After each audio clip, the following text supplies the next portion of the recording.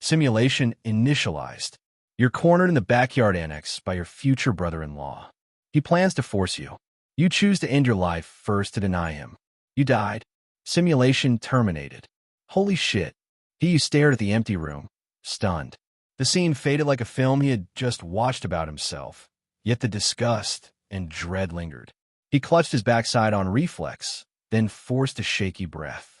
He crossed to the window table for tea, hoping to steady his nerves. The pot held only damp leaves. No help there. He stood still until the panic ebbed, then sorted through what he knew. He had transmigrated today into a martial world. The original boy was the only son of poor farmers. A drought had gutted the village. His parents starved to death. At 15, the boy was barely alive when Wang Kun, master of the Golden Saber Martial School, took pity on him and brought him in. Food came first. The boy ate meat at every meal and thought he had been saved. Wang Kun's youngest daughter, Wang Yulin, was lively and beautiful. She smiled at him often. He fell quickly, dreaming of a bright wedding and a better life. He died before any of that could happen. That was how you arrived. He carried all the boy's memories. At first, he was thrilled. Mutual affection. A clean start. Then he awakened a life simulation cheat, ran his first sim, and the truth hit him hard. Wang Yulin's kindness was bait. She was there to keep him gentle and compliant. The real goal was to hand him to her elder brother, Wang Yuini, who favored pretty boys. Wang Kun knew and let it pass because Yuini's talent in martial arts was exceptional. Bringing the boy in had been part of that plan from the start. Let the son enjoy himself, then train harder. So that's your idea of family fun, he muttered. I thought I came here as a son-in-law, not a child bride. It explained a lot. They never let him train. They taught him embroidery. He flung the half-finished Mandarin duck handkerchief into a corner. What kind of man sits and embroiders all day? Anger tightened his jaw. At least he had the simulator. It could play out his entire life to the point of death. When it ended, he could bring back items and even cultivation realms. From the first run, he learned that Yuini would come soon to visit. Yuini was at skin refining peak. He knew nothing of martial arts. He could not resist. Too bad I burned today's run already, he said. I need to hide. He had only managed to bring back a plain suicide dagger, which felt like wasting the chance. As he stewed, new text slid across his vision. Start another simulation? He blinked. Another one? Today. More lines appeared. Host, you have a cheat. Use it. This simulator supports unlimited runs. No cooldown, no cost. Drop the penny-pinching mindset. Your mission is to dominate the cheat realm and shine. He arched a brow. Did my system just give me a pep talk? Whatever. It was the best news he could hope for. Unlimited simulations meant he could grind until he was untouchable. Fine. Let's fly. Simulation initialized. You sit by the window, holding an embroidered Mandarin duck handkerchief. For real, you say, glaring at it. You throw it down and stomp it twice. Something uncoils in your chest. Your spine straightens. You ball your fists. No one took anything yet. You'll take back everything anyway. From the last run, you know Wang Yuini will come to your room soon. You must leave first. You plan to find martial manuals and start cultivating. You take the dagger. If cornered, you end it on your terms.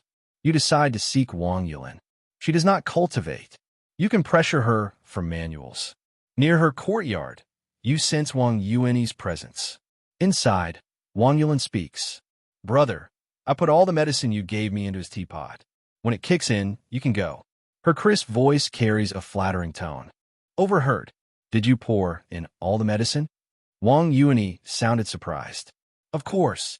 Wang Yulin answered, almost proud. This batch is lethal. All of it will kill him. I haven't even had my fun yet. Yulin's voice faltered. I didn't know you switched the formula. Check the room. Now.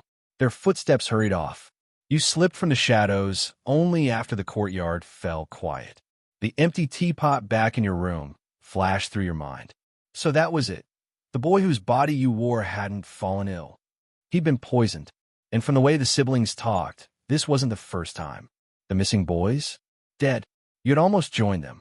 Hatred settled into something cold. You searched Yulin's room for manuals and found none. Just a stack of taboo romances pining after elder brothers. You muttered what a rotten nest this was, then made a plan: steal from the library at night. You didn't leave. You hid under Yulin's bed. If they noticed you were gone, they'd turn the school upside down. Best place to hide was right under their noses. Night came. Yulin returned exhausted. Search failed, and finally slept. The moment her breathing deepened, you slid out from under the bed. Steel flashed. A single, silent cut. You smothered her thrashing with the quilt until it stilled.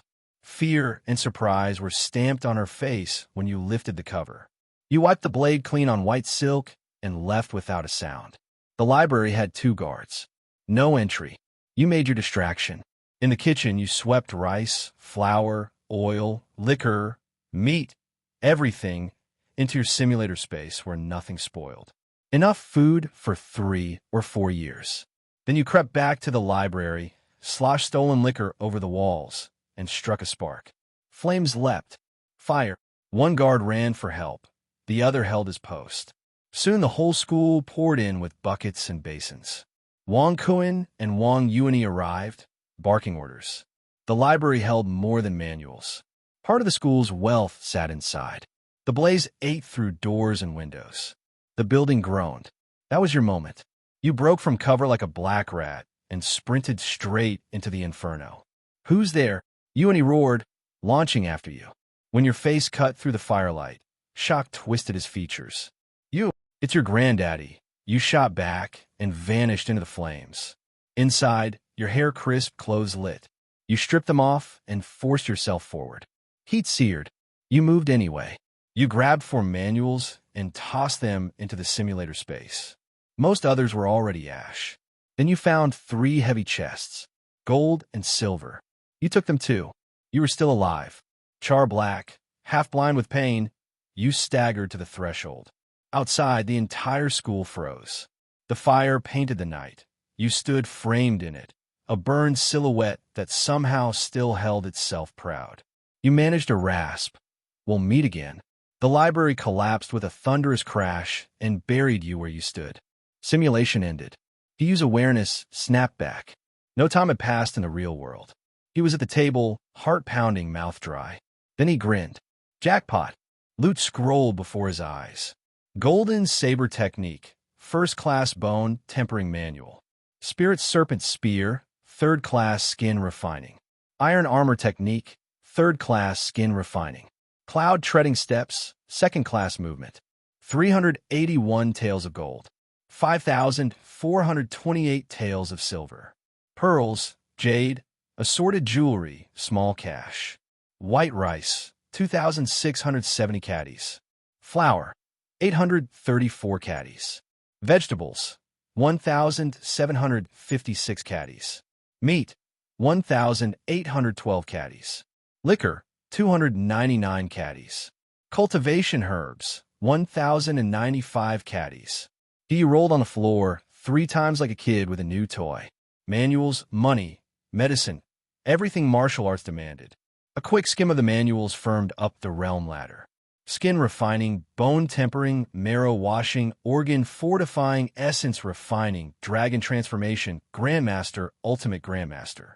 Wang Kuan sat at early bone tempering. Wang Yuani, 22, was peak skin refining, knocking on bone tempering's door. Talent like a blade. Ordinary training wouldn't catch him. But he wasn't ordinary. He had unlimited runs. Why crawl when I can skip floors? He flicked the prompt. You have entered the simulation. Hey everyone, I sincerely appreciate your support. If you enjoy my audiobooks, I would be truly grateful if you could subscribe to the channel. And if you'd like to support even further, you're welcome to become a Patreon member, where you can access audiobooks of novels as long as they are freely available on the internet. Your kindness and support mean so much. Thank you. You obtained cultivation techniques, martial skills, and a large sum of money. You took out 3 cultivation manuals and examined them carefully. Cultivation techniques are graded from low to high, third rate, second rate, first rate, top tier, and sect-defining techniques. The two third-rate skin refining manuals were immediately tossed back into your storage space. Common trash, not worth mentioning. You turned your attention to the bone tempering technique, the golden saber technique. The golden saber technique was the prized treasure of the Golden Saber Martial Arts School, a first-rate technique. The reason the Golden Saber Martial Arts School ranked second among all martial schools in Cianan County was precisely because of this manual. You decided to cultivate the golden saber technique. Its fierce and powerful nature perfectly suited your needs for bone tempering. When the time comes to use this technique to wipe out the Golden Saber Schoolmaster's family, just thinking about it excites me. You could also practice the second-rate movement skill cloud treading steps as a backup. If you couldn't win a fight, at least you could escape. You planned to quietly leave the Golden Saber Martial Arts School and find a secluded place to cultivate. Once you master these techniques, you'd reappear and give them a good scare. You left your room and arrived at the school's entrance. The gatekeeper, who had been instructed not to let you leave freely, stopped you. Your eyes darted around as you claimed you were going to buy osmanthus cakes for Wang Yulin's favorite treat. The gatekeeper still refused to let you pass, leading to a standoff. Seeing no progress, you were about to give up and consider sneaking out through the dog hole at night. Another gatekeeper who couldn't stand watching intervened. He knew you were Wang Yulin's devoted admirer and that Wang Yuan would beat you up. Feeling some sympathy, he let you go, reminding you to return early. "I'll definitely be back," you nodded vigorously. After leaving, you bought a fast horse and rode day and night, putting great distance between yourself and Cianan County, arriving at neighboring Yanggu County. You were in the Great Qin Nation, occupying the wealthy southern regions. To the north lay the larger but poorer Jinyu Nation. The two nations have been warring for centuries, becoming sworn enemies. Below the national level were provinces, counties, and villages. In Yanggu County, you found the best blacksmith shop in town. You requested the smith use the finest materials to forge you the sharpest longsword. You needed it to practice the golden saber technique. The smith agreed, asking you to return in half a month. Unwilling to wait, you demanded it in 3 days. The smith insisted a fortnight was tradition, unchanged since his great-grandfather's time. Without another word, you added 50 taels of silver. The smith immediately made a decision that betrayed his ancestors. Return in 3 days for your peerless treasure blade. You stayed in an inn where the warm, comfortable room was infinitely better than the drafty thatch hut from your previous life's village. You began attempting martial cultivation, but felt an intangible restraint, as if not fully adapted to this body. After 2 frustrating days of this sensation, you were completely baffled. On the second night, you secretly returned to your previous life's Stone Cave village. You paid respects to your former parents. As you prepared to leave, you discovered your former neighbor, an elderly man and his 5-year-old granddaughter, were starving to death. The little girl used to follow you around calling you big brother and loved playing with you. The pair had gone days without food, too weak to flee the famine. With your current wealth and resources, you left them 100 taels and a large roasted chicken before slipping away. Thinking deities had blessed them, the pair knelt crying and worshipping toward the dark sky. At that moment, you felt a weight lift. The intangible restraint vanished completely. Looking up, you seemed to understand something. Without lingering, you returned to the inn overnight. Resuming cultivation, everything now flowed smoothly. You cultivated through the night until the next afternoon. Though you hadn't condensed true qi yet, you'd grasped the fundamentals. At the smithy, you collected your expensive longsword. The blade proved incredibly sharp and resilient. You named it Cry of the Swan Goose. The smith included a delicate dagger made from leftover materials. Seeing he'd had time for this extra, you realized you'd overpaid those 50 taels. But satisfied with your sword, you didn't dwell on it. Leaving Yanggu County, you rode south to distance yourself from the Golden Saber School and avoid Wang Yuan. Along the way, you encountered many refugees, entire families starving. They shied away from a mounted traveler like you. knowing only important people rode horses. After days of hard riding covering over 1,000 li, you finally abandoned your horse to blend with refugees. Unlike the starving masses, food was never your concern. Each night, you secretly ate well from your storage space, maintaining peak condition. After 2 days with the refugees, you reached a sparsely populated village. With only about a dozen widely spaced households, you decided to stay. You approached one family, an elderly couple and their unmarried 30-something son. For 3 measures of coarse rice, they explained the village situation. Willow Tree Village currently had 17 households with many abandoned homes. You chose a dilapidated house with a small courtyard, not far from the elderly couple. After repairs, your thatched shack became a countryside mansion. You even planted a peach tree that brought life to the courtyard. Living reclusively, you devoted yourself daily to martial cultivation behind high walls. Through persistent practice of the golden saber technique, you gradually mastered the cry of the swan goose. After 6 months of cultivation, supplemented with medicinal baths, you generated your first wisp of true chi. You had officially begun your martial path. Your physical abilities noticeably improved, boundless energy and strength. You could now easily lift 100-pound millstones with one hand. Against 6 or 7 ordinary men, you'd emerge victorious without trouble. Though not yet at early skin refining stage, you knew reaching it was only a matter of time. In high spirits, you made a rare outing.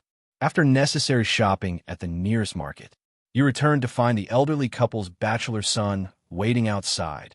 Over these months, you'd learned about their family. Their son, Miao Jiao, 32, remained unmarried due to poverty. Seeing you never worked yet lacked nothing, they guessed your wealth. Recognizing your extraordinary bearing, they kept their distance until today. Based on experience, when long-lost contacts suddenly appear, they want money. But to your surprise, Miao Jiao wasn't here to borrow. The elderly couple had adopted a 13-year-old girl and invited you to witness the occasion. Puzzled, you wondered why this struggling family would take in another mouth to feed.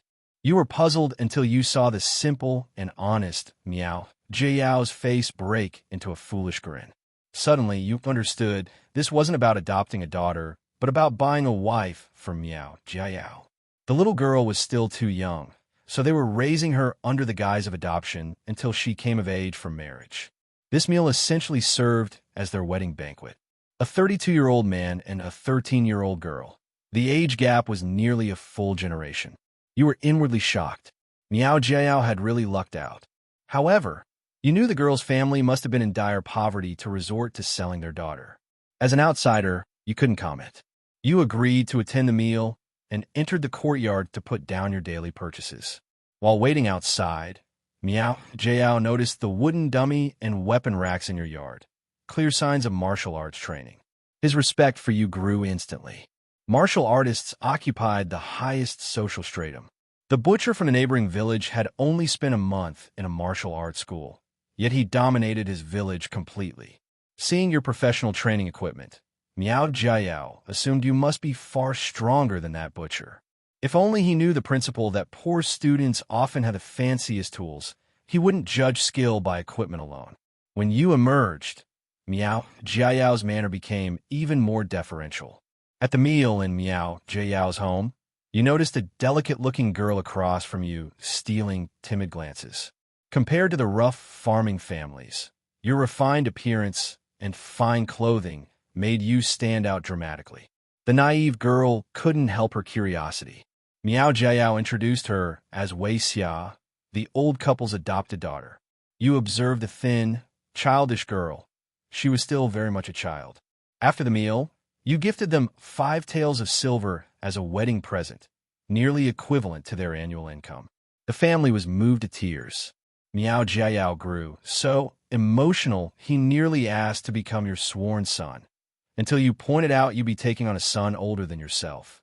Back in your courtyard, you arranged various meats and medicinal herbs on the table beneath the peach tree for your daily nutritional regimen. Midway through your meal, You heard faint swallowing sounds outside your gate. Despite the softness, your trained martial artist senses detected it clearly. What are you doing? You suddenly appear behind Wei Xia. Startled, she looked between you and the still-closed gate, bewildered by your sudden appearance. When questioned, she stammered incoherently. In truth, the girl simply felt you were closer to her age than the villagers and wanted to play, but her shyness prevented direct approach. Watching you consume quantities of meat her family couldn't afford in a year had made her mouth water uncontrollably. Recognizing no malice, yet unwilling to complicate your secluded training, you said, "Go home, and don't come back to spy." The malnourished girl hung her head and retreated. Your rigorous training continued unabated. The following year, you broke through to early-stage skin refining, strengthening flesh and blood while increasing strength to 300 gene. You'd officially stepped onto the martial path. You began practicing cloud, treading steps simultaneously. This movement technique for evasion sometimes proved more practical than orthodox methods. It could literally save your life. Keeping disaster perpetually one step behind was its own form of power. Unlike cultivation techniques, martial skills didn't increase realm progression, but enhanced combat capability. Their mastery levels progressed from beginner to initial achievement, minor achievement, major achievement, and finally perfection. During this period, Wei Xia returned twice more to secretly observe. You ignored her. The girl remained unaware of her future as Miao, Jiao's wife. You remained singularly focused on cultivation. You loved it too much. Women couldn't distract you, especially another man's woman. Despite your indifference, rumors began circulating through the village gossip network about Wei Xia eloping with you. Unwittingly, you've been cast as the villain in their drama. While you held no interest in Wei Xia, Miao Jiao grew terrified of losing her and confined her to home thereafter. Years passed swiftly. 7 peach harvests came and went. At 22, few would guess you'd been merely 7 years prior. Your early-stage skin refining foundation had solidified completely, and you began sensing the threshold to mid-stage. Redoubling your efforts, you trained ceaselessly, sleeping only to resume cultivation, like final exam preparations. The daily progress made it exhilarating. Small daily improvements lead to major advances. You encourage yourself. Though your talent couldn't match Wang Yuan's, it was respectable. Your dedication finally bore fruit in the 8th year. One night, a strange tingling traveled your spine as you lay in bed. You'd broken through to mid-stage skin refining, achieving 600 gene strength. Robust internal energy circulated through you like a 12-cylinder engine. Your comprehension of the golden saber technique deepened, and Cry of the Swan Goose danced effortlessly in your hands. Cloud treading steps also advanced to initial achievement level. Your footwork became dazzlingly agile. Light as a feather, you could traverse rooftops without sound. The skills seemed tailor-made for burglary. Coincidentally, funds plundered from the Golden Saber Martial Arts School were nearly exhausted. Alpho, that night, you traveled over 100 li west to Linjiang County's town. Utilizing cloud treading steps, you robbed 3 wealthy landowners' residences undetected. These tycoons had amassed fortunes through exploitation. You stole without guilt. Yet even thieves needed principles.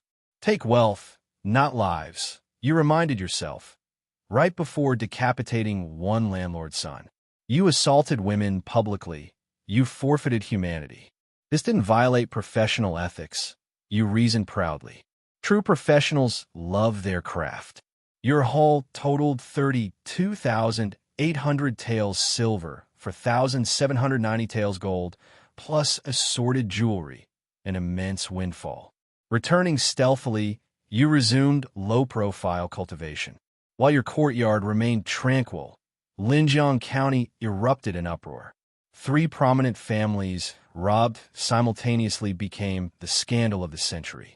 The true mystery was how such quantities of treasure vanished without trace, normally requiring multiple cartloads. County investigators found nothing, and the case became Linjiang's greatest unsolved mystery. Little did they know, greater mysteries awaited. No matter how stormy the outside world was, you continued your cultivation in the small courtyard as usual. One day, while you were cultivating, Wei Xia, whom you hadn't seen for years, entered your courtyard again. Young master he, could you spare me some food?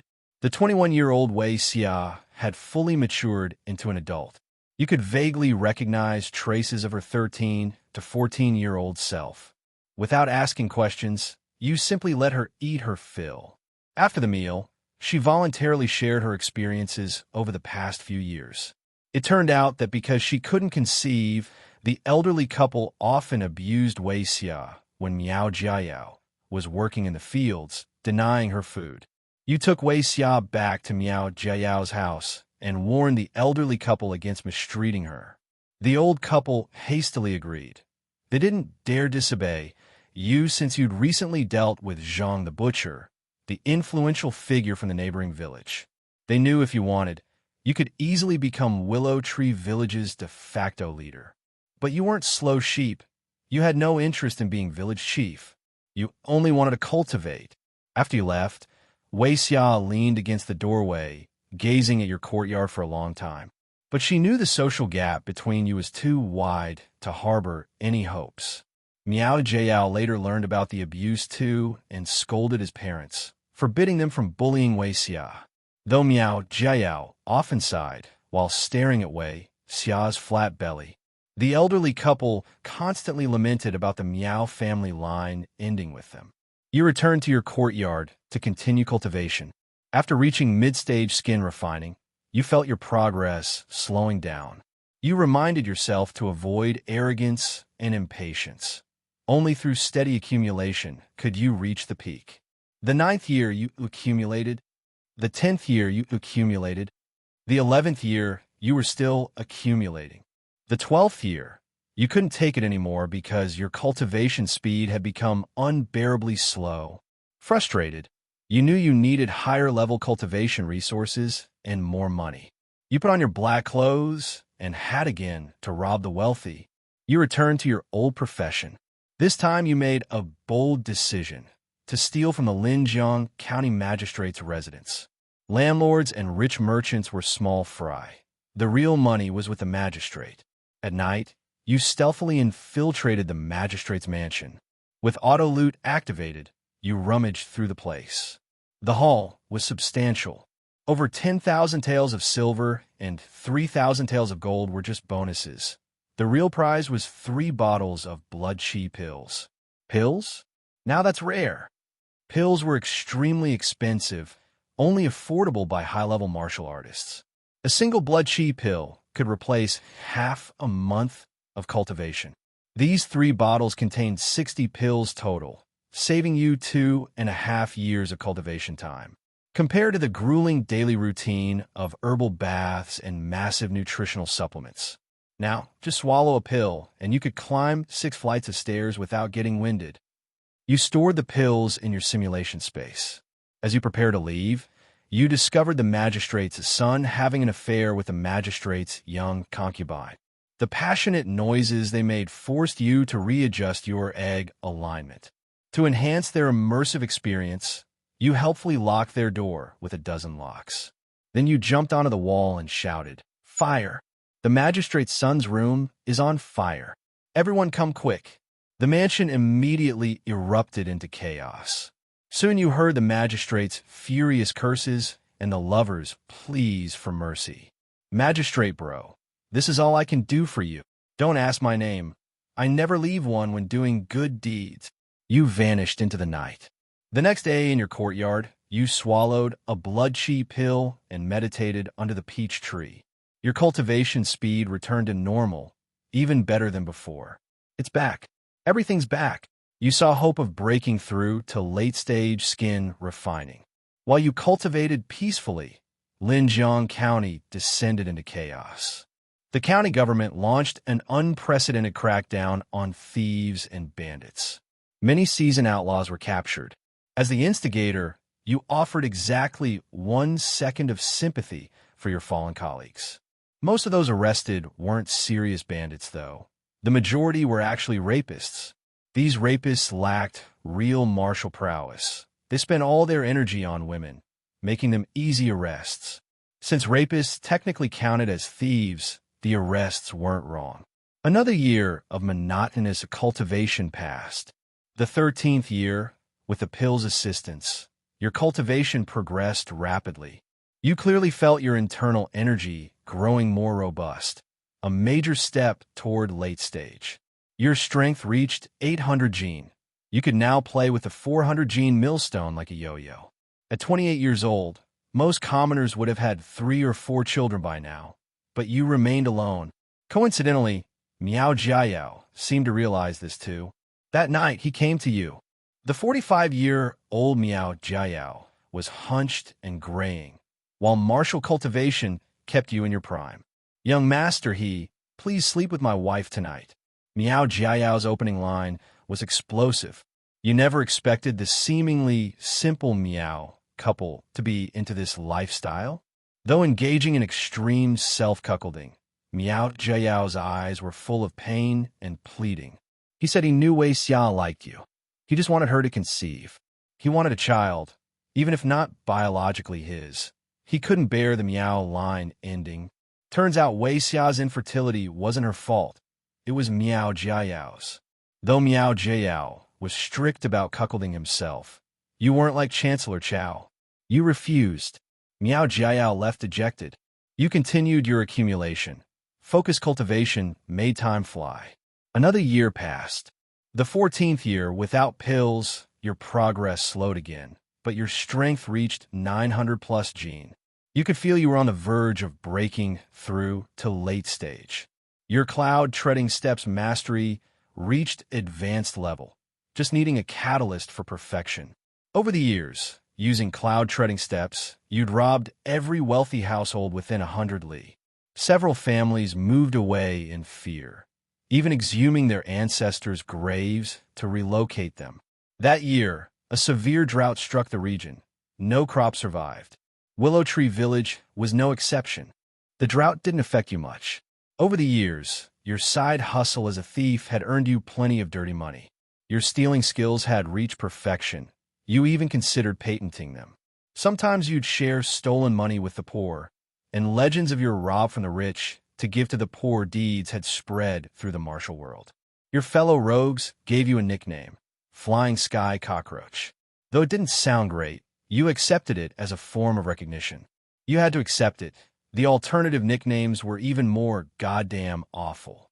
These martial world brothers had started hustling young, without schooling, completely illiterate. Do you know how hard they worked to come up with this nickname for you? The drought hit ordinary people hard. Barren lands stretched for miles with starving refugees everywhere. Miao Jiayao's family ran out of food, their situation becoming dire. Wei Xia came begging you for provisions.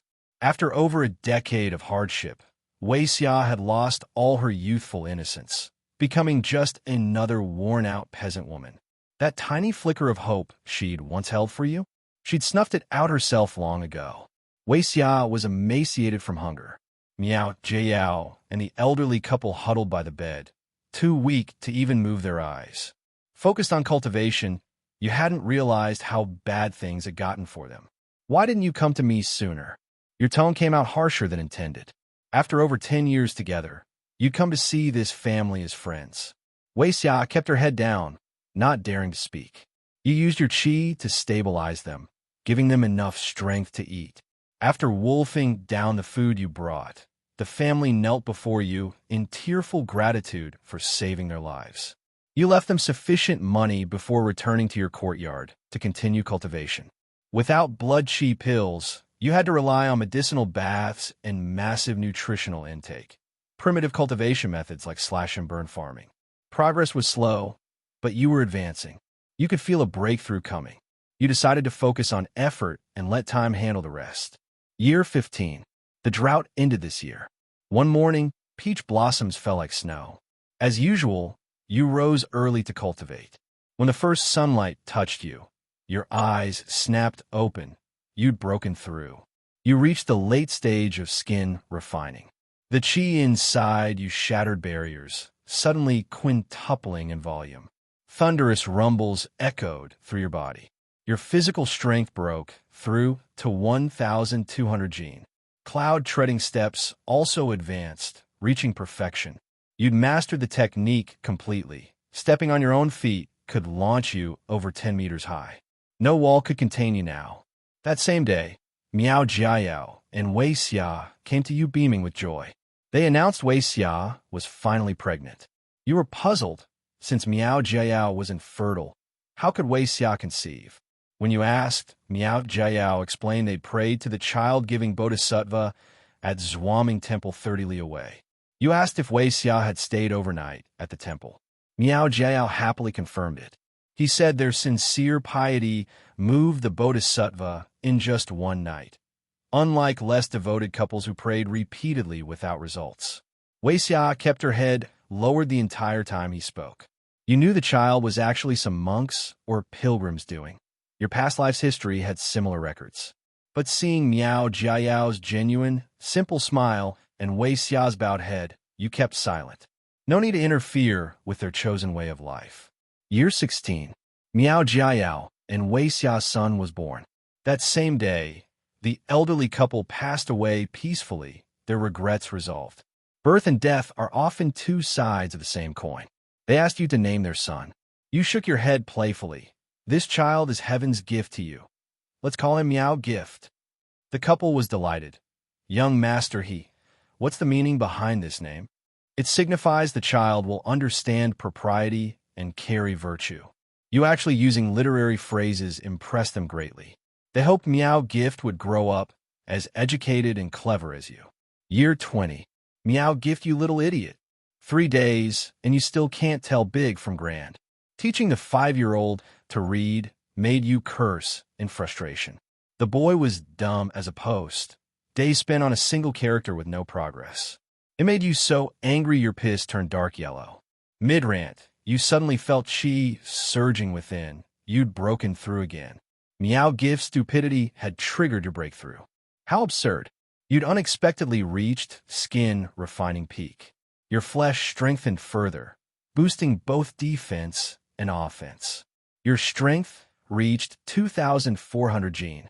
The next realm would be bone tempering, the highest level most ordinary people could achieve. Looking at snot-nosed Miao Gift munching on a peach, your anger faded. You ruffled his hair. Good lad, you've got spirit. Wait here. I'll get you a roast chicken. You returned with a glistening whole chicken. Thank you, Uncle You. Miao Gift set down his peach and reached for the chicken. He wiped his runny nose from left cheek to right with his sleeve. Uncle You, eat first. He tore off a drumstick and offered it to you. Smiling, you took the drumstick and ate while patting his head. Year 21. Peaches ripened again this year. 6-year-old Miao Gift came running to your courtyard as usual. The boy visited often, and you'd grown fond of the simple, honest child.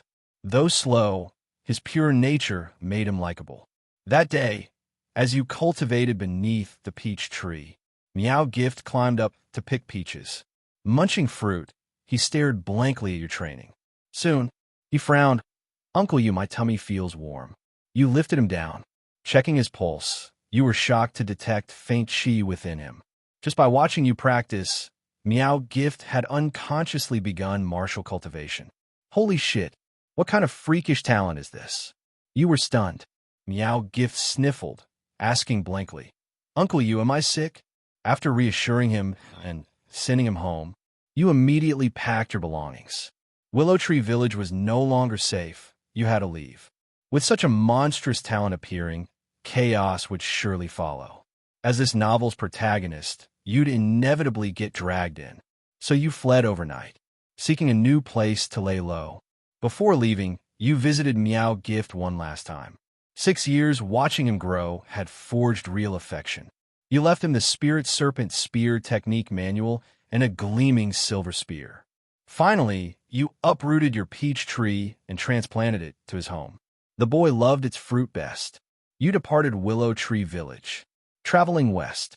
After over a month's journey, having seen diverse customs and dealt with several bandit gangs, whose robbery speeches you interrupted by smashing their pig brains, you arrived at an endless lake fragrant moon lake, surrounded by villages. The vast, beautiful lake convinced you to settle here. You bought land from the village chief, who enthusiastically praised, "Young master, our fragrant moon villagers are simple and harmonious. Never any fights." Just then a villager rushed over. "Chief, Jiang the barbarian broke someone's leg again." The embarrassed chief hurried away. You later learned Jiang was a 12-year-old orphan, massively built with natural superhuman strength, but mentally deficient. Villagers affectionately called him Big Dumbass. During his episodes, he'd attack people and wreck things. Since nobody could stop him, they just avoided him. Aside from Jiang, Fragrant Moon Village seemed normal, so you stayed. You paid the villagers to build yourself a large villa. You continued your cultivation. But progressing from skin refining to bone tempering is a huge leap, and your progress was very slow. To be blunt, there was basically no progress. You knew this was normal and didn't feel anxious. In your spare time, you developed a liking for fishing. As an avid fisherman, you always returned fully loaded from each trip, because whenever a fish didn't bite for more than 2 breaths, you used your true chi to stun it and pulled it directly out. You thought fishing was very simple and couldn't understand why so many people ended up empty-handed. In the 23rd year, you had already lived in Xiangyue village for 2 years and had grown accustomed to everything there. You paid the villagers to feed the horse and chop firewood, while you faced the Great Lake, enjoying the warm spring blossoms. You felt it would be fine to spend your life here until old age. One day, you were fishing, stunning fish as usual. Jiang the barbarian, drooling but clever in his own way, came to the lakeside with a mischievous grin and imitated your method to stun fish. You discovered that Jiang the barbarian actually had true chi in his body, roughly at the early stage skin refining level based on the amount. His strength was due to the true chi inside him. But Jiang the barbarian was a big idiot. He couldn't control the true chi, and it ran rampant within him. This chaotic true chi constantly damaged his body. Whenever the true chi damaged his body, he was in pain and became very irritable. This explained why he would suddenly assault people. You asked Jiang the barbarian about the true chi inside him. He just drooled and gave you a mischievous smile. When you pressed him further, he relied on his strength and tried to hit you. You countered and knocked him down, making him wail loudly on the ground.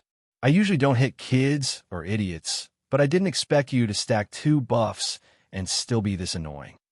After you hit him, John the Barbarian's eyes cleared up a lot. His speech became more coherent. He told you he had eaten sugar beans found at his grandfather's grave, which made him stronger. You went to Jiang the Barbarian's grandfather's grave. You dug it open and found many valuable items inside. There was a top-level bone tempering manual, the Dragon Roar Saber technique, an even more powerful supreme technique beyond first-class manuals. You immediately took it and decided to switch to cultivating the Dragon Roar Saber technique. You also found a key and a token of the Extermination Sect. The Extermination Sect is one of the 3 major demonic sects, and you felt uneasy about it. Most surprisingly, there was also a recipe for blood chi pills. With this, you could refine blood chi pills yourself and achieve freedom in producing them. There were also many finished blood chi pills in the grave. Besides the portion Jiang the Barbarian had eaten as sugar beans, over 200 blood chi pills remained. Jiang the Barbarian only increased his true chi by eating blood chi pills, but never practiced any cultivation method. Thus, his uncontrolled true chi constantly destroyed his body and even damaged his brain. You helped Jiang the Barbarian dissipate all the true chi inside him. Without that true chi, his body would no longer be destroyed and he wouldn't become irritable. But his brain was already beyond repair. He could only remain a carefree big fool forever. You knew Jiang the Barbarian's grandfather's identity must be extraordinary, so you decided to leave Xiangyue village immediately. You left 5,000 taels of silver with the village chief to take care of Jiang the Barbarian. Jiang the Barbarian had grown up eating at many homes in the village. As long as he didn't hit people, the simple and honest villagers were willing to take care of him. You continued heading west. Half a month later, you arrived at a bustling small city called Chongfeng City. This small city was located on the frontier of the Great Qian Kingdom. Precisely because it was far from the central region of Great Qian, Chongfeng City had developed its own unique beauty and prosperity. You bought a quiet little courtyard in a remote area of Chongfeng City. You stopped cultivating the golden saber technique and switched to the dragon roar saber technique. Men, always craving the new and abandoning the old. With the aid of blood chi pills, it only took you half a year to bring the dragon roar saber technique up to the peak of skin refining. You could clearly feel that the true chi in your body had become more majestic, growing 5 times stronger than with the golden saber technique. No wonder it's a supreme technique, so powerful. Every time you swung your saber, a faint dragon roar echoed, affecting your opponent's mind and causing a brief moment of confusion. Don't underestimate that moment. In combat, life and death hinge on an instant, and that instant is enough to decide victory or defeat. After switching cultivation methods, you began experimenting with pill refining. You purchased a large quantity of materials to refine blood chi pills, then secluded yourself in the courtyard to practice diligently. Refining pills required extremely precise control over true chi. Even a slight mistake would cause failure. You kept trying and failing repeatedly but never giving up. You opened your eyes every day only to refine pills. Even when sleeping with eyes closed, you thought about technical details. After half a year, you still hadn't successfully refined a single blood chi pill. But you hadn't wasted your time either. Your control over true chi became increasingly precise, and your saber skills improved significantly. Previously, you could only accurately cut flies. Now you could split ants. After another month, you stopped refining pills because your money was almost gone. Those familiar with you knew you were about to start stealing again. Actually, your thieving skills hadn't been neglected these years. You practiced whenever you got a chance. Sometimes, without even trying, you'd return from the streets with a few extra wallets in your hands. You had developed an occupational disease. Your automatic pickup function couldn't be turned off. This time, Flying Sky Cockroach re-emerged in the world. As expected, it only took you a month to steal enough money to continue refining pills. You've buried yourself in pill refining again. After more than a year of attempts, in the 25th year, your 40th year, you finally refined your first blood chi pill. Your blood chi pill refining technique had entered the beginner stage. But your success rate was too low, only 1 or 2 successes out of 10 attempts. That yield was clearly insufficient. You kept practicing. With the first successful pill made, subsequent progress became easier. In the 26th year, your blood chi pill refining technique reached a small breakthrough, with about 6 successes out of 10 attempts. You could barely say you had mastered the core technology. You thought it was enough and stopped practicing further. Long-term pill refining had further enhanced your control over true chi. Now, if you aimed for an ant's upper eyelid, you would never hit its lower eyelid. You began using the large quantity of blood chi pills you refined to push toward bone tempering. You could feel that breaking through to bone tempering was not far away. You no longer ate blood chi pills one by one, but handfuls at a time. You didn't know exactly how many pills were in a handful. You only knew there was no bottleneck that a handful of blood chi pills couldn't solve, and if there was then 2 handfuls. You had completely achieved freedom of blood chi pills. You now found life tedious, extremely tedious. 2 years of this dull life passed. The old locust tree in your courtyard withered and flourished twice. In the 28th year, at night, while cultivating and just having swallowed a handful of blood chi pills, a dragon roar sounded inside your body. You broke through to bone tempering. True chi surged wildly around you, shattering your clothes and revealing a dozen abdominal muscles. Your pants were also torn apart, exposing the huge mosaic below your waist. The amount of true chi at bone tempering was not comparable to skin refining. You felt you could slap to death dozens of skin refining peak versions of yourself. Taking pills really speeds things up. After reaching bone tempering, You could now release true chi onto the surface of objects you directly touched. You drew out the cry of the swan goose saber, attaching true chi to it, and swung. The decades-old locust tree in the courtyard fell with a crash. It had done no harm to anyone. This strike's power had increased more than tenfold. Whoa, enchanting really makes a difference. Having reached bone tempering, you could now open a school and take disciples. Wang Kun, the master of the Golden Saber Martial Arts School, was at early-stage bone tempering. You could now be considered an expert. After breaking through to bone tempering, you rarely gave yourself a day off, but this time you did. You lay in your courtyard all day. You thought about nothing and did nothing. You emptied your mind completely and quietly watched the clouds drift in the sky. After resting for a day, you threw yourself back into your great cultivation journey. That day, after finishing cultivation, you planned to go buy materials to refine blood chi pills. You opened the courtyard door and found an injured woman covered in blood, barely conscious, lying at your doorstep. Miss Hua? Yo, yes. The woman heard your voice and struggled to lift her head. Young master, please save me. You saw the woman's face was covered in blood, but she was still visibly beautiful. How could anyone bear to hurt such a pretty girl? Truly heartless. You sighed regretfully. Young master, please take me in. My enemies will be here any moment. Don't worry, miss. I'll take you in. There's an empty room in my courtyard. If you're uncomfortable sleeping alone, you can squeeze into my room. The woman smiled weakly. Thank you, young master. The woman reached out her hand, signaling for you to help her up. You eagerly ran over with a grin, extending your hand. Thank you for your great kindness, this humble girl dash. Clang. Cry the swan goose instantly appeared in your hand. With a flash of blade light, the woman's skull cap flew 3 to 4 meters away. The remaining half of her head had an exceptionally clean cut. Her brain matter still quivered inside. Blood gushed as the woman collapsed in a pool of blood. Her face still bore the grateful smile from before death. Damn, such a crude trick trying to fool me. Do they think I've never watched TV dramas? Your small courtyard was located in a remote area of Changfeng City.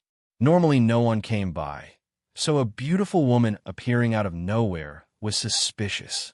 You could smell something fishy from miles away. Time to run again. You knew you'd been exposed, likely by someone connected to Jiang the barbarian's grandfather. No good comes from digging up someone's ancestral grave after all. You searched the woman's corpse, finding over 100 blood chi pills. A first-class bone tempering technique, glacier finger. Over 50,000 taels of silver notes. Other miscellaneous, worthless items.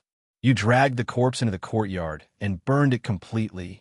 After packing quickly, you prepared to flee. As you stepped into the courtyard, you saw a woman standing there abruptly. You nearly jumped, thinking the dead woman had resurrected.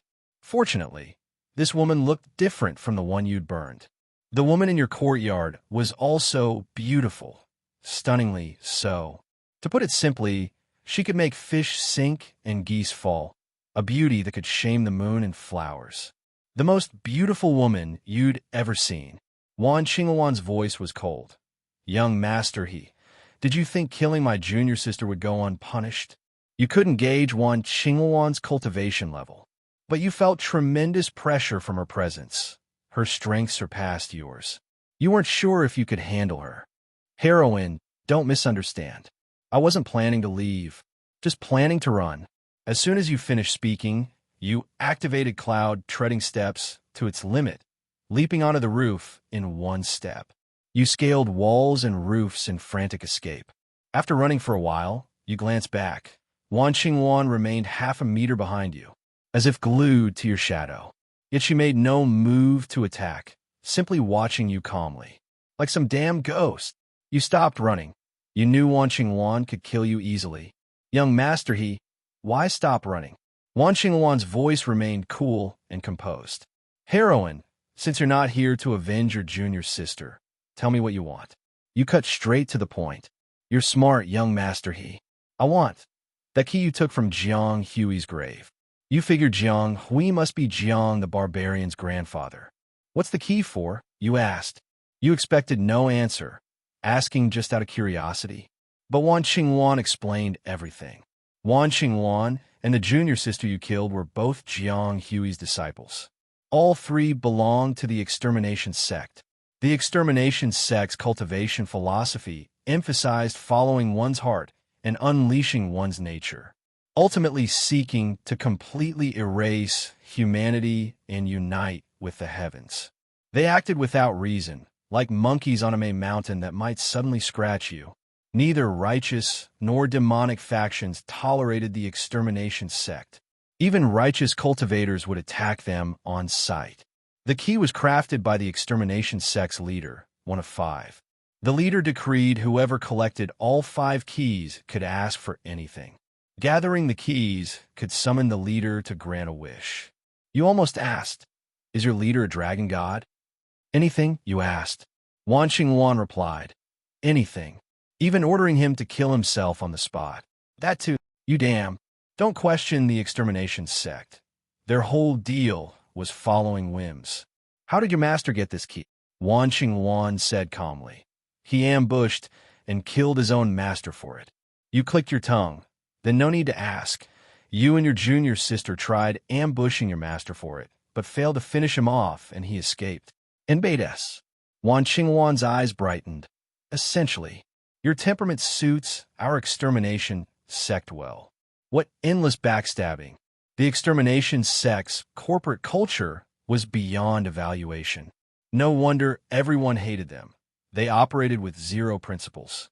You might be mid-conversation with an extermination sect member when they suddenly stand up saying, "Hold on, let me go kill my mom first." How could anyone tolerate that? Who wouldn't find them annoying? "If I give you the key, will you kill me?" you asked. Wan Qingwan's lively eyes rolled. "Probably not." "Great, very reassuring. But you weren't particularly afraid of death anyway. You lived recklessly. Next simulation, you'd be reborn a hero.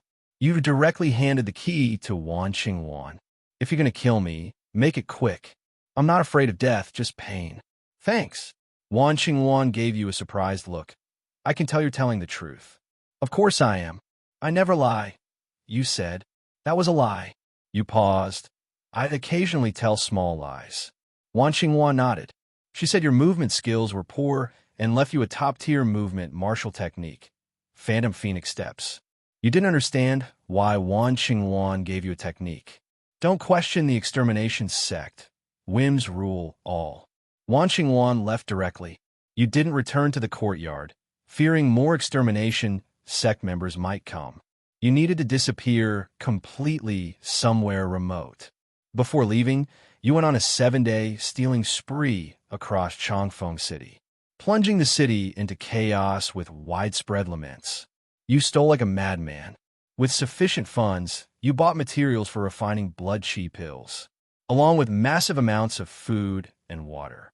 You traveled west for 6 months, during which you killed 386 bandits and thieves, wiped out 3 bandit strongholds, destroyed 18 shady inns, and busted 5 human trafficking rings. You awarded yourself the honorary title of 5-star model citizen. After another month, you reached the western edge of the Great Qian Kingdom, finally entering deep into primordial forests.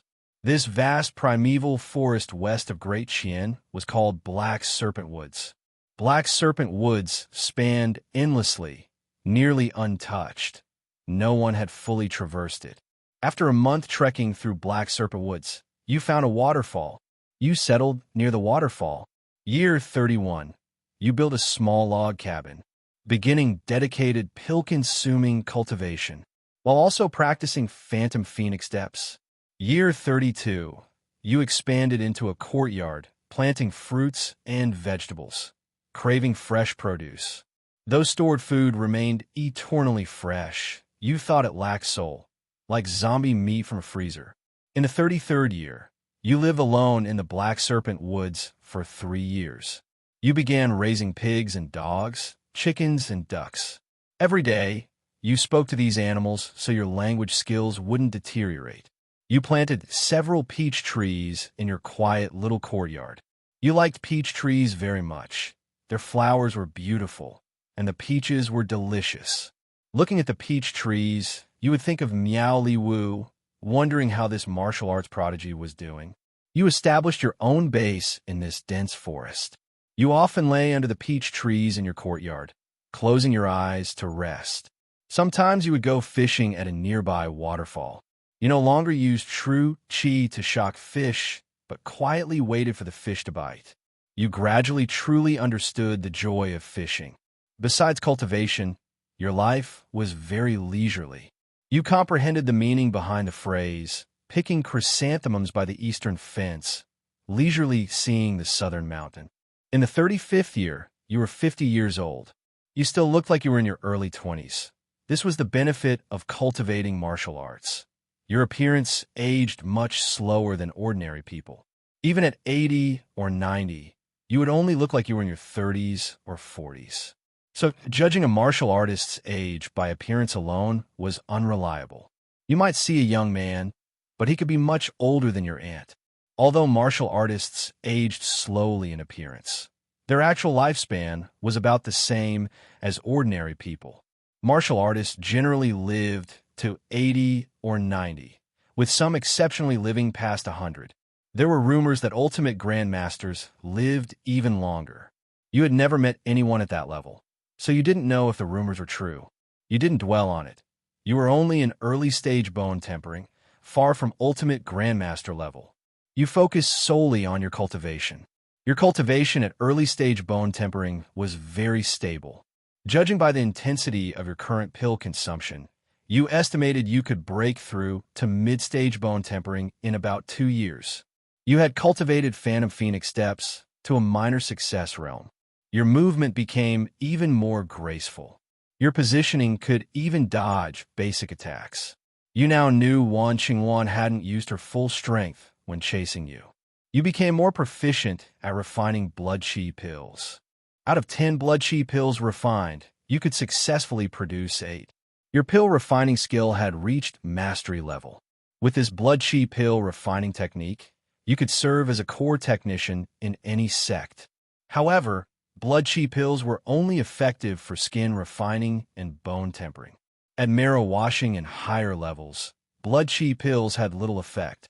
After marrow washing, internal spirit pills were needed to significantly increase true qi and assist cultivation. You plan to obtain a pill recipe for internal spirit pills, if possible. But pill recipes were very rare. They were usually passed down by alchemists through 18 generations, rarely accessible to outsiders. You didn't push for it and took it as fate allowed. At least for now, blood qi pills could be supplied infinitely, so you would first improve to the peak of bone tempering. In the 37th year, you sometimes needed to leave the forest to nearby towns to purchase materials for refining blood qi pills. One day, you were eating and resting at an inn in the city. You overheard several martial artists chatting next door. Did you hear? Miao Li Wu, the young hero of the Sword Establishment Pavilion, has won again. I heard that. That Wolf King ranks 3rd among the young generation of the demonic path. Young hero Miao fought in the northern Sangwang Desert for 3 days and nights. In the end, he emerged alone from the desert, holding the Wolf King's head high on his spear, so majestic and satisfying. New ES. Of the top 10 young fighters in the demonic path, Miao has slain 8. This time, the demonic path must be severely weakened. Miao Li Wu is only 21 years old and already at the peak of organ fortifying. I can't imagine how high he'll rise. Looks like the Sword Establishment Pavilion will produce another ultimate grandmaster. Isn't the Sword Establishment Pavilion famous for swords? How come Miao's weapon is a spear? It's said that when Miao was young, a martial arts elder gifted him a spear and guided him onto the martial path. Since then, Miao specialized in spear techniques, killing enemies with just one spear. This was the first time you heard news of Miao Li Wu. You hadn't expected that snot-nosed kid to reach such heights. Miao Li Wu's cultivation was 2 realms higher than yours. You felt like you'd wasted these decades living like a dog. Good kid, really impressive. But then again, did you envy Miao Li Wu's talent? You didn't envy him because you were a cheat. In this simulation, Uncle can't keep up with you. Wait for me to simulate a few more times. Genius? Every genius has to call me genius. At the same time, you thought of a question. Will Meowliwu be born again in the next simulation? Without you sending food during that drought, Wei Xia and Meow Jiao probably starved to death. How could Meowliwu be born? But maybe not, since Wei Xia still had strength to come find you during that drought. Perhaps Wei Xia survived. Meowliwu's birth was not funded by Miao Jiao, but by another investor. Too many uncertainties. You didn't think about it further. You thought about how Meowliwu had always used a spear, surely influenced by the martial arts manual you left him. Using a spear in the Sword Establishment Pavilion, you're quite the talent. The Sword Establishment Pavilion was not a small sect, but one of the 5 great sects. Very powerful. In terms of combat strength, it ranked first among the 5 great sects. One could imagine how much favor Meowliwu received there because of his talent. But none of this concerned you. You wouldn't seek out Meowliwu and would keep your distance even more. Avoiding entanglement with these godlike figures' fates would let you live longer. You returned to the dense forest and continued living as a wild man. You trained even more diligently. You didn't even fish anymore. From dawn till dusk, you took pills. At the first ray of morning light, you swallowed a blood chi pill. In the unbearable midday heat, you swallowed another blood chi pill. With the first cool breeze of night, you swallowed yet another blood chi pill. You even feared developing resistance to blood chi pills. Finally, hard work paid off for the pill taker. In the 38th year, you were 53 years old. One morning, your bones cracked and popped all over. You broke through to mid-stage bone tempering. True chi surged, shaking the peach trees in your courtyard, making their flowers scatter and drift into the air. A gale lifted the peach blossoms, swirling them skyward. True chi formed a thin film around your body, capable of withstanding ordinary people's sword and blade attacks. Your bones began showing signs of jade transformation, shining with a translucent luster. Your bones were strengthened, truly becoming hard bones. Your phantom phoenix steps also improved. Your proficiency reached mastery. You could now stay in the air for the duration of one breath. Your combat power in midair was epic level enhanced. Your blood chi pill refining ability remained at mastery. Breaking through to perfection was extremely difficult. You knew this was called the law of diminishing returns. Improving the last bit required increasingly more effort. Fortunately, your master level refining ability was sufficient, so you didn't force perfection. You would just slowly improve your refining skills in daily practice. That day, you were cultivating in your courtyard. Suddenly, the courtyard gate was kicked open. A fierce shout rang out. "Villain, come out and die! I'm barely scraping by, and they still dare to come knocking on my door?" You doubted your own life choices. You sized up the 6 tough guys in front of you, each with a different look. 1 at the skin refining peak, 3 at mid-stage skin refining, and 2 at early-stage skin refining. What a pathetic Suicide Squad kind of lineup. And they actually had the nerve to come swaggering at you. Still, before throwing down, you asked, "All right, gentlemen, what brings you here?" Better to know who you're dealing with than let some stray fish slip away. Cut the crap. We are the 7 sons of the Zhang family from Xuanqing. Today, we will take the life of this evil thief. You counted them again. 6 of them. 7 sons, huh? And yet you can't even count properly. I hate people who can't count the most. The cry of the swan goose instantly appeared in your hand. You charged forward fiercely. A scream erupted from the other side. You took them down one by one like slicing melons and cutting vegetables. Not good. He's a bone-tempering martial artist. Run for your lives. You smiled cruelly. Run? You already kicked down my courtyard gate, and you still think you can run? The local gang sure lacked manners. While speaking, you slashed another one to death. 2 breaths later, only 2 remained alive.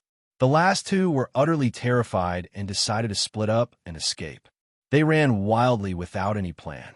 Your Phantom Phoenix steps were eerily unpredictable, and you caught up with one of them directly.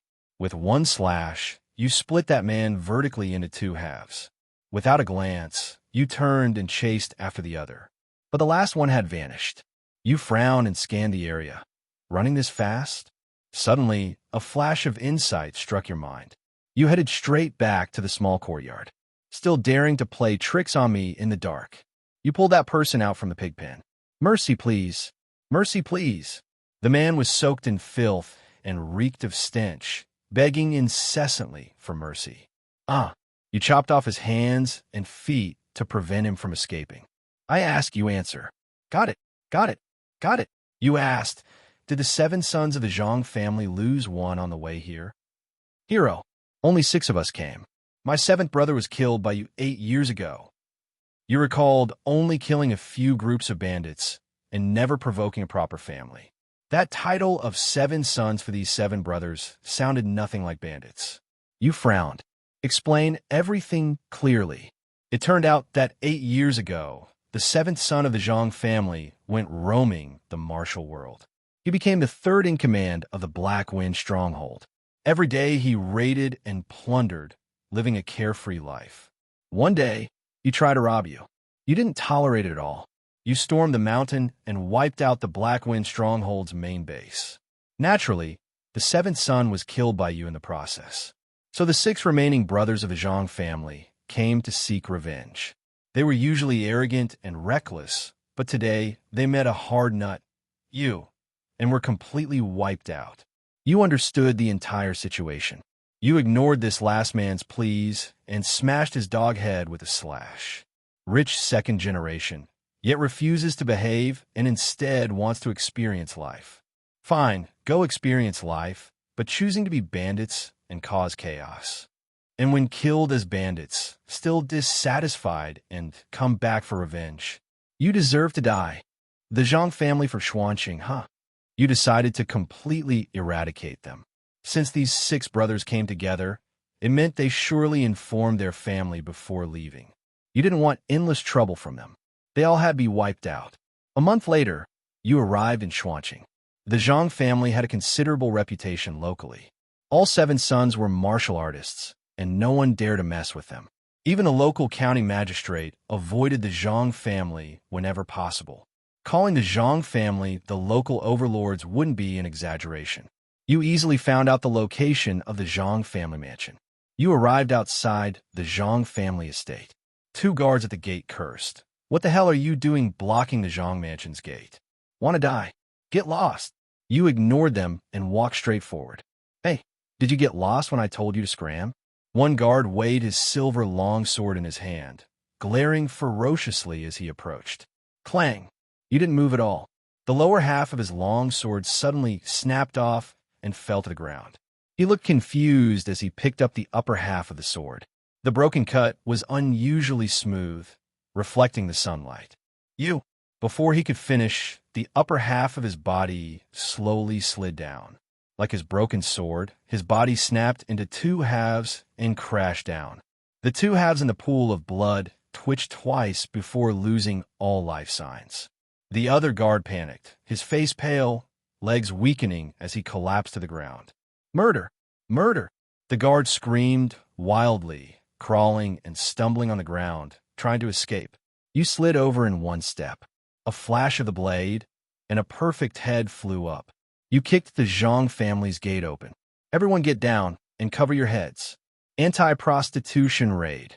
The Zhang family members were shocked. How dare you trespass the Zhang family? No one leaves alive today, die. A mid-stage skin refining martial artist swung a 9-ringed great cleaver at you. Behind him stood a group of armored soldiers wearing standard soft armor and wielding weapons. Private soldiers? That was a capital offense for rebellion. The Zhang family had become so arrogant, they blatantly ignored the law. You think you're worthy to play with blades. You dodged the charging mid-stage skin refining martial artist. A flash of the blade, and he was cut in half at the waist. The squad of soldiers immediately panicked. The slain mid-stage skin refining martial artist was their chief instructor, responsible for teaching them martial arts. definitely the strongest warrior in the Zhang family. A with ring above. Yet he couldn't even withstand a face-off with you. You rushed into the soldiers, your movements graceful and fluid. Like a butterfly weaving through flowers, wherever you passed, heads fell like ripe fruit. The blade of the cry of the swan goose flickered in the flying blood. Over 100 soldiers died in an instant. Losing this squad of soldiers, the Zhang family also lost their core fighting force. The remaining house servants and guards were even easier to kill, dealt with effortlessly. You hacked your way from south to north, east to west. Every swing of your blade killed without hesitation. Out of the more than 500 people in the Zhang family, nearly all met their end. Only 4 remained in the main hall.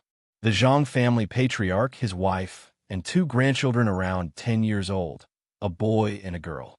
The 4 sat trembling on the ground, utterly terrified. The patriarch was in his 60s, dressed in brocade, experienced in many worldly affairs. He thought he had seen every scene, but today's was a first. Young hero, spare our lives. Whatever you want, the Zhang family will give it to you. Just please spare us. The patriarch didn't ask who you were, only kowtowed and begged. He knew the Zhang family had made too many enemies, and asking questions was pointless. He planned to calm you first and seek revenge when his 6 sons returned. Beside him, the matron cried with tears and snot all over her face. She hurriedly chimed in, through her tears, "Yes, yes. Young hero, our family owns thousands of acres of fertile land and countless riches. If you spare us, it's all yours." You thought for a moment. All mine. Yes, all yours. You flicked your wrist, and 2 heads flew cleanly through the air. Fools. Killing you all is mine too. The 2 children were pale and terrified, trembling uncontrollably, unable to say a word. They looked at you with ashen faces, hands and feet twitching nervously. You frowned. This is troublesome. I don't kill kids. Scratching your head for a moment, you looked at the boy and asked, "Little friend, how old are you this year?" The boy was very scared, stammering as he said, "I'm 6 years old." "Oh, 66 years old, not showing any signs of aging." You nodded and then looked at the girl. The girl also had a face full of fear. You showed a smile you thought was friendly, but the girl trembled even more. "Little friend, how old are you this year?" you asked the girl. The girl tried hard to suppress her fear, doing her best not to stutter. "I am 8 years old this year." "Oh, 18 years old is not young either." After asking, you stopped looking at the 2 of them. You stood up and walked out on your own. You took 2 steps, and the 2 behind you suddenly stopped their low sobbing. You walked out of the main hall. Cutting the grass without removing the roots will only bring endless trouble. Since they were born in the Zhang family, whether voluntarily or passively, they must have enjoyed the family's benefits, so they must be prepared to bear the consequences. You strode into the front courtyard, where Zhang family members lay scattered everywhere. They all slept peacefully. You walked toward the Zhang family's main gate. But when you looked up, your eyelid twitched. Not far ahead stood a person. That person wore the coarse linen dress of a Zhang family maid, expression cold and indifferent. "Wan Qingwan, how could she be here?" A tightening gripped your heart, as you guessed Wan Qingwan probably wasn't truly a Zhang family member. You had just slaughtered the entire Zhang family. If Wan Qingwan wanted to kill you, you wouldn't have survived. No, you suddenly thought, how could Wan Qingwan, with her strength, be a mere maid in the small Zhang family? You were very puzzled and at the same time extremely alert. While your thoughts raced, Wan Qingwan remained calm. "Young master, how old are you this year?" Wan Qingwan's usually cold voice carried a trace of a smile. That smile was somewhat chilling. Your heart skipped a beat. You could feel her genuine, killing intent. You thought to yourself, this time you might really be done for. But suddenly you remembered, I have a simulator. What's there to be afraid of? You dissipated your tension, wearing a relaxed smile. "Miss Wan, I'm still young. Just started kindergarten this year." Seeing your attitude, Wan Qingwan's smile disappeared. Her delicately arched brows furrowed slightly, and her beautiful eyes showed some confusion. Wan Qingwan looked at you twice and said, Young master you're quite an interesting person. You forced out a dry laugh. Miss Wan, you're quite inexplicable too. Wan Xingwan said nothing more and directly turned to leave the Zhang family. You hurriedly followed, and only after seeing her really leave did you relax. That woman is like a ghost. Everywhere she goes, she's there, you muttered under your breath. You didn't understand why Wan Xingwan was working as a maid in the Zhang family. You also didn't understand why she didn't kill you when you clearly felt her killing intent just now. You wouldn't believe you had conquered her with your flashy appearance. You knew you had some charm, but nowhere near enough to cause someone to lay down their weapon and become a Buddha. You didn't understand her various behaviors. You didn't want to understand them either, only wanted to stay far away. Although you were already secluded deep in the Black Serpent Woods, you felt it still wasn't deep enough. You planned to move deeper into the Black Serpent Woods and would not come out unless absolutely necessary. You quickly searched the Zhang family. The Zhang family had occupied Xuanqing for many years, indeed possessing a solid foundation. You seized over 700,000 taels of silver and more than 90,000 taels of gold, 6 skin refining manuals, 1 bone tempering manual. But all were second- or third-rate cultivation methods. You now cultivated top-tier methods. These low-level methods no longer excited you. You casually tossed these manuals into your spatial storage. You also put many property deeds and land contracts into the space. You wouldn't sell these assets now, as it would risk exposure. You decided to handle that after the heat died down. After finishing, you set the spacious Zhang family estate ablaze with a single fire. The local villagers cheered loudly at the Zhang family's downfall. At this moment, you were already on your way back to the Black Serpent Woods. 1 month later, you finally arrived at Changfeng City, the closest city to the Black Serpent Woods. After continuous travel, you planned to rest for 1 night, and then move directly into the Black Serpent Woods to relocate. You didn't return to the small courtyard you lived in years ago. It had been exposed and was likely ravaged multiple times by members of the extermination sect in Epsilon S. You found an inn to stay. That night, you sat on the bed, cultivating. Someone quietly approached your door. That person whispered, "Young master please open the door. I have something to give you." You didn't recognize the voice. You immediately grabbed the cry of the Swan Goose sword. "Just leave the delivery outside the door." "Young master please forgive me. I was instructed to deliver it personally to your hands." You briefly sensed the cultivator's strength outside. Unsurprisingly, it was profound and unfathomable, like a deep ocean. But they didn't force entry. You felt a slight relief. You stood and moved to the window, ready to flee at any moment. You threw a chopstick to knock open the door latch. The door was gently pushed open. A middle-aged man politely entered and placed a small box on the table. "Young master your item has been delivered. Farewell." He showed no reluctance and immediately exited the room. He politely closed the door behind him. You looked at the door, then at the box, feeling a bit confused. You put the box into your spatial storage before daring to open it, just in case it sprayed poison or something upon opening. The box opened without any anomaly. Inside were 2 cultivation manuals and a letter.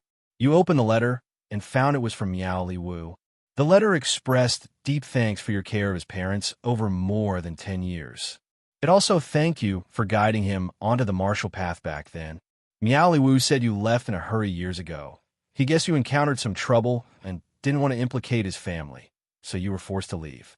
Miao Li Wu said that if you ever encountered problems you couldn't handle, you must go to the Sword Establishment Pavilion to find him. He arranged for the person who delivered the item to escort you to the pavilion. That person's strength was absolutely trustworthy and reliable. That person would stay next door to you tonight. If you had no danger, you could ignore them. They would leave on their own the next day. Additionally, the 2 cultivation manuals inside were to repay your kindness. One was the sect-level organ fortifying cultivation method, Wild Heaven Saber technique. The other was the 9 condensations profound skill. The Wild Heaven Saber technique was taken from the Sword Establishment Pavilion with the sect leader's permission. You could practice it with confidence, without worrying about being accused of stealing sect techniques and being hunted down. The Nine Condensation's profound skill was created by Miao Liwu himself. He was the only person who knew it, and it was a crucial foundation of his strength, so he asked you not to spread it. The Nine Condensation's profound skill could refine true qi. Theoretically, each major realm's true qi could be refined 9 times. But refining 9 times was just theoretical. Miao Liwu himself hadn't refined it 9 times. He had only refined 6 or 7 times per realm. This made Miao Liwu absolutely invincible among warriors of the same level. He could even easily escape from opponents 2 major realms stronger than himself. Miao Liwu hadn't refined it 9 times for 2 reasons. First, the later refinements were very difficult and time-consuming. Second, Miao Liwu's own martial talent was too high. Even without deliberately advancing his realm, just focusing on the 9 Condensation's profound skill, his realm would surge rapidly. He reached the next major realm before having time to refine 9 times. You read the letter and thought about it. You realized neither of these 2 problems was an issue for you. The first problem of long refining time. You had a simulator. Time was not a barrier, but an advantage for you. The second problem of automatic realm upgrades. This was also your advantage. In terms of talent, you were a total waste compared to Miao Liwu. Automatic upgrades, not possible for you. Whenever you stopped taking pills, you could keep your cultivation level completely still. You had all the time in the world to refine your true qi. In this respect, Miao Liwu couldn't even keep up with you. You felt you had already surpassed Miao Liwu by a wide margin. After finishing the letter, you felt somewhat moved. Miao Liwu had thought things through carefully for you. Back then, you only treated Wei Xia and Miao Jiayao as friends when you cared for them. Later, you taught Miao Liwu to read, left him cultivation methods, and a spear, simply because you liked this sensible boy. You never expected that unintentional angel investment would bring countless times the returns. But then you thought of another serious problem. I've been hiding in seclusion all this time. Why does it feel like everyone in the world can find me? First, the 7th son of the Zhang family, the deceased 7th son version, came knocking. Now it was someone from Miao Liwu's group. This time, they even knew your room number.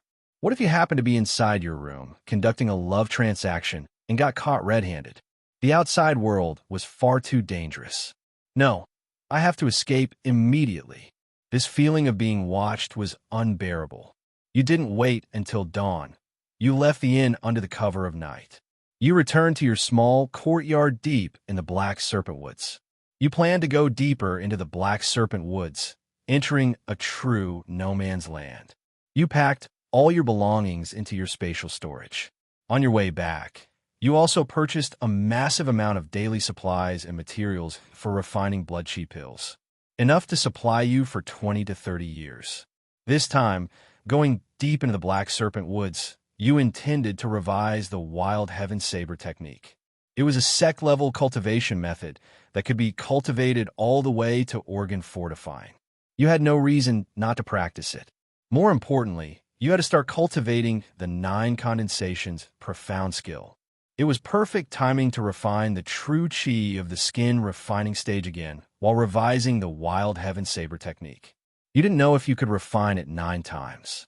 Miao Liwu had only refined it 6 or 7 times, yet was invincible at the same stage. If you could steel your heart to refine 9 times, you estimated you could fight opponents several major cultivation levels above you head-on. You were full of anticipation.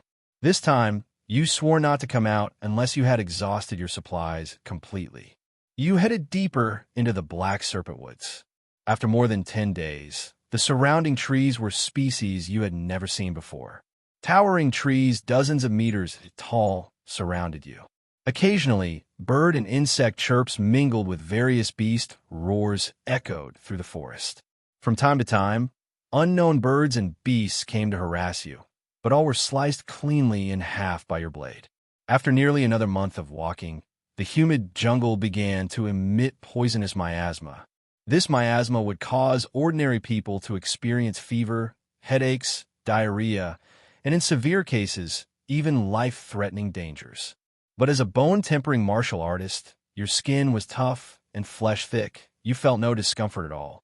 You could even stand in the poisonous miasma and let out an epic lung-clearing breath. You pressed onward. Another month passed. One day, you encountered a giant gorilla. The gorilla stood nearly 3 meters tall when upright. Its massive muscles bulged terrifyingly. It let out a fierce roar upon seeing you and charged thunderously toward you. You had already slain many flying and fierce beasts along the way.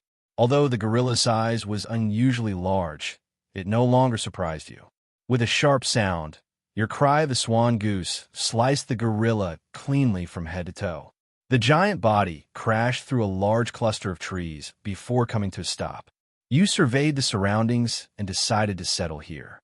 Not far from here flowed a wide river, making water access convenient. The terrain was flat and very suitable for building a house. You spent 20 days constructing a house. You also built nearly 6-meter-high walls using huge stones and tall trees, re-establishing your small courtyard. Walls of this scale were comparable to city walls. They effectively blocked nearby wild beasts, allowing you to focus on cultivation. You also started raising livestock like pigs, dogs, chickens, and ducks inside the courtyard. During your building period, dozens of giant gorillas came, likely seeking revenge. After you killed more than 40 of these gorillas, the few remaining never returned. You also cleared out the surrounding beast packs. The fierce beasts around had learned to fear you, the terrifying upright ape. They all fled this territory. You successfully claimed this area as your domain. Once everything was settled, you swallowed a blood chi pill and began cultivation. You first focused on revising the wild heaven saber technique. Revising meant retraining from skin refining back up to mid-stage bone tempering. However, your current mid-stage bone tempering level with the dragon roar saber technique was unaffected. Moreover, since you're already mid-stage bone tempering, retraining would be much faster. You cultivated for over a year. In your 40th year, you advanced the wild heaven saber technique to the skin refining peak. Each slash you delivered carried an ancient, vast aura, as if under the gaze of an ancient demonic god. The true chi in your body was dense and substantial, with no sense of floating. You were certain that now, a single slash could kill your mid-stage bone-tempering self who cultivated the dragon roar saber technique. The sec-level technique really has some power. You felt deeply shocked yourself. Although top-level and sec-level techniques only sounded like they differed by 1 rank. In reality, the gap was like heaven and earth. You were so excited you rode your pig and ran around the courtyard twice. This was just normal cultivation to the skin refining peak, not even starting the 9 condensation's profound skills refining yet. You immediately began your first true chi refinement. At first, it didn't go smoothly. You kept trying repeatedly. True chi refinement didn't require blood chi pills for assistance before success. But you had already developed the habit of refining blood chi pills every day. After half a year, although you hadn't completed the first refinement, since you hadn't consumed any blood chi pills, you had saved over 1,000 pills. You continued cultivating the 9 condensation's profound skill. In your 41st year, the midday sun shone on the surrounding tall trees, their branches lush and vibrant with life. You felt the originally solid, true chi in your body suddenly shrink and condense, becoming more substantial. You completed your first refinement. The amount of true chi decreased but became denser, circulating through your body, nourishing every part. Your flesh and bones were reforged and even transformed to better carry the denser true chi. This was the subtlety of the 9 condensation's profound skill. Compressing true chi wasn't the hardest part. Transforming the body was the core. What surprised you most was that your innate bone quality had also improved slightly, allowing you to accommodate higher quality true chi. Although the improvement was small, With continued cultivation of the 9 condensation's profound skill, your body would be further transformed and optimized. Your martial talent would grow stronger and stronger. This kid is so damn unstoppable. He even created this cultivation method himself? You murmured, doubting your own life. What kind of blessed child is this? After your shock, you worked hard to calm your mind. After years of cultivation, your mental state had improved greatly. Once calm, you continued refining true qi. Swallowing a blood qi pill, you restored your refined, true qi to its complete state. You began your second refinement. Seasons passed without you knowing how many springs and autumns. You continued silently refining true qi in the small courtyard. In these years, you hadn't even stepped outside the courtyard once. 8 years later, in your 49th year, you completed your 7th true qi refinement. You surpassed Miao Liwu's number of refinements. You rested for 3 days. You always rested for 3 days after each refinement. When a string is too tight, it needs loosening. After 3 days, you continued your efforts. But during this refinement, you hit a bottleneck. For a full 2 months, you made no progress. This was near the limit of refinement attempts. Even Miao Liwu, the founder of this technique, hadn't reached it. Forced, you began reviewing the refinement insights Miao Liwu had sent you. You hadn't read them before, fearing they might affect your cultivation. Only your own comprehension suited you best. Now that you had stumbled and carved your own path, reading Miao Liwu's insights wouldn't hinder you, but rather give new inspiration. Sure enough, after reading Miao Liwu's refinement notes, your ideas broadened significantly.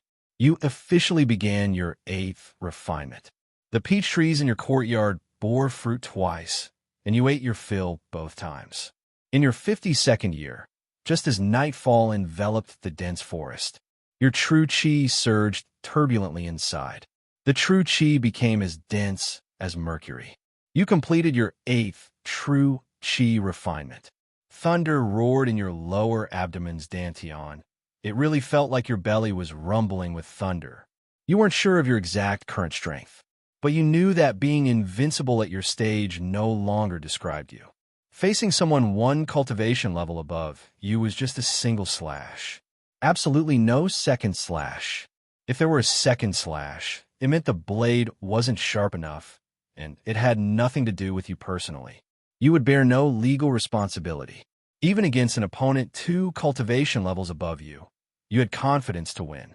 You took an unprecedented 5-day rest.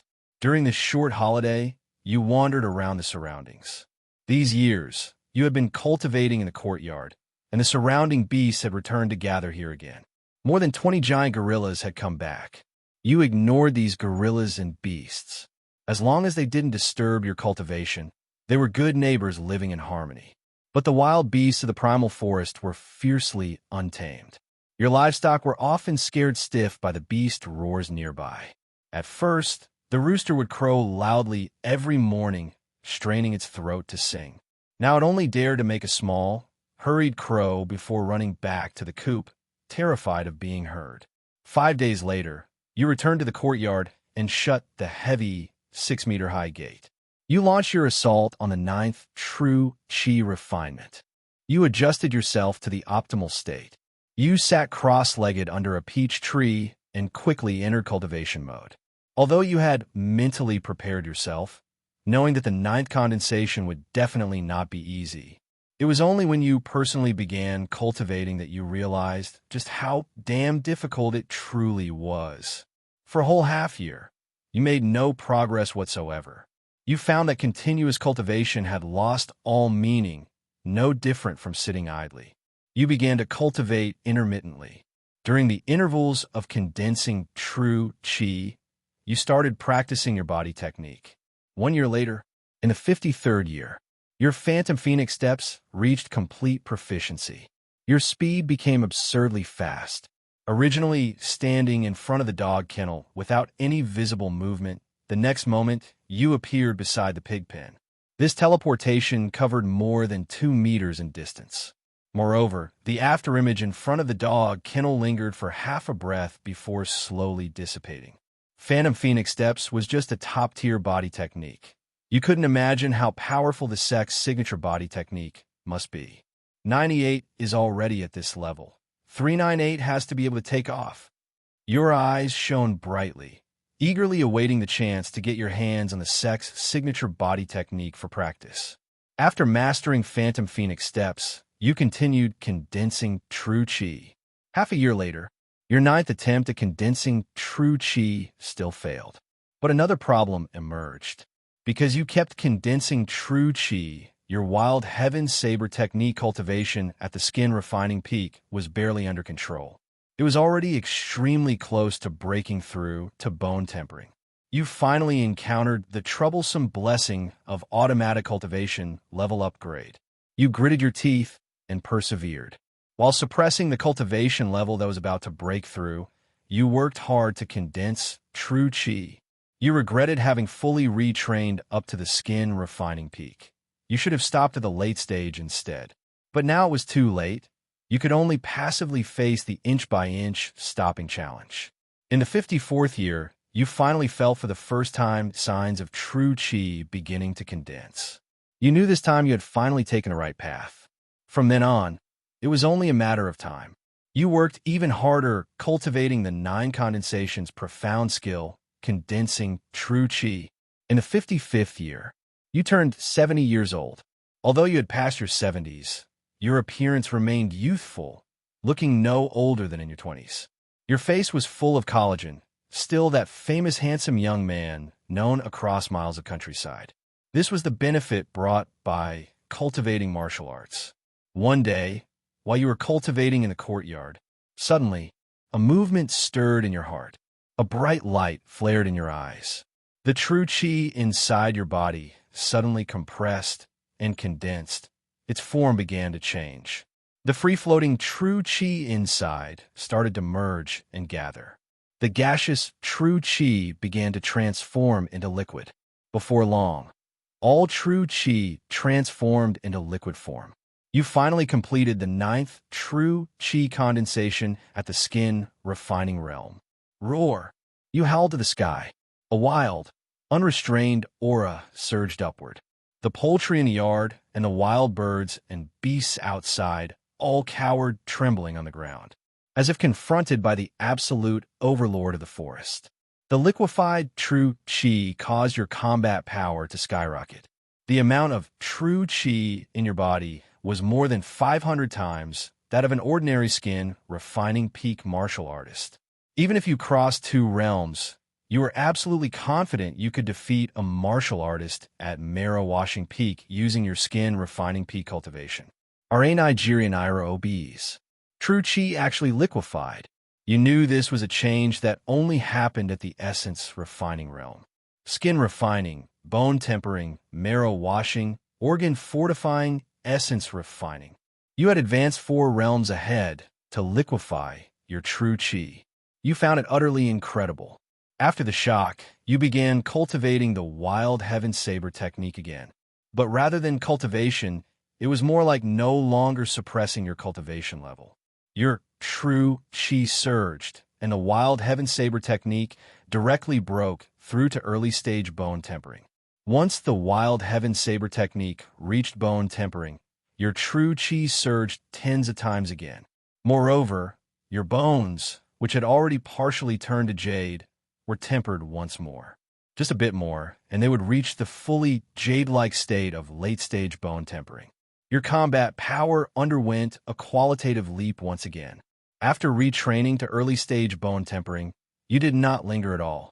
You directly began condensing True Chi at the bone tempering realm. The cultivation of 9 condensations, profound skill needed to start early, to avoid not having finished 9 condensations after the major rel promotion. In the 57th year, with the experience of 9 extreme condensations at the skin refining stage, you now condensed True Chi much faster. In less than 2 years, you had condensed True Chi 3 times, a very impressive speed. Moreover, you clearly felt 9 condensations profound skill improving your martial talent. To be honest, you are now a moderately sized martial arts prodigy. Your martial talent was almost on par with Wang Yuanyi. As a 72-year-old prodigy, you were very happy, because martial talent could also be brought back to reality from the simulator. The 15-year-old you in reality was truly a prodigy. You had cultivated continuously for over 10 years. That day, you decided to go out fishing for a while. You arrived at a wide river not far from your small courtyard. The giant gorillas, hippos, elephants, and other wild beasts drinking around the river scattered immediately upon seeing you sit by the riverbank with a bucket. They had been frightened by the breakthroughs occasionally emanating from your small courtyard over these years. Their fear of you had long been etched into their subconscious. The beast herd fled with a rumbling roar. Good, they ran off. Better not to disturb the nest. You cast your fishing line, leisurely enjoying your fishing. This river had no human fishing activities, so there were many fish, all huge and plump. Wild fish were not like those in fishing grounds. Wild fish had never been caught before. They bit as soon as they saw bait, making them very easy to catch. The fish in fishing grounds were very cunning, each with their own tricks. The most basic skill was to only eat the bait without biting the hook. A more advanced skill was eating the bait and then tugging on the fishing line to remind you to add bait quickly.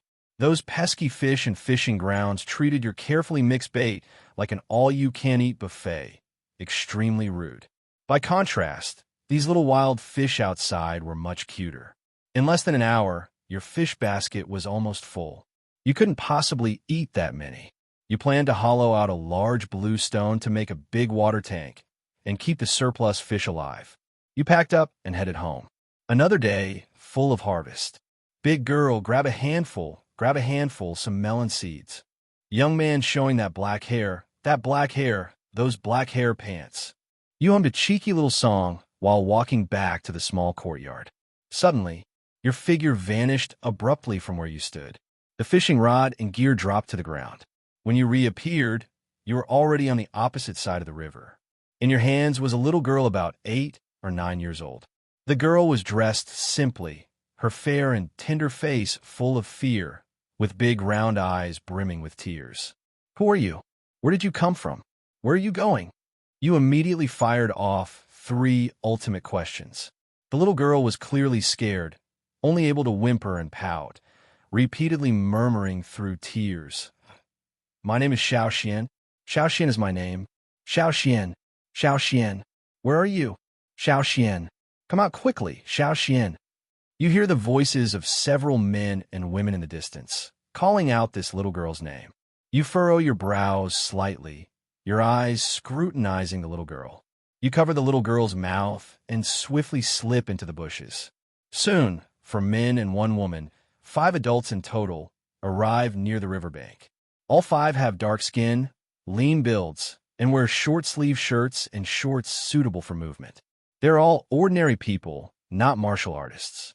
They anxiously search around the area for a while. From their conversation, you learn that 2 of them are Xiao Xuan's parents. These 5 live not far from here and came out to the river today to fetch water. Xiao Xian, being curious, ran off on her own and ended up near you. She was secretly watching you when you noticed her. The 5 have been calling and searching for Xiao Xian around you. You confirm they pose no threat to you, so you leave with Xiao Xian. Are you looking for her? You ask, holding the child in your arms. Xiao Xian, a woman immediately rushes over and hugs her tightly. Tearful Xiao Xian buries her head in her mother's arms, clearly very frightened. Her mother hurriedly checks Xiao Xian and, finding no injuries, breathes a sigh of relief. The others look at you with curiosity. One of the leaders asks, "Are you alone?" You nod. You can't survive alone in the Black Serpent Woods. Come back to our village with us, the leader says. You feel puzzled because the leader's tone is sincere and straightforward, as if accepting a stranger like you is completely normal. You ask carefully and learn that they all come from a nearby village called Taoyuan Village. Taoyuan Village is the only human settlement deep within the Black Serpent Woods. The initial founders, about a dozen people, also came from Dakian. They were all ordinary farmers who fled deep into the Black Serpent Woods to escape heavy and oppressive taxes, settling there to survive. Taoyuan village has existed for more than 200 years and now has over 500 people. They are isolated from the outside world and have completely integrated into the Black Serpent Woods. Taoyuan village has always maintained the tradition of accepting outsiders, so it is natural for them to invite you to join the village. In the primitive forest of Black Serpent Woods, surrounded by fierce beasts, ordinary people cannot survive alone. You go along with it, pretending to be an ordinary person who accidentally entered the Black Serpent Woods, and follow them back to the village, intending to learn more about their situation. Upon arriving at Taoyuan village, you find that what the leader said is true. You nod and praise. Good. Dakian people don't deceive each other. The current Grand Elder of Taoyuan village, Yin Hongda, also happily invites you to stay. The white-haired Yin Hongda is 72 years old, and coincidentally, he is the same age as your delicate young self. Yin Hongda tells you that the surrounding area belongs to giant gorillas, and you must never act alone. Otherwise, you will easily be torn apart by the gorillas. Only by staying in Taoyuan village and gathering together can they survive in the dangerous Black Serpent Woods. You decline Yin Hongda's invitation and return to your small courtyard. You confirm that they're all ordinary people without cultivation, posing no threat to you. Seeing your insistence on leaving, Yin Hongda does not stop you anymore. He only tells you that if you cannot survive, you can come to Taoyuan village. 2 days later, several people from Taoyuan village come to your courtyard. The little girl Xiaoxian is also with them. They bring you some food and daily necessities. But when they see your courtyard, they are deeply shocked. They rarely use magnificent to describe a farmer's courtyard. But this courtyard, occupying more than 10 acres and surrounded by 2 Shanghai stone walls, leaves them all speechless with their mouths agape. Their village, housing hundreds of people, compared to your courtyard, looks like a child's toy house. Seeing the diverse melons, fruits, vegetables, and various poultry in your courtyard, they silently hide the few pieces of wild boar meat they brought behind their backs. They really have nothing worthy to offer. Xiaoxian curiously runs around your courtyard. She looks at the piglets now and then, teases the chickens and ducks, and is very happy. Growing up in the Black Serpent Woods, Xiaoxian has never seen so many kinds of cute little food. You keep a few of them and have a sumptuous lunch together. After the group leaves, Yin Hongda arrives in a hurry that very afternoon. Seeing your courtyard that looks like a small town, he is also deeply shocked. On the way back, he keeps muttering that it would be great if Taoyuan village had such high walls, so they would no longer worry about beast attacks. You pay them no mind and continue cultivating. Half a year later, in the 58th year, you have advanced the wild heaven saber technique to the mid-stage bone tempering. True Qi surges inside your body like a tidal wave, and the liquid True Qi increases more than 5-fold again. Your strength skyrockets as you wield the cry of the swan goose, swinging it throughout the courtyard. The surging True Qi causes the cry of the swan goose to gradually be unable to withstand your True Qi infusion. The sword blade goes limp, twitching uncontrollably on the ground. You plan to find time to reforge the cry of the swan goose. Your blood qi pill refining technique has finally reached perfection. Out of 10 blood qi pills, you can refine at least 9, and when in good condition, all 10 succeed. One day, you are in the midst of your 4th true qi condensation. Yin Hongda comes to find you. He asks where you found so many giant stones used for building the walls. In the past 6 months, he gathered the young and strong men of Taoyuan village to collect all the stones they could find nearby. But the giant stones for reinforcing the village walls are still far from enough. You say nothing, just point to the half-vanished mountain not far away. Yin Hongda looks at you incredulously. You collected all of those by yourself? You nod. The mountain in the distance has been hollowed out by you. The giant stones were all mined from inside the mountain. Yin Hongda understands that you are a very powerful martial artist. He does not come to you anymore. Your life returns to peace. You continue condensing your true qi. In the 59th year, you successfully condense your true qi for the 4th time. Your true qi can now be emitted externally. The emission range is about 1 zhang, and the damage is not great, only enough to harm ordinary people. But you are still very excited. External true qi emission is the hallmark of the pinnacle of essence refining. At the pinnacle of essence refining, true qi condenses so solidly that it becomes almost tangible, allowing external emission to attack enemies. Even at mid-stage bone tempering, your true qi condensation has already reached the required solidity. Suddenly, you flick your fingertips, and a stream of liquid true qi shoots out. A roasted suckling pig not far away instantly falls to the ground. A fist-sized blood hole appears on the pig's head. This is like wielding a little handgun. You are very satisfied with the attack's power. Moreover, you know that as the number of condensations increases, the external emission's power will become even greater. You eagerly begin your fifth true qi condensation. On this day, you are condensing true qi in your courtyard. Suddenly, the gate of your courtyard is being pounded frantically. At the same time, Yin Hongda's anxious cry for help comes from outside the door. "Young Master He, please save us." You suddenly open your eyes. You open the courtyard door. You saw Yin Hongda covered in blood, with a dozen or so disheveled Taiyuan village people following behind him. Among these dozen were Xiao Xuan's parents, their faces filled with sorrow. They each held Xiao Xian, who had her eyes tightly shut and was already lifeless. Your expression tightened slightly, feeling a stir in your heart. Before you could say anything, more than 30 pursuing soldiers had already arrived not far away. The pursuing soldiers were fully armored and uniformly equipped. The leading captain raised his blade and pointed, shouting, "You refugees who betrayed Great Qian, come and die." You glanced at the opposing Great Qian soldiers. The highest cultivation among them was the captain leading the group at the peak of bone tempering.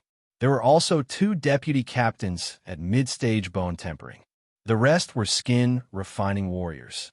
An army of this scale intercepting the ordinary people of Taoyuan village, who couldn't bear the taxes, was really giving them full respect. You looked at the panicked Taoyuan villagers and felt that they truly did not deserve such slaughter. They only tried to evade taxes. What crime did they commit? You stepped forward to stand in front of the Taoyuan villagers. The cry of the swan goose was suddenly gripped in your hand. The captain opposite first glanced at you with contempt. The next moment, his eyelid twitched sharply. Though he clearly sensed you were only mid-stage bone tempering, you brought him an overwhelming sense of pressure. He had no thought of fighting you. Fear gnawed at his fighting spirit. Years of battlefield experience told him that if he dared to move, the next moment he would lose his head. His Adam's apple rolled as sweat began to bead on his face. At this moment, a clatter of horse hooves sounded. "Bastards of Great Qian, I'm here." The Great Qian captain was shocked again. He turned to see nearly 100 soldiers of Jin Yu Nation galloping swiftly on horseback. The Jin Yu Nation's leading captain was astonishingly at marrow washing cultivation. "Damn it, run!" The Great Qian captain and his soldiers scattered in retreat. The Jin Yu Nation's soldiers laughed loudly as they pursued. With their overwhelming numbers and strength, the Jin Yu Nation soldiers quickly wiped out most of the Great Qian squad. The Taoyuan villagers visibly relaxed, their faces joyful and excited. You watched the crowd, puzzled about the relationships among these 3 parties. Weren't the Taoyuan villagers fugitives from Great Qian? Why were they so happy to see the Jin Yu Nation troops? Could it be that after fleeing Great Qian, the Taoyuan villagers had aligned themselves with Jin Yu Nation? But the Taoyuan villagers were ordinary people. Why would Jin Yu Nation dispatch such a sizable force to rescue them? You sensed something was amiss. They're even playing an endless game of intrigue with me. You didn't act rashly, only coldly watching. The Jin Yu Nation force of over 100 soldiers was powerful, but to you, it was far from enough. Even a marrow washing captain was just a casual slash in front of you. If something unexpected happened, you wouldn't leave a single survivor. With the Great Qian mid-stage bone tempering captain dead, the entire Great Qian squad was annihilated. The marrow washing captain of Jin Yu Nation dismounted and approached. Yin Hongda immediately greeted him. "General Sui, thank you for your timely rescue. Otherwise, Taoyuan village would have been wiped out today. Sui Yangji looked at the gathered Taoyuan villagers. Only a dozen of you remain. Yin Hongda hurriedly replied, No, there are over 100 more.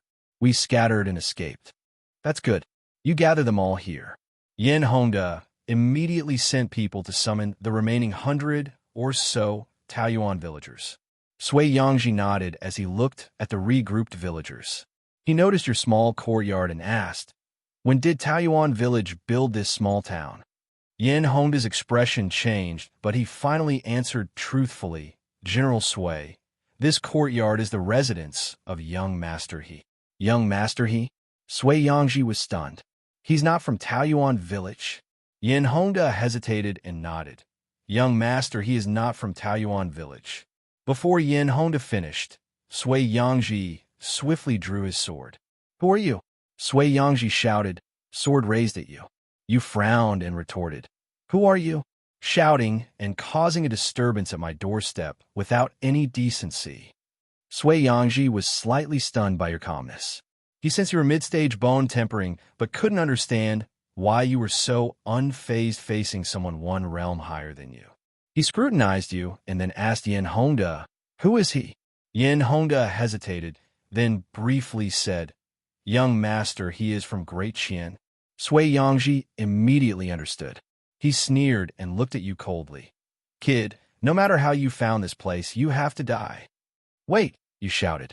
After a long moment, you still hadn't figured out what was going on and planned to ask for clarification.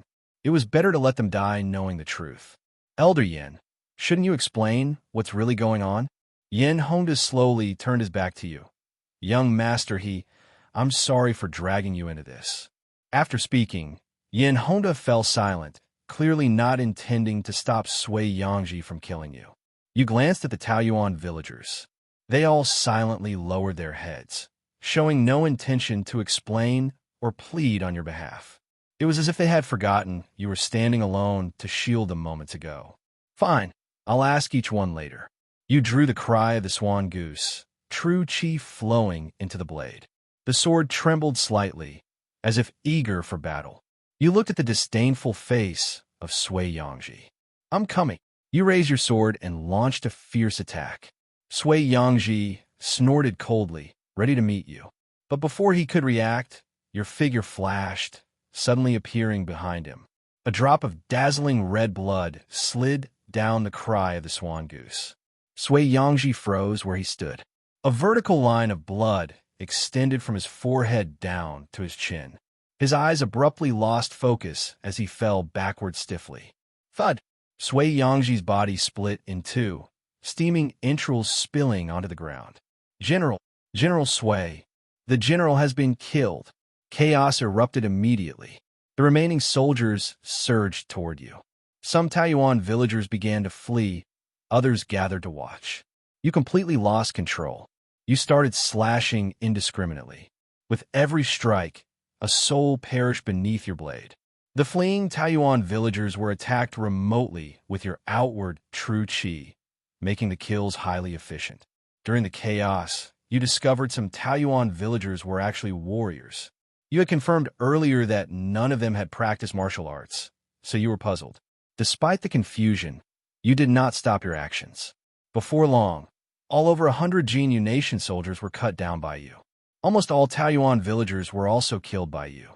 Only Yin Hongda and about 10 core members of Taoyuan village remained. They sat on the ground, wailing, pierced through limbs by your true chi. Elder Yin, tell me, what shady dealings do you have with Jinyu Nation? Yin Hongda endured excruciating pain as he pleaded. Young Master He, I'll talk, but please spare them. If Yin Hongda had known you were such a fierce person, he would never have dared to offend you earlier. You directly hacked to death one of the Taoyuan village members. You think this is a vegetable market where you can bargain with me? You had originally thought Yin Hongda was an honest man, but it turned out he had 800 schemes up his sleeve. Seeing your ruthless cruelty, Yin Hongda could only intermittently reveal the whole truth. Many years ago, the Jinyu Nation wanted to open a secret troop transport route through the Black Serpent Woods leading directly to Great Qian. But the Black Serpent Woods had a harsh environment and vast territory, causing the Jinyu people to get lost inside. Later, they accidentally discovered Taoyuan Village. Taoyuan Village had already been established for over 100 years, and its people had perfectly adapted to the Black Serpent Woods' natural environment. The Jinyu Nation had the Taoyuan villagers help open the troop transport route, using the village as an important supply point. In return, Taoyuan Village received money, supplies, and some martial techniques from Jinyu. The two sides cooperated for many years, until recently when the troop route was exposed, drawing the encirclement and suppression of Great Qian's army. That's how today's events unfolded. Elder Yin, I thought you were an honest elder, but turns out you've got connections in the Black Serpent Woods. You're practically the mafia here. As for why you hadn't detected the Taoyuan martial artists, it was because Jinyu had given them a technique to conceal their cultivation aura. You found this technique on Yin Honda, a top-tier martial skill called the Art of Hidden Breath.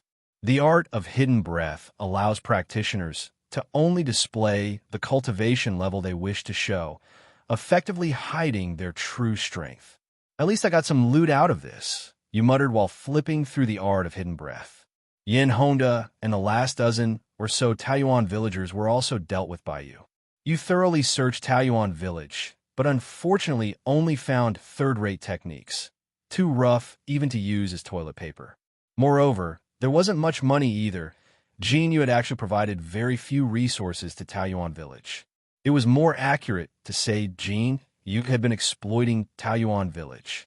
However, you did find over 100 internal spirit pills and several first-rate techniques on Sui Yangji, your biggest haul.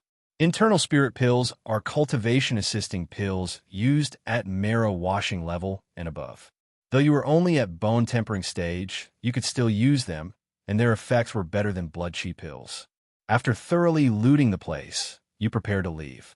You skillfully burned the bodies, demolished the houses, and methodically destroyed the crime scene. After covering all your tracks, you headed east. You were returning to Great Qian. With Taoyuan Village exposed, it would inevitably attract more troops from both Great Qian and Jinyu. Staying in the Black Serpent Woods was no longer safe.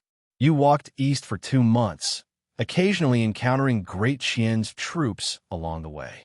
You never revealed yourself, always choosing to detour far around them.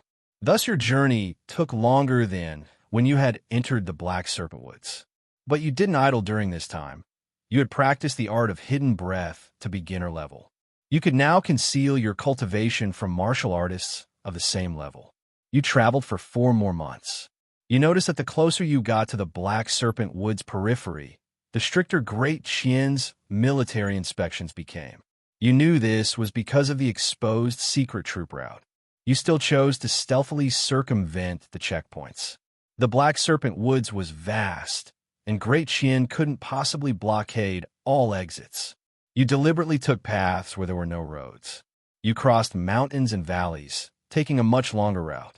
Fortunately, you weren't discovered the entire way. By the 60th day, you'd been traversing the Black Serpent Woods for over a year. Your initial entry had taken less than half a year, but now this detour had taken over a year just to nearly exit the woods. With the help of internal spirit pills, you touched upon the bottleneck of mid-stage bone tempering. You knew you could break through to late-stage bone tempering within a year. Your Art of Hidden Breath had reached initial achievement. You could now hide your cultivation from martial artists 1 realm higher than you, allowing you to lay low more securely. You completed your 5th true qi condensation. The power of your true qi externalization had increased significantly. Your externalized true qi could now not only harm ordinary people. Even early-stage skin refining martial artists would be pierced through if they didn't defend against it. You flicked your hand, sending out a burst of true qi. A tree as thick as a bowl was cleanly severed at the waist. Nodding in satisfaction, you continued onward. 3 days later, you finally safely exited the Black Serpent Woods. You found an inn to rest. As you quietly ate and drank alone, your sharp ears picked up all the conversations in the inn. During your nearly 20 years of seclusion in the Black Serpent Woods, many major events had occurred in the martial world.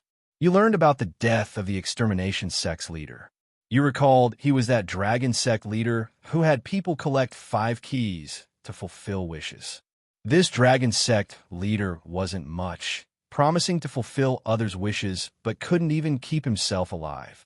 You also learned that the Joyful Zen sect, one of the 3 great demonic sects, had secretly abducted a princess from the Li Imperial clan to use as a cultivation furnace. After being exposed, the Li Imperial family sent 18 ultimate grandmasters to attack them, nearly wiping out the Joyful Zen sect. In the end, the Vajra Temple, one of the 5 great sects, intervened to preserve the Joyful Zen sect's lineage.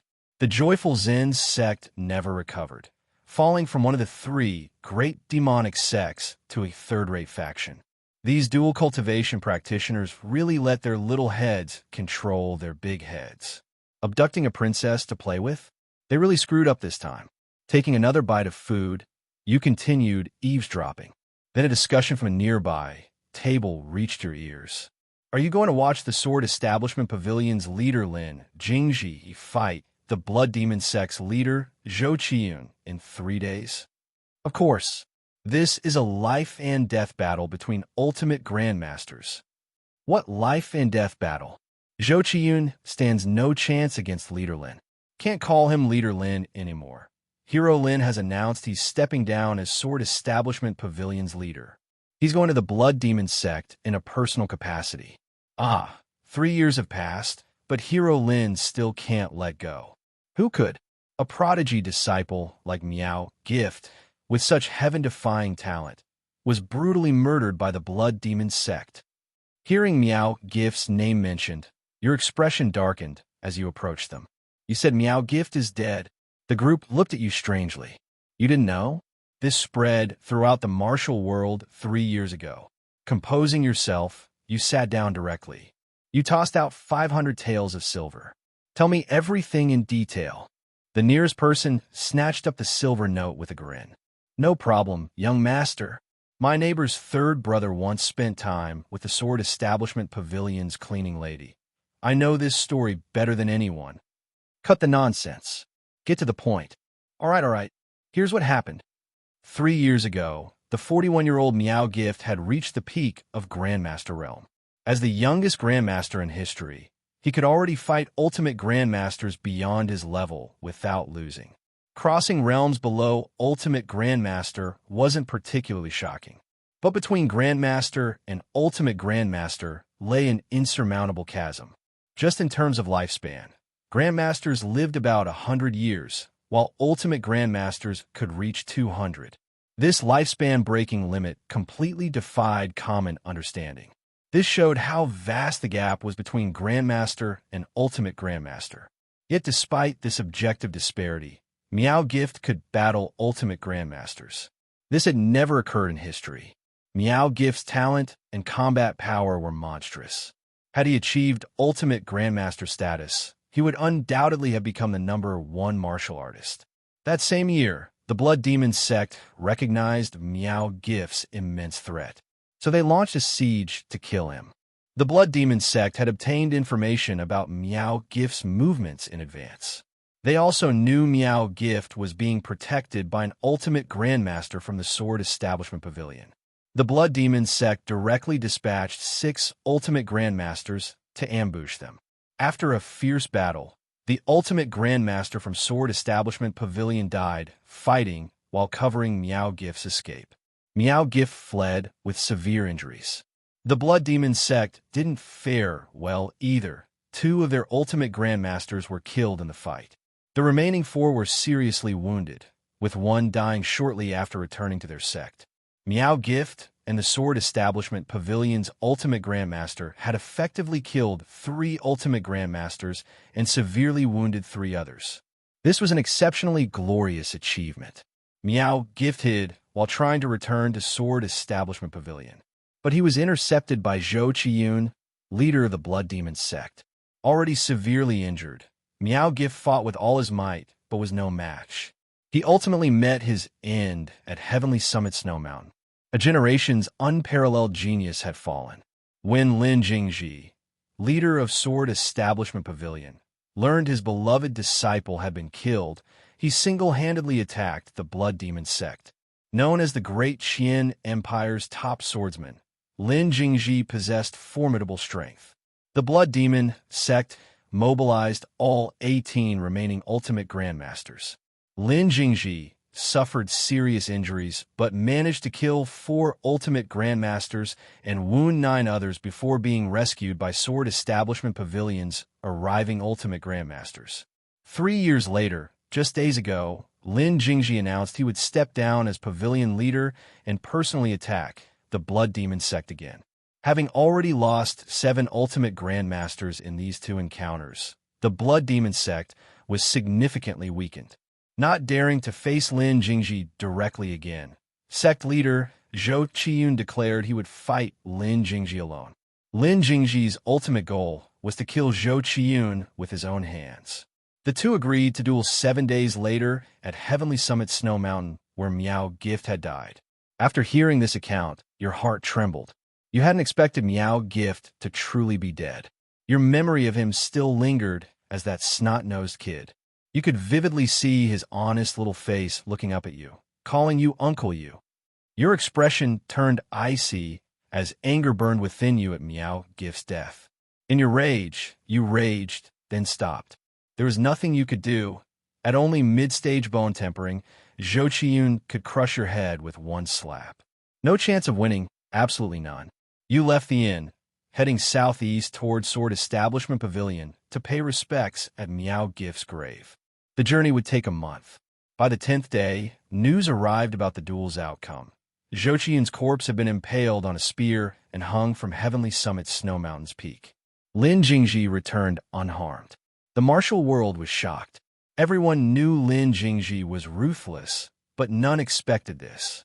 Despite being one of the 3 great demonic sects, their leader, among the very strongest Ultimate Grandmasters, had been defeated without Lin Jingji suffering a single injury. The Blood Demon sect panicked at this outcome. The day after Zhou Qiyun's death, they hastily appointed a new leader, declaring Zhou had only been a temporary leader without an official employment contract. His actions didn't represent the sect's stance, and they now severed all connections. This smooth series of maneuvers seemed well-rehearsed.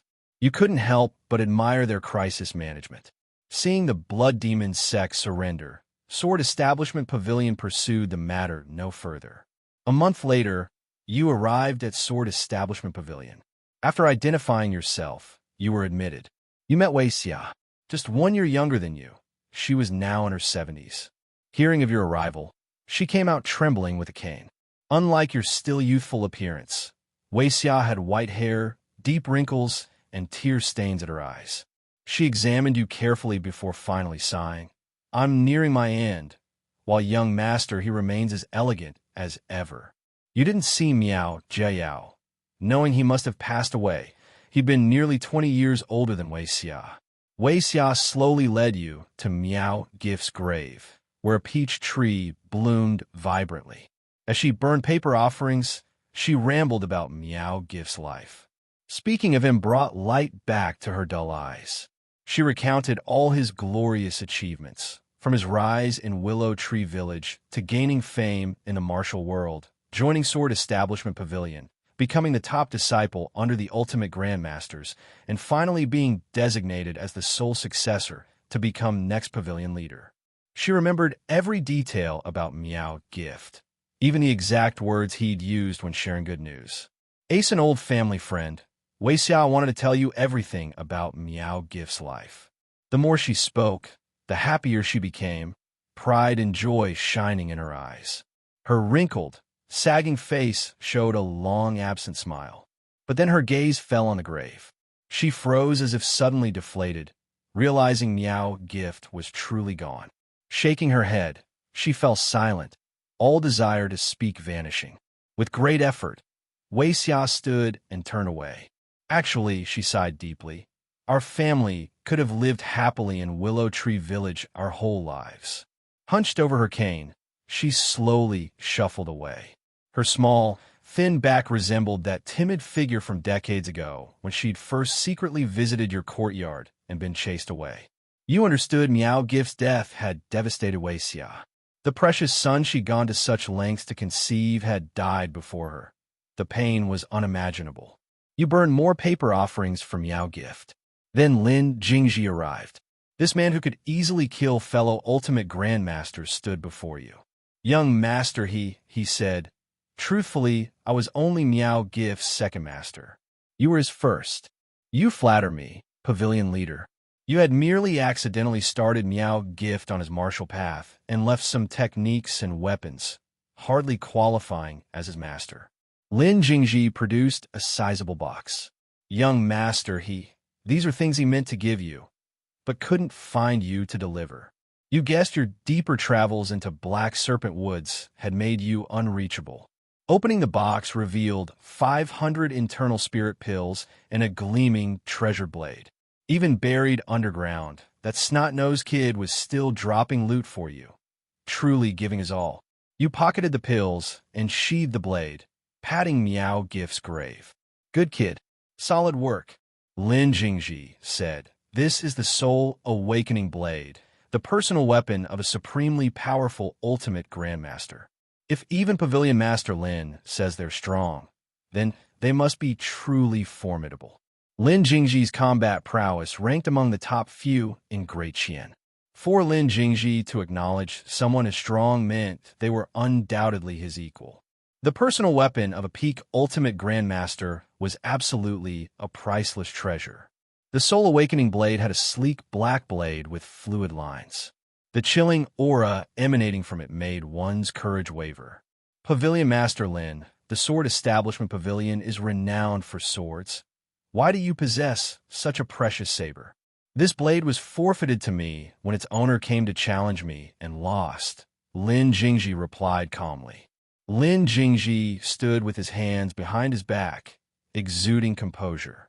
The confidence of a supreme master radiated from his entire being. You were deeply awed by Lin Jingji's overwhelming presence. You secretly vowed to one day be able to show off like him. After Lin Jingji left, you lingered for a while longer. Just as you were finally about to depart, another familiar face appeared. Young master, I never imagined you had such deep connections with young hero Meow. Wan Qingwan approached you with a playful smile. Gone was her previous aloof demeanor. Now she seemed lively and spirited. Her eyes sparkled with curiosity about the world. She looked every bit the girl next door. Noticing the Sword Establishment Pavilion disciple robe she wore, you asked in confusion. Heroine Wan, what act is this now? Did the extermination sect kick you out? Every time you met Wan Qingwan, she assumed a different identity. You no longer knew which was her true self. Wan Qingwan beamed. Couldn't it be that I've turned over a new leaf? Heroine Wan, don't set me up. I never said the extermination sect was evil, you cautiously replied. Over the years, you'd heard more about the extermination sect. One wrong word to their members could cost you your head. The sect's reputation couldn't be worse. Young master, what do you consider evil, and what is righteous? Wan Qingwan arched her eyebrows, her voice crisp. I believe there's no absolute good or evil, just people pursuing their own interests. Wan Qingwan looked delighted. You're not lying, young master, You truly believe this? You can tell when I'm lying? You asked. You'd wondered this since first meeting her. Back then you'd just wanted to escape her, not daring to inquire. Now in the Sword Establishment Pavilion, she presumably wouldn't kill you outright. She'd never escape either. Wan Qingwan answered mysteriously. That's my secret. You remained silent. After a moment, Wan Qingwan added, but if young master wants to know, I could tell you. You waved hurriedly. No. Button that pretty little mouth right up. I don't want to know secrets. Knowing too many gets you killed. Wan Qingwan looked perplexed, suddenly saying, Young master, I'm growing more and more curious about you. You couldn't fathom what about you intrigued her. Last time she'd said the same bizarre thing. Heroine Wan, spare me your curiosity. I'm just your ordinary, exceptionally handsome guy. Goodbye. You turned and left. Best to stay far away from dangerous enigmas, like Wan Xingwan. Otherwise, you die without knowing why. Wan Xingwan called after you cheerfully. Young master, you'd fit right in with our extermination sect. Won't you reconsider joining? Hearing this, you bolted like you'd seen a ghost, vanishing instantly with movement techniques. Mentioning joining the extermination sect in a righteous sect, like Sword Establishment Pavilion, would get you both minced into filling if overheard. Wan Xingwan didn't follow your panicked escape, merely giggling to herself. Soon her expression turned thoughtful. Her eyes seemed to reach some decision. After leaving Sword Establishment Pavilion, you headed east. Your target, the Golden Saber Martial Arts School. Now you possessed absolute power to make it disappear. Even if Wang Yuanyi was a martial arts prodigy, he stood no chance against you with the 9 condensation's profound skill. You planned to destroy the school in this simulation first, to uncover any hidden risks. The journey from Sword Establishment Pavilion would take over 3 months. You traveled leisurely, sightseeing for half a month. Then you bought a horse for transportation. When tired, you rode the horse. When the horse tired, you carried it. 2 months later, year 61, you broke through to late-stage bone tempering. Your bones had completely jadified, reaching unprecedented hardness. They could now serve as weapons themselves. Even without channeling true chi for defense, ordinary blades couldn't scratch you. The 9 condensation's profound skill completed its 6th condensation.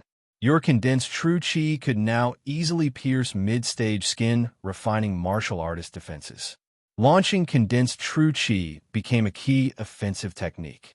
Your art of hidden breath reached minor mastery.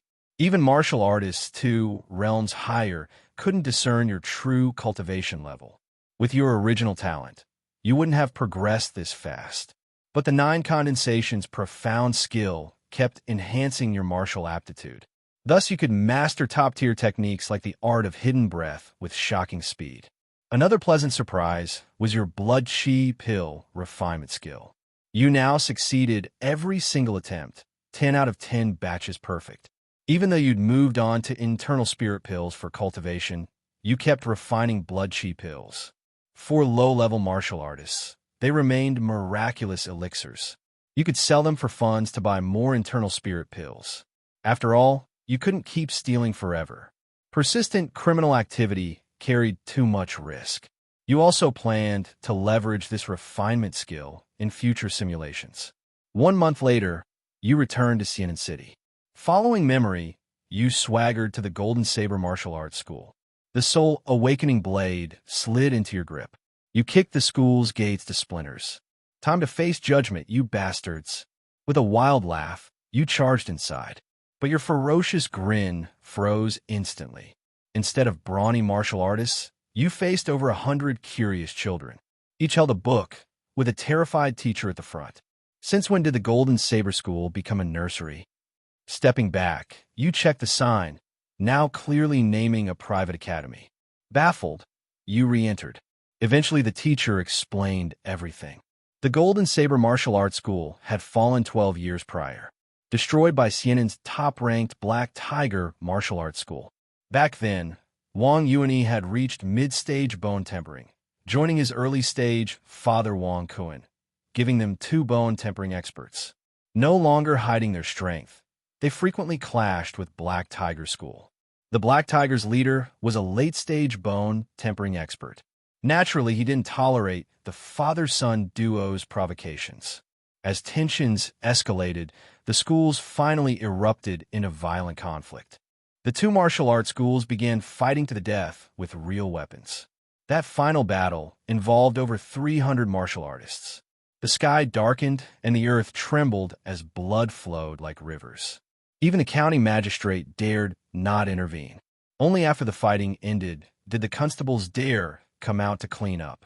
In that battle, both the Wang father and son were killed by the Black Tiger Martial Arts School's master. Without its top fighters, the Golden Saber Martial Arts School quickly collapsed. Soon after, the school disbanded completely like monkeys scattering from a fallen tree. The Black Tiger Martial Arts School emerged as the final victor. Strangely, though, the entire Black Tiger School was slaughtered one night 3 days later. Yet the killers didn't seize either school's assets. They simply vanished after the massacre, showing no interest in the wealth. Eventually, all properties and assets of both schools were claimed by Cianan County government. The Golden Saber School's compound was converted into a private academy. After hearing the teacher's account, you understood the sequence of events. But you couldn't fathom why the Black Tiger School members all died 3 days later. A coincidence? Over 100 robust martial artists dying overnight? Impossible to be coincidence. Perhaps some greater power stood behind the Golden Saber School? Was the Black Tiger School exterminated in retaliation? Are there even stronger experts? You grew more cautious about avenging the Golden Saber School. When you tried learning more about the massacre, the teacher knew no further details. You gave up, since it happened 12 years ago anyway. You avoided public appearances in Cianan City. The power behind Golden Saber might notice you. Your only option was to keep improving your strength. Traveling south, you reached a small village at Heavenly Summit Snow Mountain's base, Huanan Village.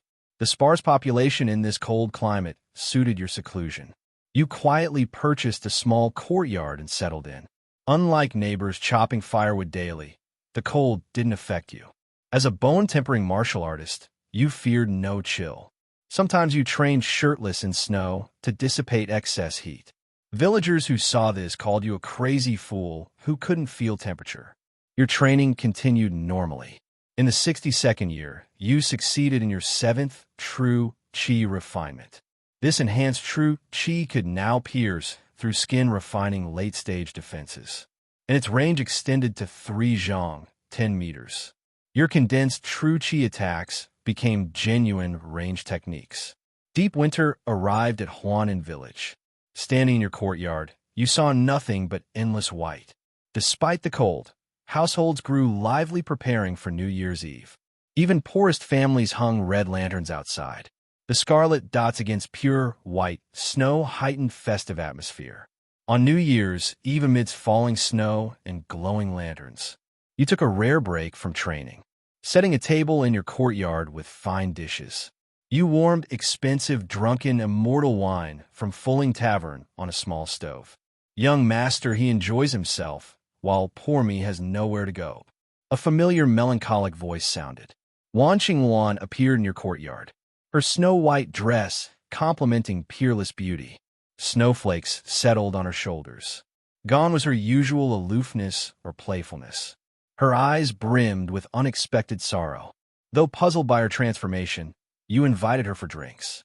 Wan Qingwan sighed heavily, sitting across from you. As you drank together, her occasional comments all carried melancholy. Her mournful gaze almost made you suspect you'd wronged her before, though you barely knew each other. She repeatedly invited you to join the extermination sect, which you firmly refused. That universally despised sect? Others could join if they wished, not you. You drank until dawn, disrupting your healthy sleep schedule. When you woke at nightfall, Wan Qingwan remained in your courtyard. Damn, is she sticking to me? Approaching her, Lady Wan, we ate and drank. Why linger? Want to follow procedures? Tilting her flawless face, crystalline lashes fluttering fearfully. Young master, please don't drive me away. A martial artist several realms stronger than you actually begged pitifully. This seemed abnormal, yet her fear appeared genuine. Lady Wan, is someone hunting you? If even Wan Qingwan feared her pursuer, you need to flee again. Shaking her head, no pursuer. The outside world just terrifies me. Her sincerity unsettled you. A high-level cultivator calling the world dangerous? Wasn't the danger precisely because of people like her? After pondering, an idea struck. Dropping courtesy, you barked, Wan Qingwan, explain why you fear outside, or I'll throw you out. Trembling weakly. So many stronger experts out there.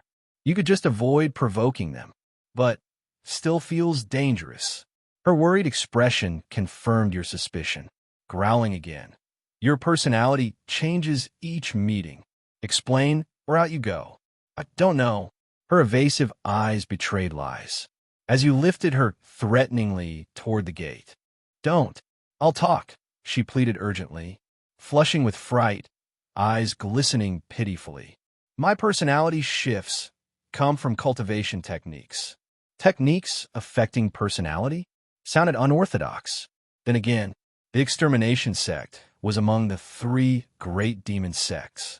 Practicing normal techniques would be embarrassing. What self-respecting demonic cultivator wouldn't practice bizarre arts? You continued with a fierce tone. Explain all the effects your cultivation technique causes clearly. Wan Qingwan trembled in fear at your menacing voice.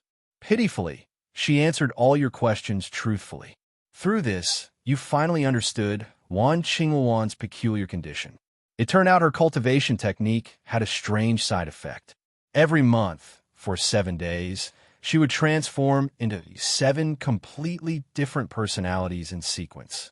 These 7 personalities were joy, anger, sorrow, fear, love, hatred, and desire. Yesterday, you had encountered her sorrow personality. Tonight, she had already shifted into the fear personality. That explained why Wan Qingwan now found the outside world terrifying. You finally grasped Wan Qingwan's current state. Severe persecution complex. This also explained why Wan Qingwan, despite being much stronger than you, was now afraid of you. Such emotional instability? You felt a headache coming on. The gentle personalities were manageable, but if one of the violent ones appeared, she might just beat you to death. No way. I can't let Wan Qingwan stay here anymore. She was essentially a walking time bomb. You picked Wan Qingwan up and threw her outside. But given her actual strength, your throwing speed couldn't match her returning speed. The moment you tossed her out, she was already back inside.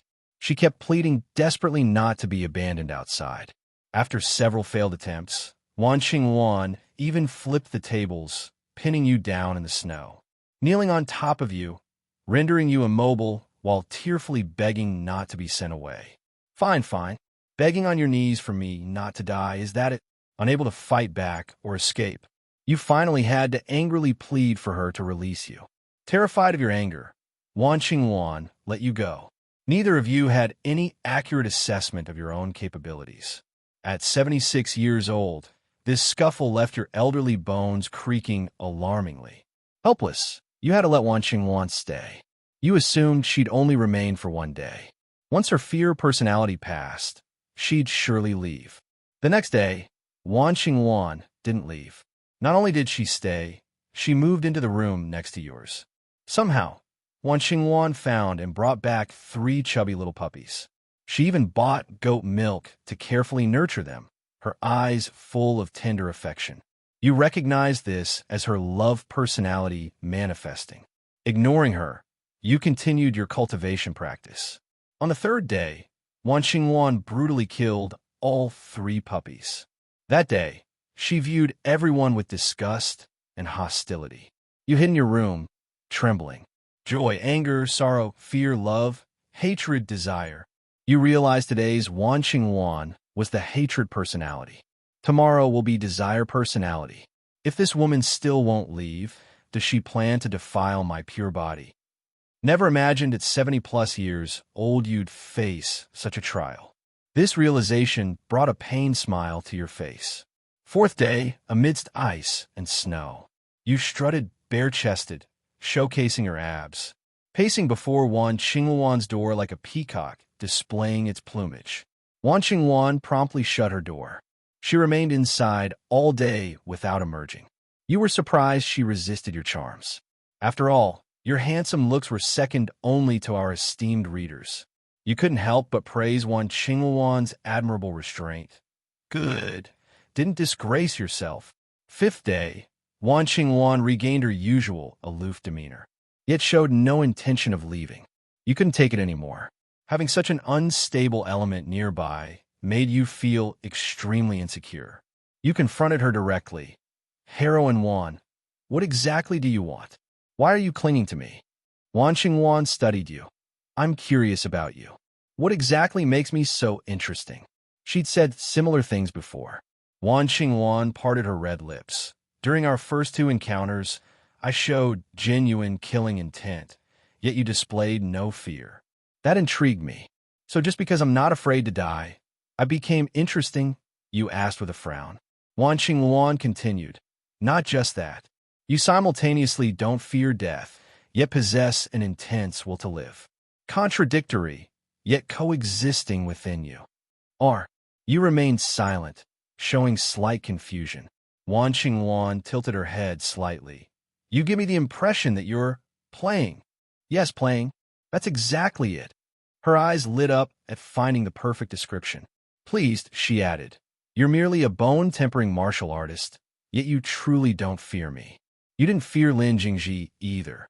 It's as if you fear no one, not even this world itself. You looked up at Wan Qingluan in surprise. She could accurately perceive your state of mind, knowing this was just a simulation where death held no consequences. You'd adopted a carefree, game-like attitude. You avoided trouble simply to survive longer, gaining more time to improve your cultivation for real-world benefits.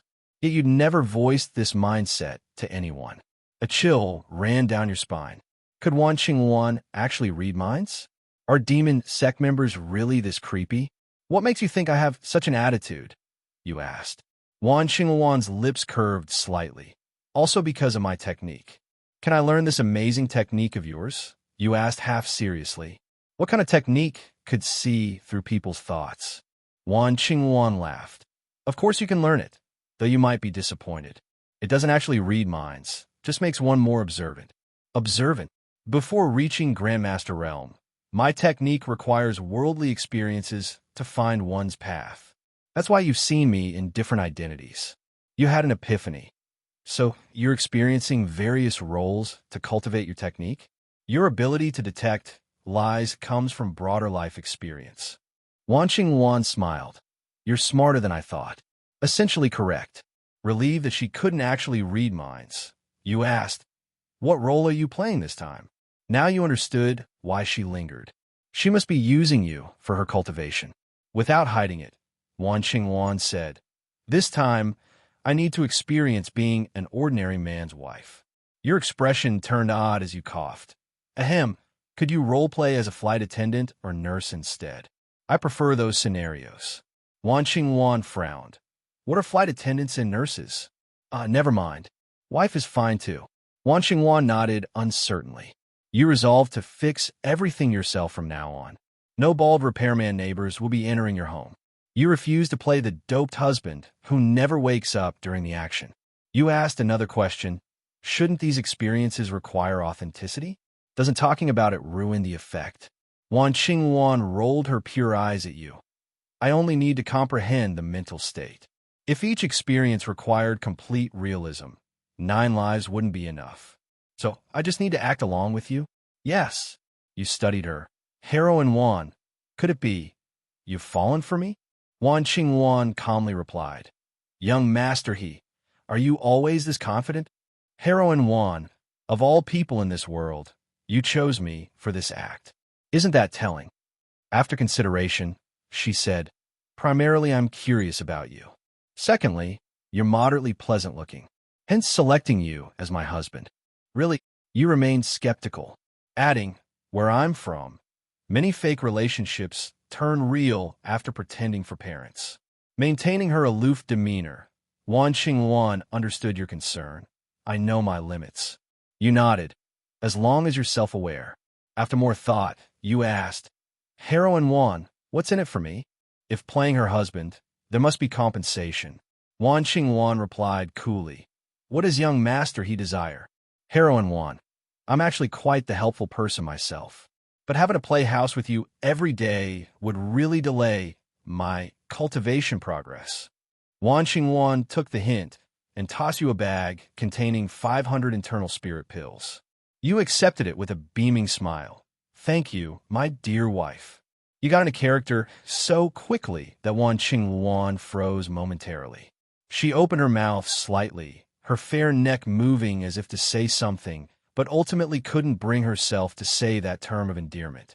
Unbothered, you swallowed a handful of internal spirit pills and began cultivating cross-legged in the courtyard. Wan Qingluan left without disturbing you, pushing open the courtyard gate to go out. By evening, Wan Qingluan had returned. She carried various meats and vegetables in her hands. I'll prepare dinner, she said somewhat awkwardly before heading to the kitchen. All right, dear wife, you replied with a smile. Wan Qingluan's steps faltered slightly before she composed herself and entered the kitchen. True to someone who had experienced many identities, Wan Qingluan's cooking skills were exceptional. You enjoyed a sumptuous meal. From that day onward, you and Wan Qingluan began living what appeared to be a normal married life. Apart from sleeping in separate rooms at night, everything else resembled an ordinary married couple's routine. You continued your daily cultivation as usual. Wan Qingluan would cook for you and even do your laundry. Previously, you'd simply discard clothes after wearing them once, never considering the need to wash them. Sometimes you'd visit the city together for temple fairs or lantern festivals. Each time you returned with arms full of purchases. At night, Wan Qingluan would happily decorate the courtyard with these items.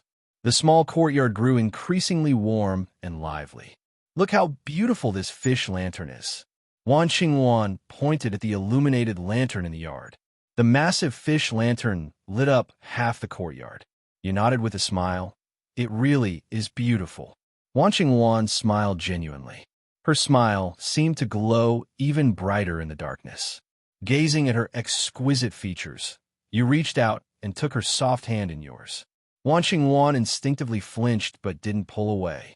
She stood frozen, allowing you to hold her hand. A whole year passed like this. In the 63rd year, you condensed your true qi for the 8th time. The exceptionally refined true qi within your body, far surpassing the bone-tempering stage, even shocked Wan Qingluan. Husband, why is your true qi so refined? It feels comparable to organ-fortifying realm. This marked the first time Wan Qingluan showed curiosity about your cultivation. Moreover, she had gradually grown accustomed to calling you husband, mainly because I'm exceptionally talented. When it comes to martial arts, I do possess some minor gifts. Wan Qingluan nodded, half convinced. Your projected true qi could now directly pierce through skin-refining peak defenses. The destructive power was truly terrifying. Your art of hidden breath reached perfection. Martial artists 3 realms above couldn't discern your cultivation level anymore. After 8 condensations, you didn't stop cultivating. You pressed on without pause. Your focus now shifted to breaking through to the next realm. You began your assault on bone-tempering peak. Your daily cultivation grew increasingly intense, leaving Wan Qingluan puzzled about your motivation. Wan Qingluan herself didn't need to cultivate. At Dragon Transformation Peak, she was searching for her path to Grandmaster. During occasional breaks from cultivation, you'd travel with Wan Qingluan. You'd stroll through nearby small towns, or boat across scenic mountains and rivers. Wan Qingluan had grown used to holding hands, sometimes even taking your arm proactively. Yet you hadn't progressed further. You even climbed Heavenly Summit Snow Mountain with Wan Qingluan. At the peak, Zhou Qian's corpse still endured the harsh elements. No one dared take it down. Qingluan, is your extermination sect the only one of the 3 great demonic sects that remains relatively intact? Wan Qingluan nodded coolly. Indeed. The Blood Demon sect lost 7 ultimate grandmasters, greatly weakening them. The Joyful Zen sect has degraded to 3rd-rate status, barely surviving under Vajra Temple's protection. New. How did your sect leader die? You asked curiously, having heard rumors about the extermination sect leader's death. She committed suicide. You started. An ultimate grandmaster committing suicide? Why? Because the person who collected all 5 keys told her to kill herself. So she did. Well, what kind of nonsense is that? You were utterly shocked. This sect leader had no backbone at all? Just killed herself because someone told her to? Husband, guess who collected the keys and ordered her suicide? Wan Qingluan's eyes sparkled with amusement. Don't tell me it was you. Haha, it was indeed me. Your mind reeled. But she was your sect leader? What benefit was there in making her kill herself? None at all. I just remembered what you said and wanted to try it. You recalled your first meeting with Wan Qingluan. You'd offhandedly mentioned whether the extermination sect leader would obey if someone with all 5 keys ordered her suicide. Never imagined Wan Qingluan would actually do it. Looking at her smiling face, she suddenly seemed like a stranger. You gained profound understanding of extermination sect members' unpredictability. They truly acted on whims, without reason or concern for consequences. The epitome of knowing and doing as one. Impressive. You were utterly speechless. Your conversation turned to Miao Gift. From Wan Qingwan, you learned of Wei Xia's passing. Actually, Wei Xia had died just days after your visit to mourn Miao Gift 3 years prior. Wan Qingwan only mentioned it now when Miao Gift came up. The moment Miao Gift died, Wei Xia had lost all attachment to this world. You returned to the courtyard with Wan Qingwan. You resumed cultivation. By the 65th year, you were 80 years old. You and Wan Qingwan had lived together for 3 years, both accustomed to each other's presence. Apart from not consummating your relationship, hugging and intimate gestures had become routine. You experienced the feelings of romance. Never imagined your first love would come at 80. This wasn't just twilight love, it was midnight love. Perfectly reasonable for an 80-year-old youngster to fall in love, right? Wan Qingwan threw you a grand 80th birthday celebration. The guest list totaled 2. Just you and Wan Qingwan.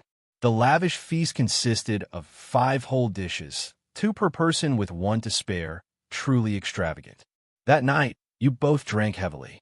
With your constitutions, alcohol might as well have been water, impossible to get drunk. Yet that night, you both tacitly chose not to sober up. You drank until thoroughly intoxicated, until ecstatic, until day and night blurred. Morning found you waking in the same bed. Overnight, 80-year-old, you had finally become a man. You noticed a crimson along the river during Qingming Festival, painting on the sheets. Wan Qingwan, too, had shed her maidenhood. From then on, you began a life of uninhibited passion. Wan Qingwan also learned about roles like flight attendants and nurses. Previously, during the 7 days when Wan Qingwan's alternate personalities emerged, she would sequester herself in her room. But now, whenever the 7th day came, when her lustful personality surfaced, she would spend it with you. On these days, you and Wan Qingwan would lose yourselves completely, oblivious to heaven and earth. The 66th year. One day, while cultivating in the courtyard, a soft chime echoed through your body like clear spring water flowing. You had broken through to bone tempering peak. Your jade-like bones underwent further tempering. Their strength multiplied several times over, becoming rock solid. Simultaneously, this breakthrough triggered your 9 condensation's profound skill to inadvertently complete its 9th condensation. True Qi rumbled through your meridians. The incredibly dense Qi kept drawing Wan Qingwan's astonished glances. She'd seen many geniuses, being one herself, but never had she witnessed a bone-tempering peak cultivator with such terrifying amounts of true Qi. Wan Qingwan carefully examines your body with her senses. Then she exclaims in surprise, "Husband, your true Qi has liquefied." Wan Qingwan naturally knows that true Qi only liquefies at the essence refining stage. She stares at you dumbfounded, at a loss for words. In Wan Qingwan's view, while it's astonishing that your true Qi liquefied during bone tempering, she's equally puzzled that you only reached peak bone tempering in your 80s. She can't decide whether to call you a genius or a failure. After completing 9 condensations, your externalized true Qi can now break through early-stage bone tempering martial artist defenses. And your casting range has increased to 5 zhong, about 15 meters. This level of power in externalized true Qi is something only peak essence refining martial artists can achieve. Your condensed true Qi has become so thick it's almost viscous, making your actual combat strength terrifyingly strong. You could easily handle ordinary peak, organ, fortifying martial artists 2 major realms above you. Moreover, this condensation brought you another significant benefit. Your martial arts talent has strengthened once more. In your next simulation, your realm advancement will become even faster. Husband, join our extermination sect. Wan Qingwan brings this up again. Qingwan, Why do you keep asking me to join the extermination sect? You ask while practicing in the courtyard. Wan Xingwan has mentioned joining the extermination sect many times over the years. You're starting to suspect the sect has some recruitment quota to meet. Wan Xingwan smiles playfully and crouches down to rest her head on your shoulder. Because you're truly suited for the extermination sect, husband. You tilt your head slightly, bringing your faces close together. Why? The extermination sect's techniques advocate following one's heart, emphasizing mental clarity. The clearer your mind, the faster your progress. You pull Wan Xingwan into your arms. Are you saying my mentality fits these conditions? I've never met anyone more suited to this mentality than you. The more Wan Xingwan understands you, the more she sees you as someone playing with a mortal world. You don't particularly feel this way about yourself. If anything, you consider yourself quite cautious. But because you know you're in a simulation, you unconsciously project an air of transcendental detachment, laughing at worldly affairs. Wan Xingwan, skilled at reading people, naturally picks up on this. What would I gain from joining the extermination sect? A sect guarding level technique. I'll join. I must join. You hastily agree, afraid she might change her mind. If Wan Xingwan had mentioned the sect guarding technique earlier, you would have agreed immediately. As soon as you speak, Wan Xingwan shoves the technique manual into your hands. Heavenly Desire Formless Technique. You stare blankly at the manual. You're just giving me a sect guarding technique like this? Of course, you agreed to join the extermination sect. Does everyone get one when they join? Depends on the inviter's mood. Inviter? You mean, our extermination sect operates on referrals? Wan Xingwan gently strokes your chin. Sometimes. Great answer. Explains absolutely nothing. You understand. Don't question the extermination sect's ways, as they follow their whims. Where's our extermination sect's headquarters? You ask. We don't have one. Then where do I go to join officially? No such procedures. You're already a member. Your confusion grows. The extermination sect's methods are truly unconventional, lacking any formal structure. Then how do I prove I'm part of this organization? Wan Xingwan smiles mysteriously. You'll know when the time comes. Great. After all that talk, still no actual information. You stop pressing, since you've already obtained the Heavenly Desire Formless Technique. Everything else is secondary. The Heavenly Desire Formless Technique can be cultivated all the way to Dragon Transformation Realm. Incredibly powerful. Its most notable feature is allowing cultivators to freely alter their true Chi's properties, gaining an advantage against opponents in battle. For example, using Yang-aligned true Chi against Yin-aligned opponents, or vast, majestic true Chi against explosive, fierce opponents. 1 month later, Wan Xingwan leaves. She says she's close to finding her path to Grandmaster.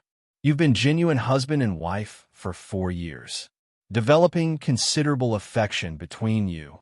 But you know this must eventually end. After all, it was all just an act. Wan Xingwan leaves decisively. That night, you make love desperately. But come morning, Wan Xingwan straightens her skirts and leaves without looking back. After her departure, you take half a day off from cultivation to mourn your deceased romance. Wan Xingwan leaves you 1,000 internal spirit pills and a jade pendant. She says the pendant serves as proof of your extermination sect core membership. If you ever need the sect's help, take it to the Dragon Gate Inn in the northern Sangwang Desert and find the innkeeper. You store the pendant away, with no intention of visiting the inn, returning to focused cultivation. Another month passes.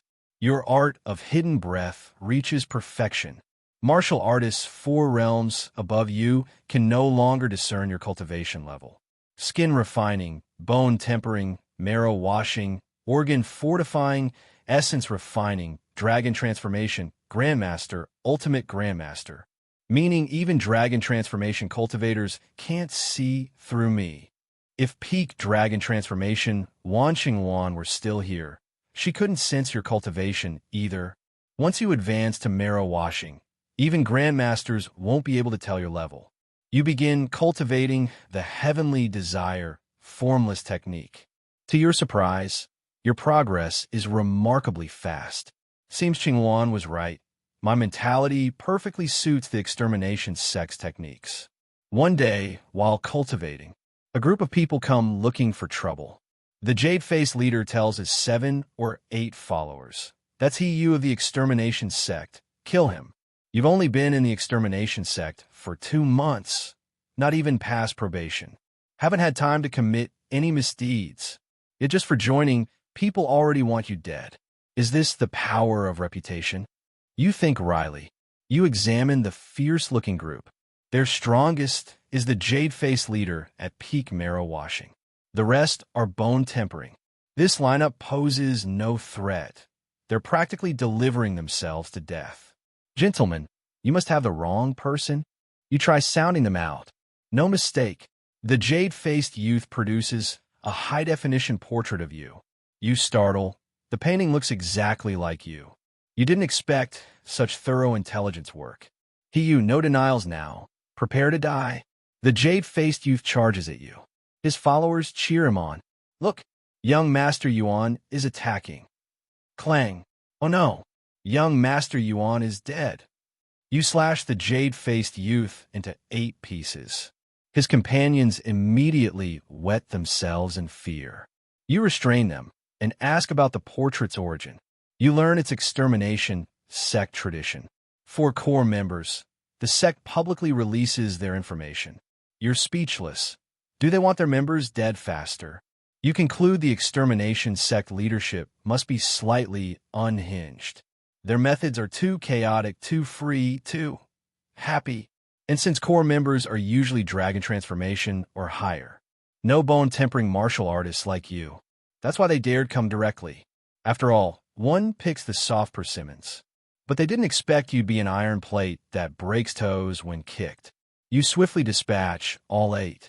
After looting, you only find some silver notes and low-level techniques.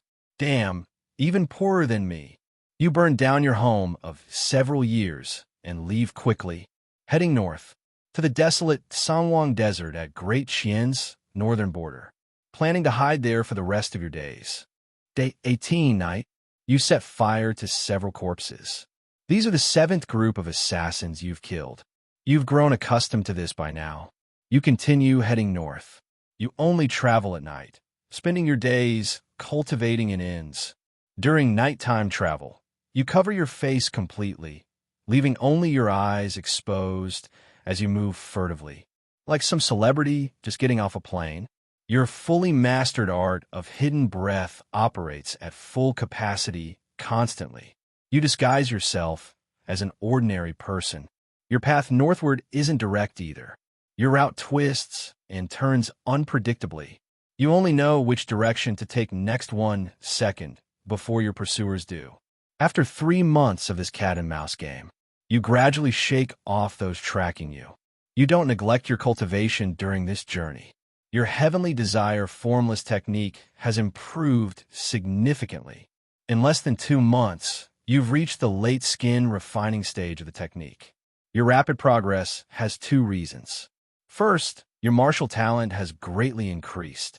Second, your mental state perfectly suits the heavenly desire formless technique. You feel your true chi has become more responsive to your will. The creator of this technique possessed terrifying insight into true chi. No one understood true chi better than them. Moreover, you experience no side effect from practicing this technique. Unlike Wan Qingwan with her 7-day personality disorder, you don't know why this is, nor do you have time to ponder it. You continue your journey. One day, you unexpectedly find yourself back in Xianan City. You consider leaving immediately. After all, you don't know who backs the Golden Saber Martial Arts School.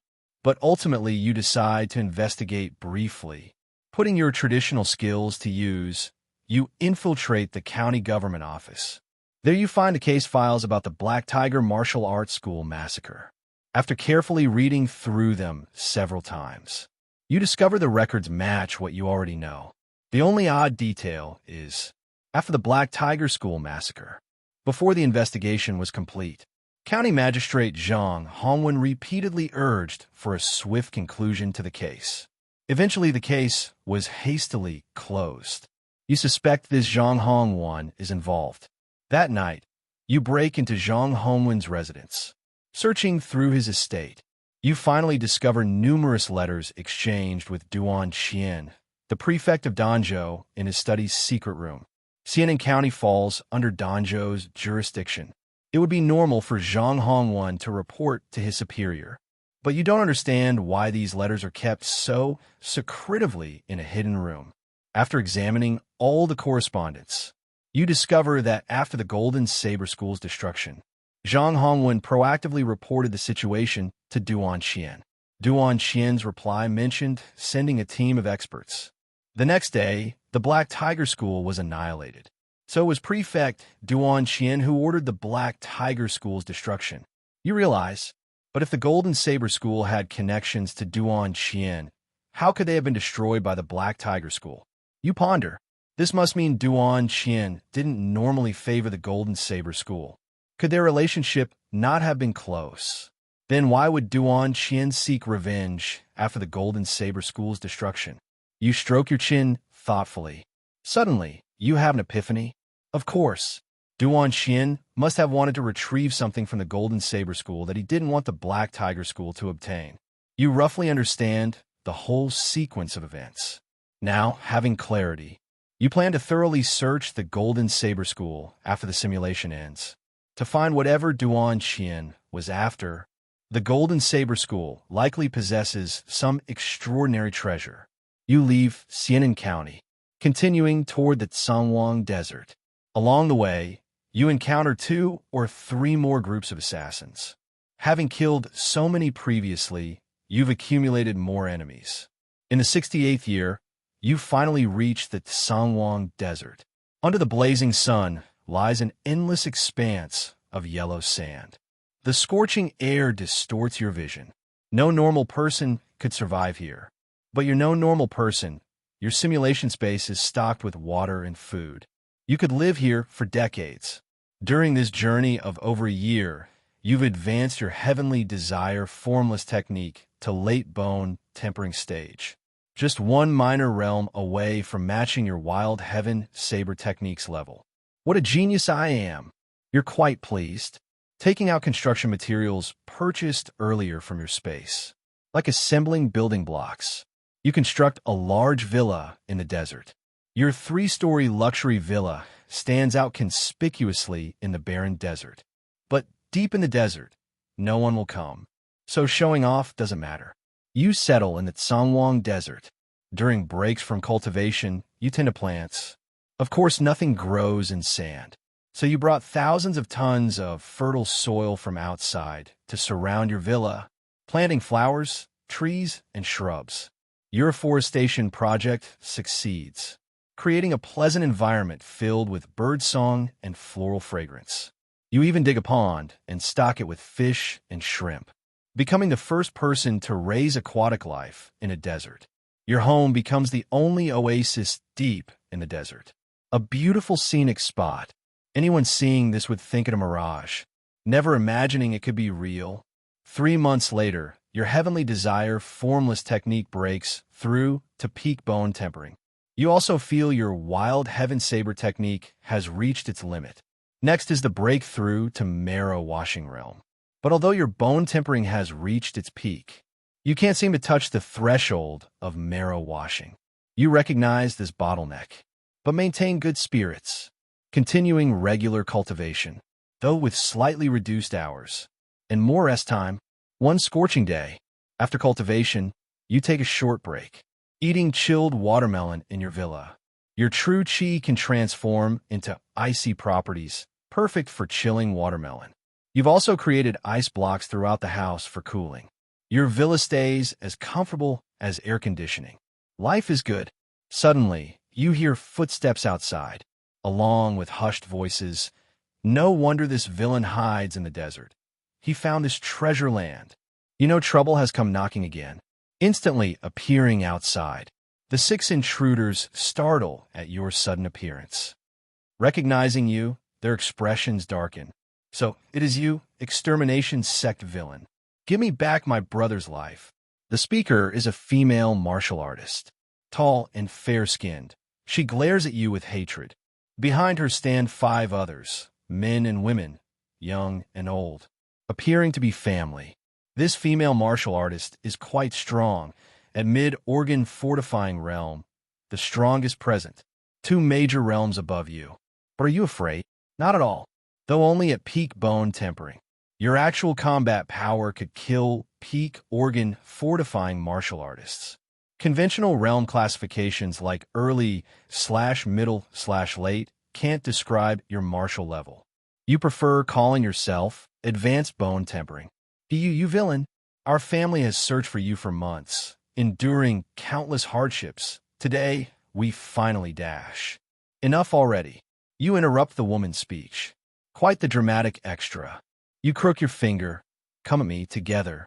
The female martial artist and her 5 companions felt slighted.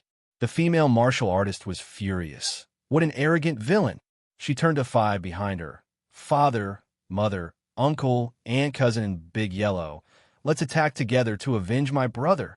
Charge! The entire family rushed forward in unison. You chuckled lightly. Drawing the soul awakening blade, you flashed forward to meet them. A series of clashing sounds followed. All 6 were slain. Even that dog Big Yellow didn't escape. After exterminating this whole family, you knew your peaceful days were over. Relatives and friends of those you'd killed on the road would come seeking revenge. But this time, you decided not to run. You were 83 years old now. You've been running your whole life. You were getting tired. You never provoked anyone first. Yet so many still wanted you dead. You refused to endure this humiliation any longer. You make them pay. Already gone dark? Thank you. But the main reason you stayed wasn't just revenge. You wanted to use combat pressure to break through to marrow-washing realm. At over 80 years old, you felt your physical condition declining. Pure cultivation alone couldn't overcome the bottleneck anymore. You decided to go all out. You hung a sign outside your oasis. Runaway, immortal, #1 in fighting above one's level. Martial guide to Meow gift. Only bone-tempering core member of Extermination Sect. Extermination Sect Saintis Wan Qingluan's exclusive strategic partner.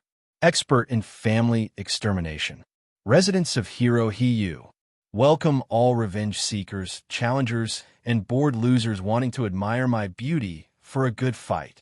You admired the massive sign with satisfaction. This would definitely draw plenty of hostility. You just needed to wait for endless challengers delivering experience points. After waiting excitedly for a month, not a single soul came. The sign's words were nearly erased by sandstorms. Impossible. Was I not arrogant enough? Truth was, your location was too remote. Only those with blood feuds would attempt the journey. Most would die in the desert before reaching you. With no challengers, you passed time fishing in the desert. Life was quite comfortable. Year 69. Your first revenge seeker finally arrived. Villain Hiyu.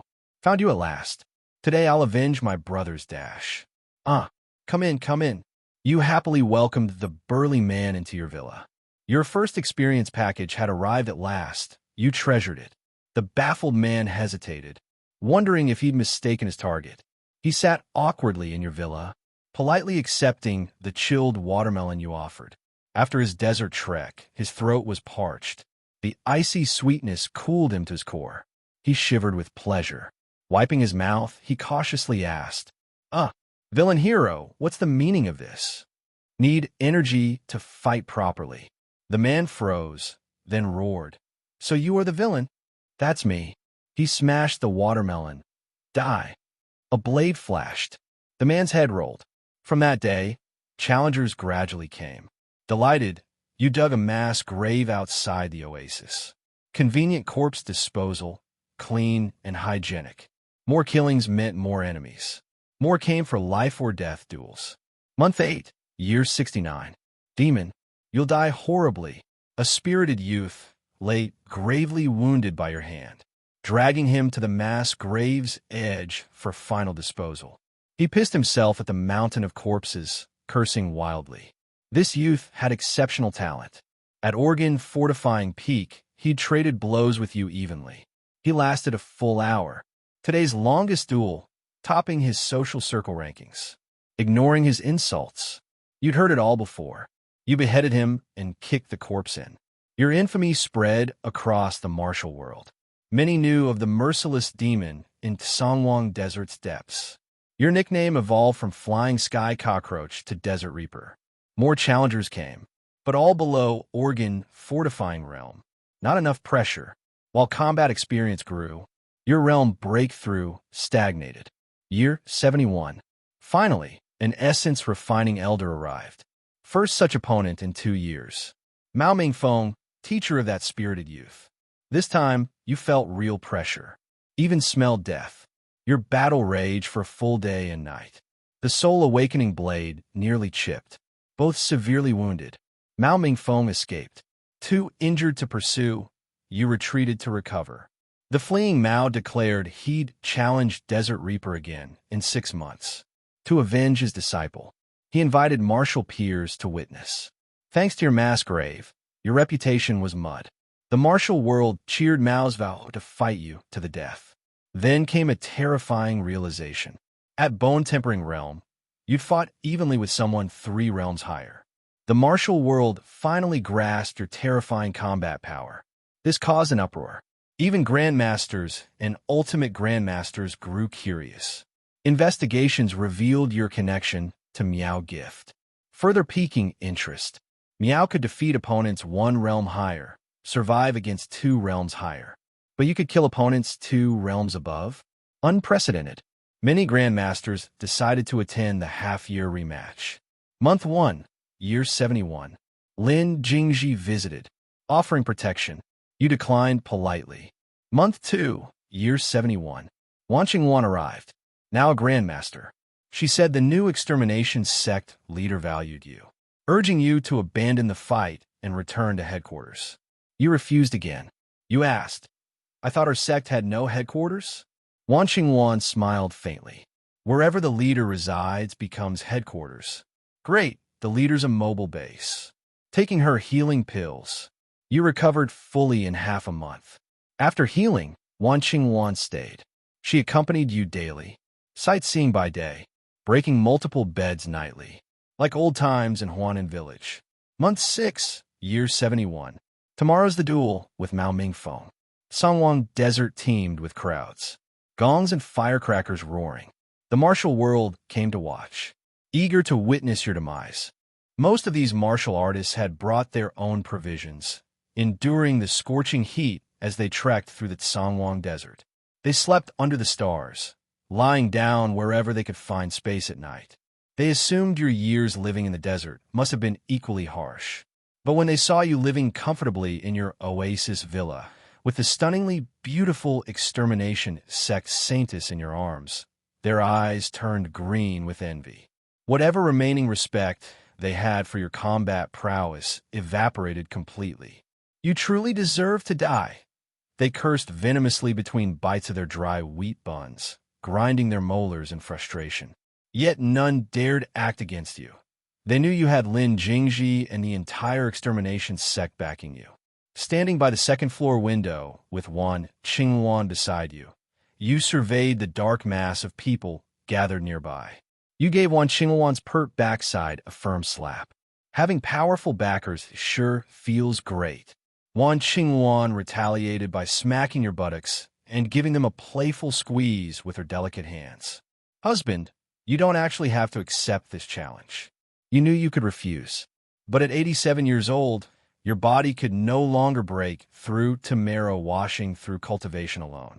You needed to gamble with your life, seeking opportunities between life and death. Qingwan, are you afraid I'll die?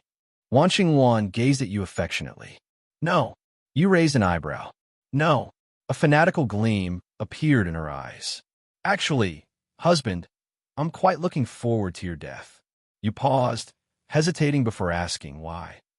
I'm so curious what would happen if my fearless husband actually died. Her voice was cool, but brimming with excitement. Would some powerful being behind you intervene? Or would your death trigger something extraordinary?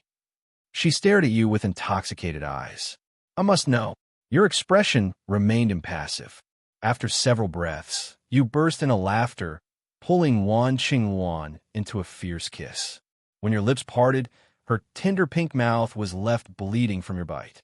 Wan Qingwan licked the vivid crimson from her lips, the corners of her mouth curling upward as her gaze grew even more deranged. Cupping her face, you murmured deeply, "Truly my mad woman. Mad, completely mad. Madness is good." You kissed her again, met with equally passionate response as you both lost yourselves in the moment. Outside your oasis, hundreds of martial artists watched helplessly as you and Wan Qingwan displayed your affection by the window. A young female warrior rolled her eyes. Ugh, heretics! The next day, Mao Mingfeng arrived punctually. The two of you stood facing each other, surrounded by hundreds of spectators at a distance. Your soul-awakening blade gleamed coldly as Mao Mingfeng's sword trembled under the pressure. You attacked first with overwhelming true qi, your blade descending like thunder. Mao Mingfeng parried, and the battle commenced with hundreds of exchanges in the blink of an eye. Gradually, observant warriors noticed Mao Mingfeng tiring. His orthodox, gentle true qi couldn't match the violent, shifting properties of your heavenly desire, formless technique-enhanced energy. Once you gained the upper hand, he was forced into constant retreat. Sure enough, as Mao Mingfeng's true qi depleted, he fell completely into disadvantage. His supporters grew grim-faced. Mingfeng, pull yourself together. Don't give up. Don't underestimate our bonds, you bastard. Just as your blade was about to cleave him apart, Mao Mingfeng swallowed a handful of pills, sacrificing his foundational potential to restore himself to peak condition. The sudden reversal had his supporters cheering. That's the spirit, Mingfeng. Get him! Get him! Mao Mingfeng's sword strikes came like tidal waves as he abandoned defense entirely in his fervor. Seizing the opportunity, you unleashed a concentrated blast of true qi straight at his face. His assault faltered just long enough for your blade to pierce his heart. His final reflexive slash opened your abdomen, revealing glimpses of internal organs as blood gushed from Mao Mingfeng's fatal wound. Within 2 breaths, he collapsed lifelessly. Mingfeng, master! His supporters rushed forward, cradling his body and wailing while other spectators stood shocked. You had overcome 3 major cultivation realms to kill your opponent. While luck played a role, the result was undeniable. In life-or-death battles, fortune often decided outcomes.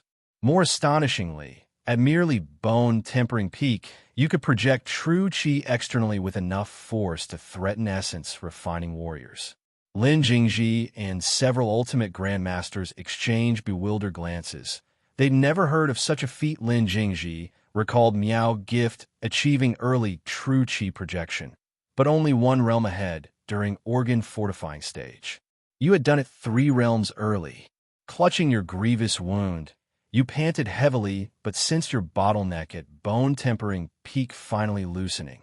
Before you could rejoice, some of Mao Mingfeng's supporters noticed your weakened state and attacked without honor.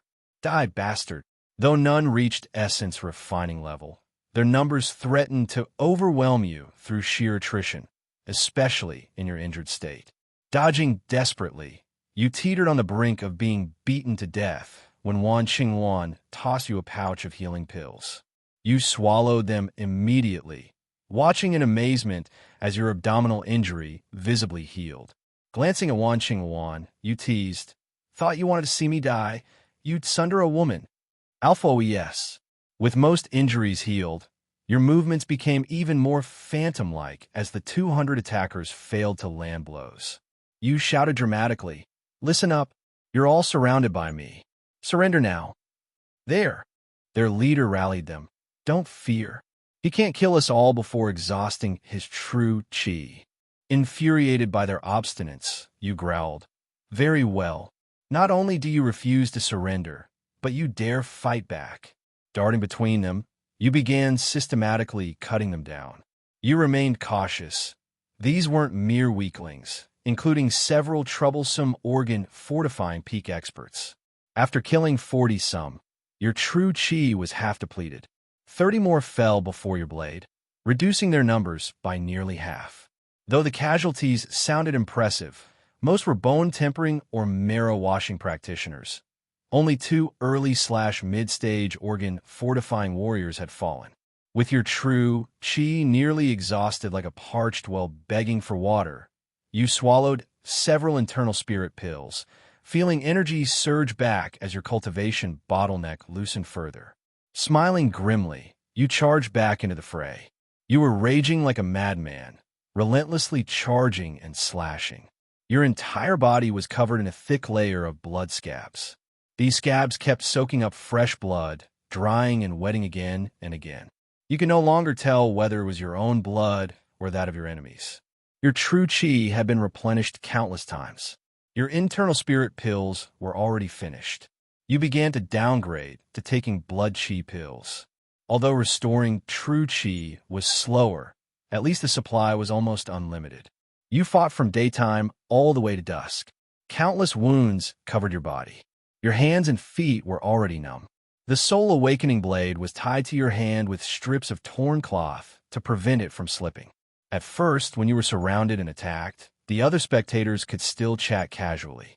They guessed when you would die. But now, they were all silent. They silently watched you. Watched as you were besieged by over 200 warriors, 1 or 2 realms stronger than you. Your desperate fighting thoroughly conquered the spectators around you.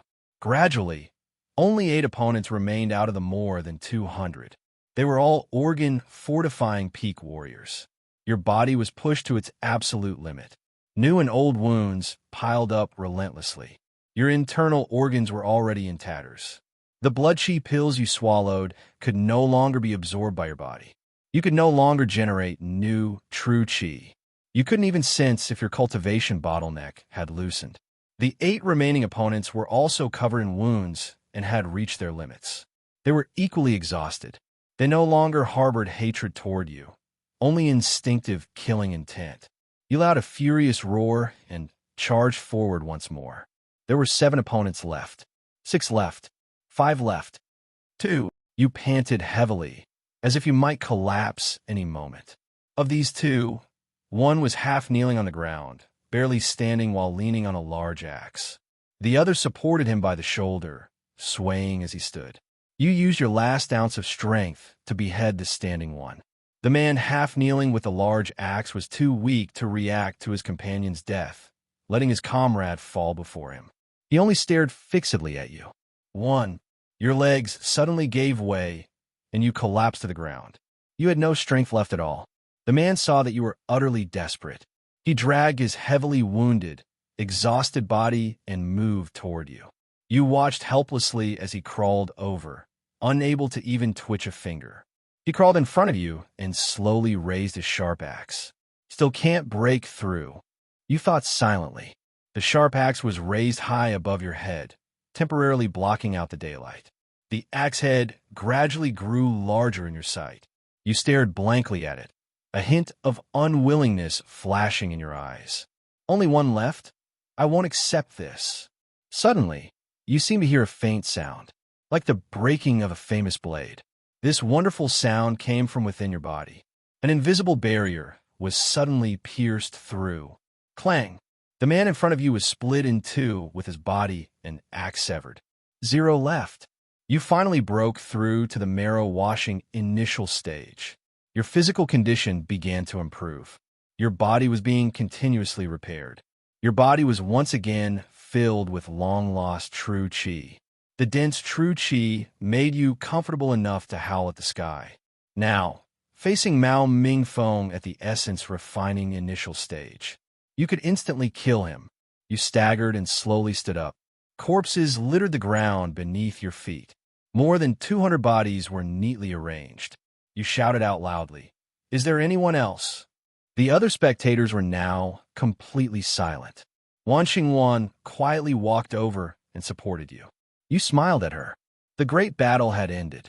You and Wan Xingwan returned to the Oasis Villa. Half a month later, on the surface, your wounds had fully healed.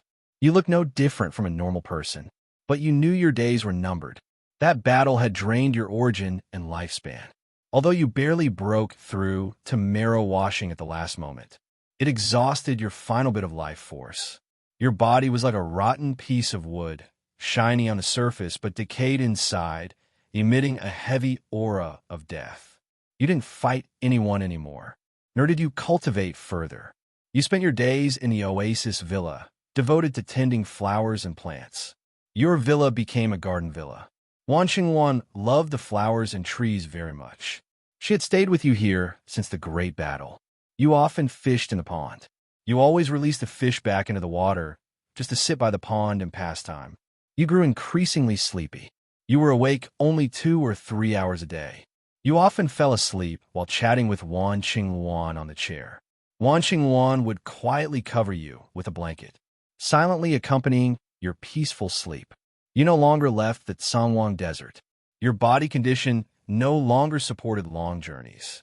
The farthest you walked each day was from the villa to the pond outside. Though just a few hundred yards, it took you a long time to walk. 72 years passed. One day, you were fishing by the pond, but at some point, you fell asleep again. The hooked fish pulled the rod away, waking you up. You stopped fishing. You seemed to sense something. You walked back to the villa. You called Wan Xingwan. You sat side by side with her on the chair. You lay your head on her thigh. She said nothing, just gently caressed your cheek. Her slender, soft palm felt very comfortable. Xingwan, you called out.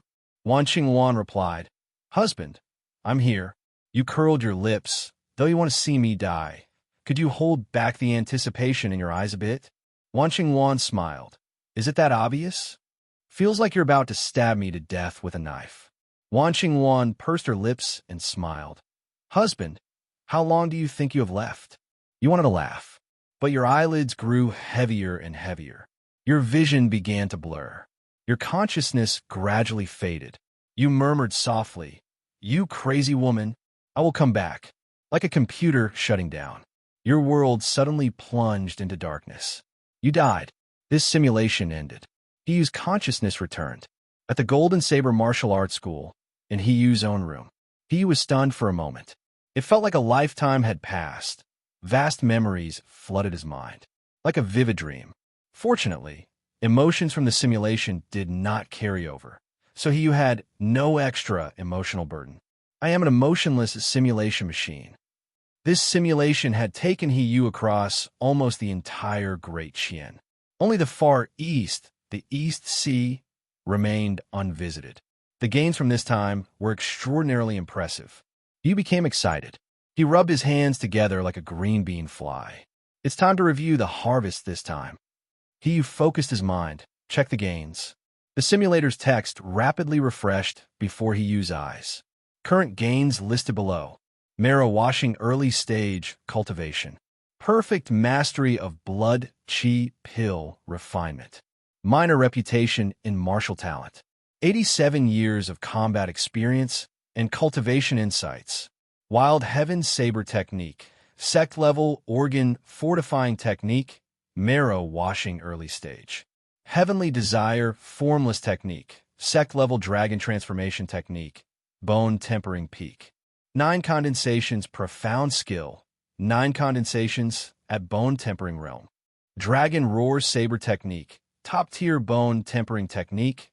Mid-stage Bone Tempering. Phantom Phoenix Steps. Top-tier Movement Martial Skill Perfected.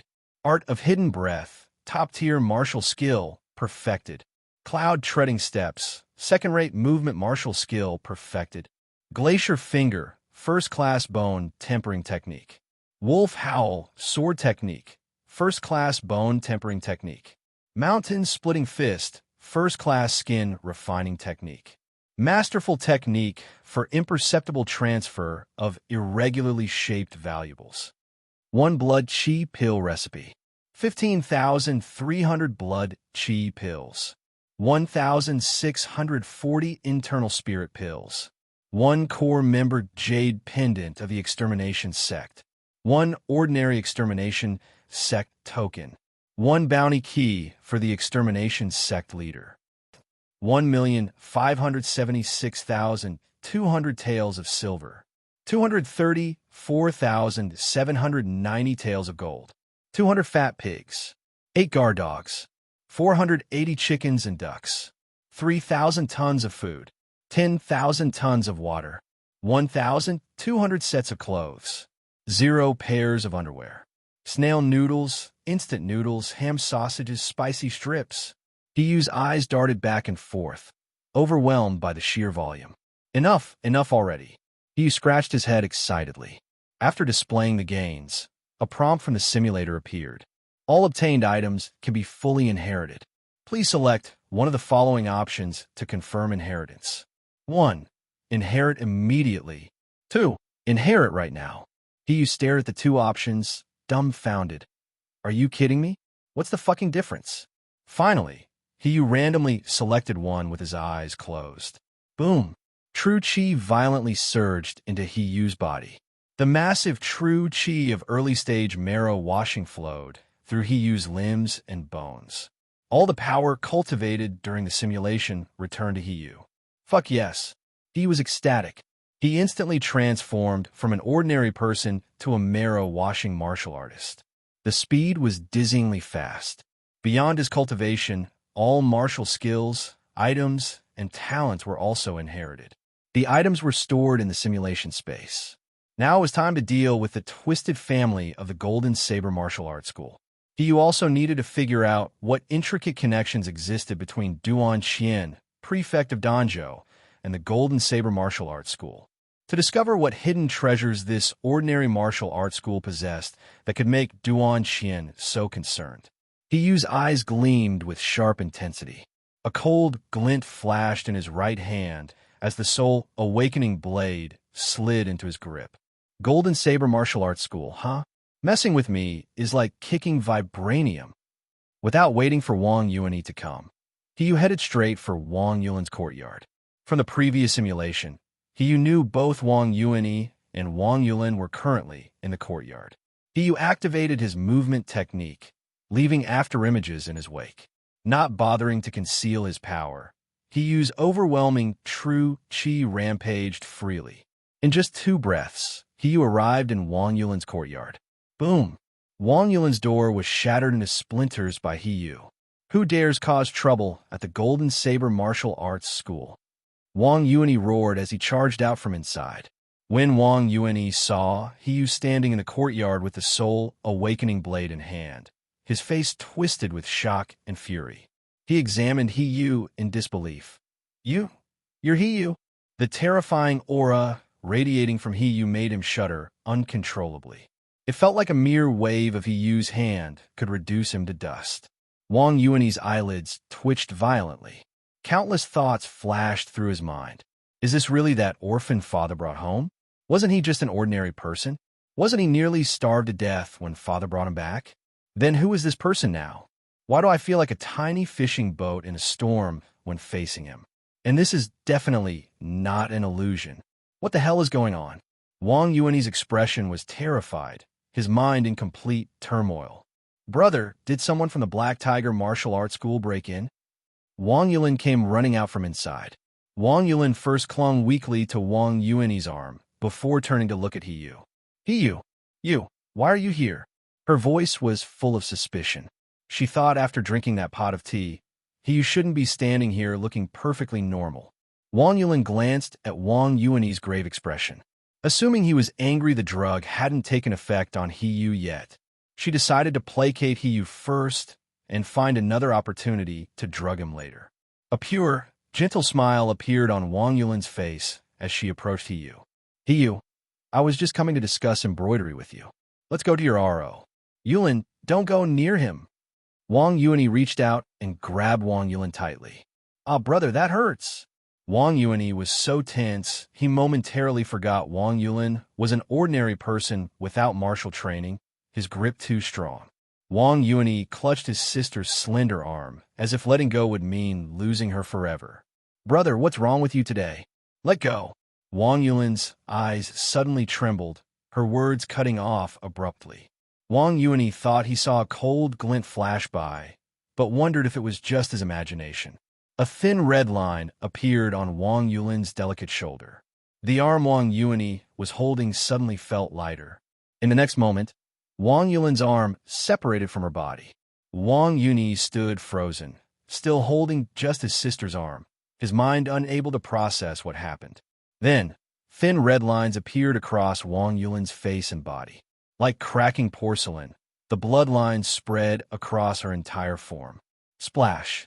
Wang Yulin's body fragmented into small pieces, scattering across the ground. Only the arm in Wang Yuani's hand remained relatively intact. Some people just fall apart while walking. Yulin! Wang Yuani howled madly at the severed arm. The scene drove him to the brink of insanity. His sister had been killed right before his eyes. Yet he couldn't even see how He had struck.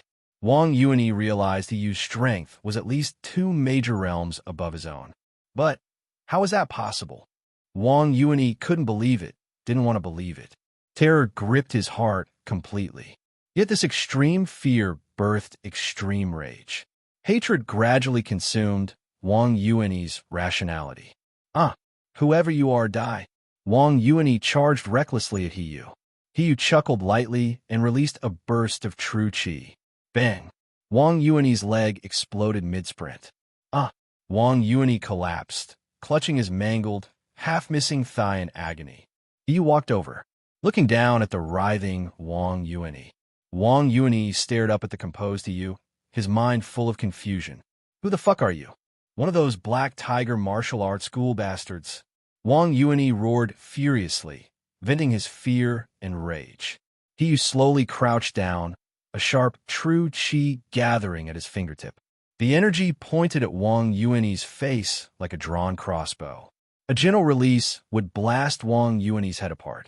Feeling death's approach, Wang Yuani shuddered and forced himself still. He stared blankly at He. Boundless terror made his body tremble uncontrollably. He spoke with complete neutrality. What is the relationship between Duan Qian, prefect of Danzhou, and your family? Wang Yuani clearly looked confused. He hesitated and said, I don't know Duan Qian. He's expression darkened. Just as he was about to act, Wang Yuani hastily added, I really don't know Duan Qian. How could I possibly know someone like the prefect? He observed Wang Yuani's expression, and it didn't seem fake. But it could also be that Wang Yuani was just a good actor. He sent a wisp of true qi floating into Wang Yuani's body. This true qi rampaged destructively through Wang Yuani's body, specifically targeting the most painful acupuncture points. I really don't know. The true qi took effect quickly. Wang Yuani rolled on the ground in agony, like a leech thrown into a salt jar, writhing madly. The excruciating pain left him nowhere to hide. He knew this kind of pain was absolutely unbearable for ordinary people. Under such torture, most people would confess to anything, even falsely accusing innocent people. He dispersed the true qi within Wang Yuani. Wang Yuani gasped for breath on the ground, drenched in sweat as if granted amnesty. Do you know Duan Qian now? He asked. Wang Yuani was nearly in tears. I really don't know Duan Qian. He frowned, realizing Wang Yuani probably truly didn't know Duan Qian. Could it be only Wang Kuan knows Duan Qian? He silently pondered. He asked another question. What's the relationship between County Magistrate Zhang Hongwan of Xianan and you? This time Wang Yuani clearly hesitated. Then he pretended to be innocent. My father and I only had one meal with Magistrate Zhang. Running a martial arts school requires maintaining good relations with him. Arnaud Telembadies. He obviously didn't believe him, reforming another strand of true qi in his hand. It's true. It's really true. The Black Tiger Martial Arts School often invites Magistrate Zhang to meals too. Wang Yuani rolled on the ground in pain again. Kill me. Just kill me. He tortured Wang Yuani for nearly half an hour. Wang Yuani completely collapsed on the ground. He had lost too much blood, his face deathly pale. The ground bore extensive marks of his painful struggles. Still not talking? He asked calmly. Kill me. He felt puzzled, wondering what secret could be worth Wang Yuani defending with his life. But he also had no patience to keep this up. A strand of true qi containing violent energy gradually formed at Hiyu's fingertip. Didn't expect you to be so tough. I'll grant your wish. Wang Yuanyi could sense the terrifying power of that true qi. The transparent, liquid-like true qi resembled the king of hell coming to claim his life, heralding death's arrival. Wang Yuanyi's eyes flickered with hesitation. Facing true death, Wang Yuanyi wavered. This was human instinct beyond rational control. Wait. I'll talk. But you have to promise not to kill me afterward. Hiyu shook his head with a smile. You dying villains always love making demands. Do you have the qualifications to make demands, buddy? Bang! Wang Yuanyi's other leg exploded into a shower of blood. Wang Yuanyi howled in pain again, doing sit-ups while clutching his bleeding thigh, the sight utterly pitiful. Hiyu patted Wang Yuanyi's face hard. Still want to negotiate terms with me? I'll talk. I'll tell you everything. Wang Yuanyi's psychological defenses completely collapsed. He told Hiyu everything he knew. As it turned out, the Golden Saber Martial Arts School had been helping County Magistrate Zhang Hongwen of Xianan traffic people. And Zhang Hongwen only wanted youths under 16. This was also why Hiyu's original body had been brought to the Golden Saber Martial Arts School. Many other youths who joined the school hoping to cultivate martial arts were all handed over to Zhang Hongwen. Zhang Hongwen would give the Golden Saber School large sums of money, cultivation techniques, and special protection. But Wang Yuanyi didn't know what Zhang Hongwen did with these youths. He only knew none of them ever returned. Wang Yuanyi guessed they were all dead, and Hiyu was originally someone the Golden Saber School planned to hand over to Zhang Hongwen too. Wang Yuanyi knew that if he told Hiyu this, Hiyu would definitely take revenge and kill him. So he had pretended to be tough earlier, wanting to gamble, betting that Hiyu would spare him temporarily to learn this secret, planning to find an opportunity later to seek help from Zhang Hongwen. But who knew Hiyu didn't play by the rules at all, completely unaffected by threats. Wang Yuanyi realized if he didn't talk now, not only would he die, but he might not even keep a whole corpse. Helpless, Wang Yuanyi confessed everything. No wonder you were hiding it. Turns out this involves me too. Hiyu said thoughtfully. From this, it was basically confirmed that the youths Zhang Hongwen received were ultimately transferred to Duan Xian. So Wang Yuanyi truly didn't know Duan Xian, because Zhang Hongwen had always been the one dealing with Duan Xian. Then in the simulation, after the Golden Saber School was destroyed by the Black Tiger School, Duan Xian sent people to eliminate the Black Tiger School, probably not to search for some treasure, but to destroy evidence of the Golden Saber School's dealings with Zhang Hongwen. He mostly understood the whole story now, but there was one point he wasn't sure about. What did Duan Xian do with all those abducted youths? Hiyu pondered. Fortunately, Hiyu had seen his share of things in his previous life. He could roughly guess the fate of those handsome youths. There were basically just a few possibilities. First possibility, Duan Xian used them as bribes and social resources to curry favor with his political allies. In ancient times from Hiyu's previous life, many dynasties had prevalent male romance customs. People back then treated it as normal. Those ancients had quite the wild tastes. By analogy, there were definitely nobles in this world who shared such preferences. So there would be no shortage of buyers for these handsome youths. Second possibility. Considering this was a martial world, these innocent youths might have been used by Duan Xian for some evil cultivation ritual. Compared to legitimate cultivation methods requiring hard work, evil techniques offered quick results with little effort, basically outpatient procedures. Naturally, everyone wanted to practice them, especially nobles who held power over commoners' lives. They'd flock to such methods. But these were just EU speculations. He wasn't sure what Duan Xian actually did with those innocent youths. Perhaps there were other things in this world that he didn't know about yet. Where are the account books recording your dealings with Zhang Hongwen hidden? He intended to secure the evidence. Wang Yuanyi quickly said, They're with my father. He handled all the transactions. Wang Yuanyi betrayed his own father Wang Kuan without any hesitation. Sorry, Dad. I really can't take it anymore. You handle this for me. In Wang Yuanyi's view, Wang Kuan was at least a bone-tempering martial artist. Even if he couldn't defeat Hiyu, he was much stronger than himself. Leading Hiyu there first was definitely the right move. Maybe while his father fought Hiyu, he could find a chance to escape. Hiyu immediately saw through Wang Yuanyi's scheme. But Hiyu didn't care at all. "Where is Wang Kuan now?" Hiyu asked. Wang Yunyi hastily replied, "My father is cultivating in the underground chamber beneath the library. The entrance is very hidden. I can take you there." This kid, Wang Yuanyi, surrendered extremely quickly. If this were a special historical period, he'd make an excellent collaborator. If Hiyu had to search himself, he'd never know about the underground chamber below the library. When the Wang family gets wiped out later, this bastard Wang Yuanyi would bear half the responsibility. What a filial son you are. Hiyu grabbed Wang Yuanyi and left. But Hiyu didn't go directly to the library. First, he thoroughly ransacked the entire Golden Saber martial arts school. Even while carrying Wang Yuanyi, and thus somewhat restricted, it took less than half an hour to kill all several hundred members of the Golden Saber school. Wang Yuanyi witnessed this one-sided slaughter firsthand. It horrified him to the core. These martial artists of the Golden Saber school seemed like toddlers just learning to walk before Hiyu. They just stood there dumbly waiting for Hiyu to cut them down. Wang Yuanyi knew his father definitely couldn't defeat Hiyu either. But he had no way out now. Desperate survival instincts made Wang Yuanyi cling to slim hope that his father could delay Hiyu a little longer. "Dad, I'll avenge you later." Wang Yuanyi had already decided where to bury his father. "Open it." Hiyu pointed at the underground chamber's entrance.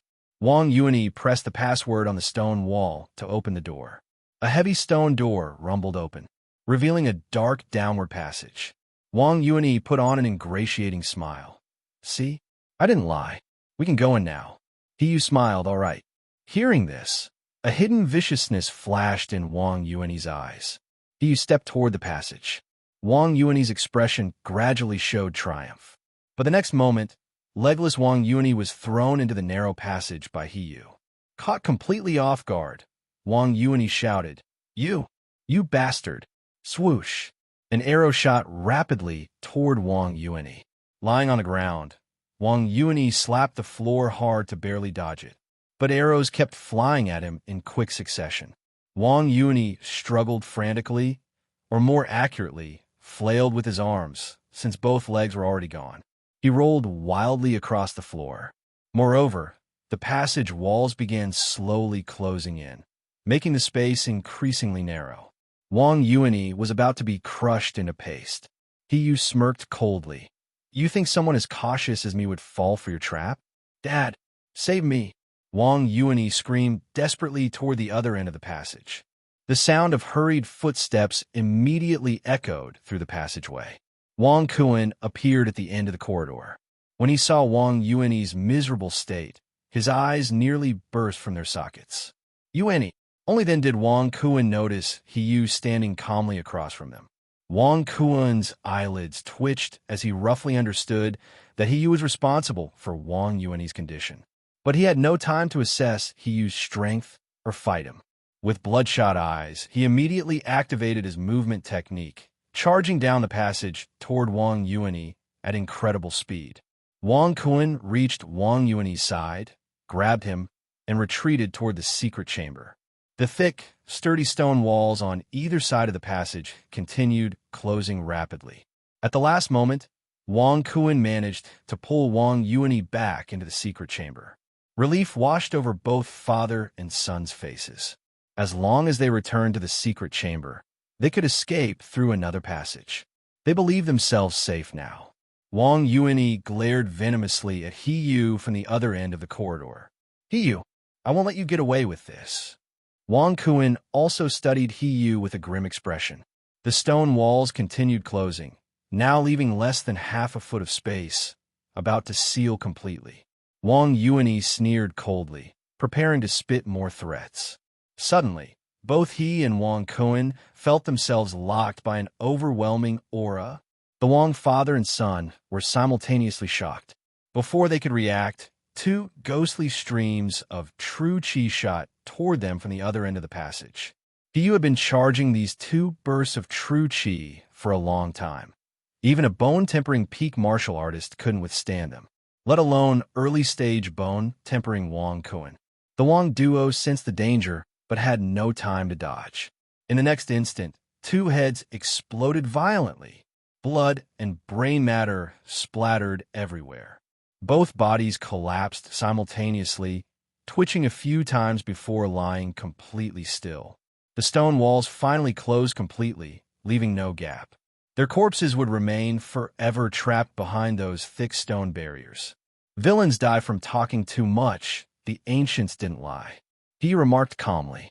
With the Wong father and son dealt with, not a single living soul remained in the Golden Saber martial arts school. He then wandered through the school, collecting all the corpses into his spatial storage. Dead objects could be stored, but not living beings. He thoroughly cleaned up all traces at the scene. Even if outsiders enter the Golden Saber martial arts school now, they'd only think everyone had mysteriously disappeared. They wouldn't immediately suspect a massacre. Since Duan Qian's true strength remained unknown, he needed to conceal his actions. This way, even if Duan Qian investigated, it would take time, giving He temporary safety. It also bought him time for more simulations. After simulating thousands or tens of thousands of times, he gained sufficient power. Then no scheme could withstand absolute strength. He could cut through any conspiracy. I believe in you. He cheered himself on.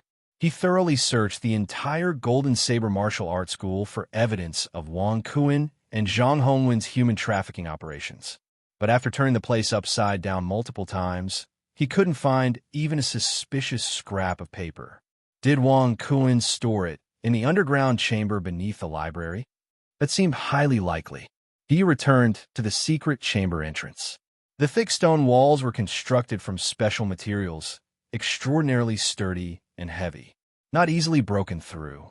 He could force his way in, but the noise would undoubtedly raise suspicions. After some thought, he suddenly realized Wang Kuan had retreated into the chamber rather than escaping outward. This meant there must be another exit, and thus another entrance. He immediately searched the school again. Indeed, he found an entrance inside a dry well. Not bad, having multiple escape routes like a cunning rabbit. He carefully entered the secret chamber. There he found the account books documenting the human trafficking transactions, detailed records of the trafficked individuals' information and transaction prices. He even found his own name. With my identity records removed from the Golden Saber martial arts school, Duan Qian can't trace me now. He stored all the account books in his spatial storage. He also took the Wang father and son's corpses. After completing everything, he left through the back gate that night. Under cover of darkness, he traveled over 80 li north of Xianan City to a desolate area. The surrounding 10 li radius was completely uninhabited. He dug a large pit, threw in all the corpses from the Golden Saber martial arts school, and set them ablaze. After complete carbonization, he filled in the pit. He even brought surface soil from elsewhere to cover the filled pit. The surface now looked no different from ordinary wasteland. I'm moved to tears by how ridiculously cautious I am. He left the area. He found it nearby and rented an ordinary room. Sitting on a chair, he mused, "It should be safe now. Time to investigate Duan Qian." He wouldn't charge in recklessly, choosing instead to scout through simulation. After all, simulated time passed instantly in reality. He could have simulated right at the Golden Saber martial arts school, but he felt too insecure staying there. While he could die infinitely in simulations, real life allowed no mistakes. Utmost caution was necessary. Calming his mind, he initiated the fourth simulation. You enter the simulation. You leave the inn for Duan Qian's residence. 1 month later, you locate Duan Qian's mansion. You observe Duan Qian for 3 consecutive months. You find nothing unusual about him, nor do you detect any martial artist stronger than you in his household. One day, you finally lose patience. On a late night, you sneak into Duan Qian's mansion. You reach the roof above Duan Qian's bedroom. After observing for half a shurchen, you slip in through the window. Duan Qian and his wife sleep soundly. You draw your soul awakening blade and strike suddenly. You slash toward them. But instead of seeing Duan Qian bisected as expected. Your world suddenly spins violently. You see your own chest, then downward past your abdomen, knees, and shoes. Finally, you see your headless body collapsing. You faintly hear a deep voice. Been waiting for you. Your world goes dark. You die. This simulation ends. Back in the inn chair, he regained his senses. So strong. The aura of that death still lingered in Hiyu's heart. The simulated Hiyu hadn't even sensed his attacker before being decapitated. The assailant was countless times stronger. Hiyu never expected Duan Xian to have someone who could instantly kill him. Now, at early marrow washing stage, Hiyu could defeat early essence refining martial artists across realms. So whoever killed him must be at least dragon transformation level. Possibly even Grandmaster or Ultimate Grandmaster. But was Hiyu afraid? Well, a little. After all, this wasn't a simulation. Death here was permanent. Hiyu knew he needed to improve his strength quickly. Although he'd erased all traces connecting him to the Golden Saber martial arts school. When Duan Xian noticed everyone's disappearance, he investigated thoroughly. Duan Xian might still trace it back to Hiyu eventually. Big brother Duan Xian is untouchable with that level of protection. No one can kill him. Hiyu decided to leave Duan Xian alone for now. Time for the fifth simulation. Improving strength and gaining self-preservation ability were top priorities. Simulator, activate again. You enter the simulation. You stay at the inn for 1 month. During this time, you advance your Heavenly Desire formless technique from bone tempering peak to early marrow washing. Both your Wild Heaven Saber technique and Heavenly Desire formless technique, 2 sec-level techniques, reach early marrow washing. You discover blood chi pills no longer aid your cultivation. You can only use internal spirit pills now. But unlike blood chi pills, internal spirit pills are extremely rare and priceless. They're unavailable even with money. Though you have many internal spirit pills, they'll eventually run out. You must obtain more internal spirit pills. To settle things once and for all, you plan to obtain a pill recipe for the internal spirit pills. Rely on the memories from your last simulation.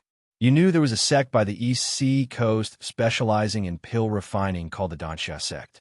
Their sect was capable of producing internal spirit pills.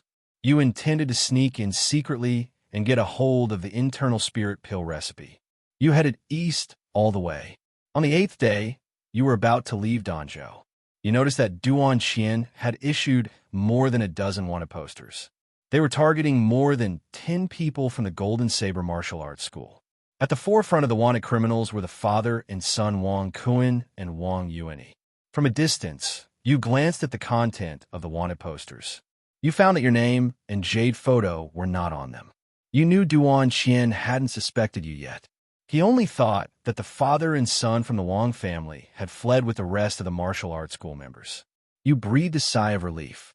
At the same time, a sense of urgency arose. Since Duan Xian was taking this matter so seriously, it was very likely he would investigate everyone from the Golden Saber martial arts school and sooner or later would trace it back to you. That night, you left the city and exited the jurisdiction of Danzhou. You proceeded cautiously, not continuing directly toward the Danxia sect. Instead, you found a remote mountain to lay low. You lived in the mountains for more than half a year. You did not waste a single moment. During this half year, you completed your first true chi condensation. The true chi condensation at the marrow washing stage gave you added confidence. After more than half a year, the heat of the manhunt gradually subsided. You continued to head east. The next year, you arrived at the Danxia sect. You bought a small courtyard in a nearby village. During your spare time outside of cultivation, you wandered around near the Danxia sect. In your line of work, you always have to scout the place before making a move. After a month, you had basically figured out the situation of the Danxia sect. Although the Danxia sect wasn't one of the 5 great sects, its scale was not small either. The sect's leader had the cultivation of a grandmaster. The overall strength of the Danxia sect was not weak. For over a month, you had been unable to find an opportunity to sneak inside. Several times while scouting, you were nearly discovered. Fortunately, you had a large reserve of internal spirit pills. You could continue your cultivation as usual. In the second month, an opportunity finally came. The Dansha sect's annual disciple recruitment began. Anyone 16 years old or younger could participate in the entry exam. Passing the exam would allow one to become a disciple of the Dansha sect. A great chance. You were very excited. You had just turned 16 this year. You planned to enter the enemy's inner circle through this exam. Once inside the Dansha sect, you were sure you could find a chance to steal the pill recipe. You created a new identity with the name Zhao Taizhu. Using the art of hidden breath, you only revealed your cultivation to mid-stage skin refining. You pretended you had never refined any pills before, so as not to arouse suspicion. Your art of hidden breath was already perfected. Only an ultimate grandmaster could see through your true cultivation. Even the sect leader with the highest cultivation in the Dansha sect couldn't detect your true level. You were not worried about revealing your cultivation inside the Dansha sect. The sect's entry only required a pill refining exam. You competed alongside more than 50 other youths. The examiner asked you all to refine an unfamiliar ordinary healing pill. Relying on your experience refining blood chi pills, you finished first. Your yield rate was also the highest, reaching 70%. Achieving such a high success rate on a pill you had never refined before, calling you a pill refining prodigy, was no exaggeration. When the examiner came to inspect your product, his eyes lit up. He looked at you more happily than if he had seen his own father. The examiner immediately terminated the other candidates' exams. He announced on the spot that the other youths had failed. The other youths left dejectedly. As they left, they glared resentfully at you. Usually, the Dansha sect only recruited 3 disciples each year. But because your performance was so stunning this year, the others' talent and skill were completely insignificant by comparison. You easily created a gap that placed you first by far. It's not about lacking recognition, but about comparing worth to worth. This caused the examiner to directly cut 2 recruitment slots. And this year only you were accepted. You sincerely said to those eliminated, "Youngsters, don't envy my height. One day, you'll jump high enough to reach my knees." You smoothly entered the Dansha sect. You were assigned as the disciple of Elder Xiehueda, the 7th elder. Xiehueda was 75 years old, looking middle-aged, with cultivation at the peak of essence refining. Xiehueda was carefree by nature and disliked managing affairs. Besides teaching you pill refining, he never came looking for you. You were happy about this. It meant you could go scouting whenever you wanted. You could also cultivate freely in your own residence. There was no need to worry about exposing your cultivation. Usually, Xiehueda would explain the basic framework of pill refining to you. Your proficiency in refining blood chi pills was entirely a rough method forged through spending money and time recklessly. Now, after listening to Xiehueda's explanations, you gained a systematic understanding of pill refining. You realized that pills were actually divided into grades, from grade 1 to grade 9, with grade 9 being the highest. When a pill refiner's proficiency in the highest grade pill they can refine reaches completion, that refiner is considered to be of that corresponding grade. A with the cute Nui. As for you, blood chi pills are actually grade 2 pills. Your proficiency in refining blood chi pills was already complete. You were effectively a grade 2 pill refiner. Xiehueda was a grade 7 pill refiner, which was quite impressive. He gave you the recipes for 3 grade 1 pills. These 3 pills were among the more difficult grade 1 pills. He told you that once your proficiency in refining these 3 grade 1 pills all reached completion, he would teach you to refine blood chi pills. When your proficiency in blood chi pills reached completion again, he would teach you to refine grade 4 internal spirit pills. That also meant that at that time, you would obtain the internal spirit pill recipe.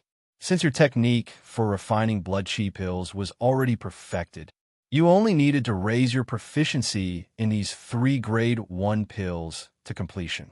Then the internal spirit pill recipe would be well within reach.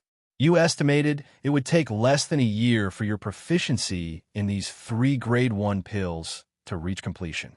But you couldn't suddenly reveal full mastery of blood chi pills. Otherwise, your identity would surely be suspected. You had to play dumb and slowly show progress. Given your pill refining prodigy persona, for years to reach completion seemed more reasonable. But you felt 4 years was too long. You decided to study pill refining seriously while looking for chances to steal the recipe.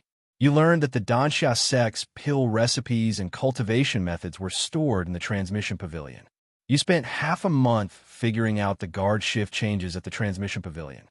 One day, you quietly slipped into the transmission pavilion during the guard change. But you were immediately caught by a guard returning to duty. This guard was at the early stage of essence refining. You could handle him. You planned to kill him and escape the Danxia sect. However, the guard recognized you and asked, "Are you Zhao Taizhu, the disciple of the seventh elder?" You answered yes. "I thought I'd seen you before." The guard muttered and then walked away. He completely ignored you afterward. You were somewhat stunned. Later, you learned that disciples of the sect elders could come and go freely in the transmission pavilion. You had been overly cautious before and hadn't dared to ask anything about the transmission pavilion. This time, you had been too cautious. You hurriedly searched inside the transmission pavilion, but found no internal spirit pill recipe. It turned out that recipes of grade 4 and above were not stored there. They were kept by the sect leader and elders. You had made a wasted trip. You had no choice but to obediently raise your proficiency in the 3 grade 1 pills first. Although your plan to steal the pill recipe was ruined, you found staying in the Danxia sect was only beneficial to you. Every day, you only needed to study pill refining, then complete the pill refining tasks assigned by Xiehueda. These tasks were as easy as breathing for you. They didn't hinder your cultivation at all. Although the Danxia sect's overall combat power was far weaker than the 5 great sects, its status in the martial world was second only to the 5 great sects and the 3 great demon cults. It was highly respected in the martial world. Simply put, if you didn't respect the Danxia sect, they wouldn't sell you their pills. Want to cause a scene and get angry? They would just call a few ultimate Grandmaster brothers who need their pills to come and deal with you. You wouldn't stand a chance. So no sect wanted to make an enemy of the Danxia sect. Danxia sect disciples basically didn't need to go out fighting. Unlike the rogues from other sects who needed to wield watermelon knives and cut people everywhere. That was dangerous and could cause deaths. You hated fighting and killing the most and had no idea what it felt like to wipe out someone's entire family. So, staying in the Danxia sect was actually safer than wandering outside. Moreover, the Danxia sect was very wealthy. When disciples practiced pill refining, the consumables used could be reimbursed half by the sect. Each disciple also had their own independent courtyard residence. You had your own large courtyard. Life was quite comfortable. Other sects definitely didn't have such favorable conditions.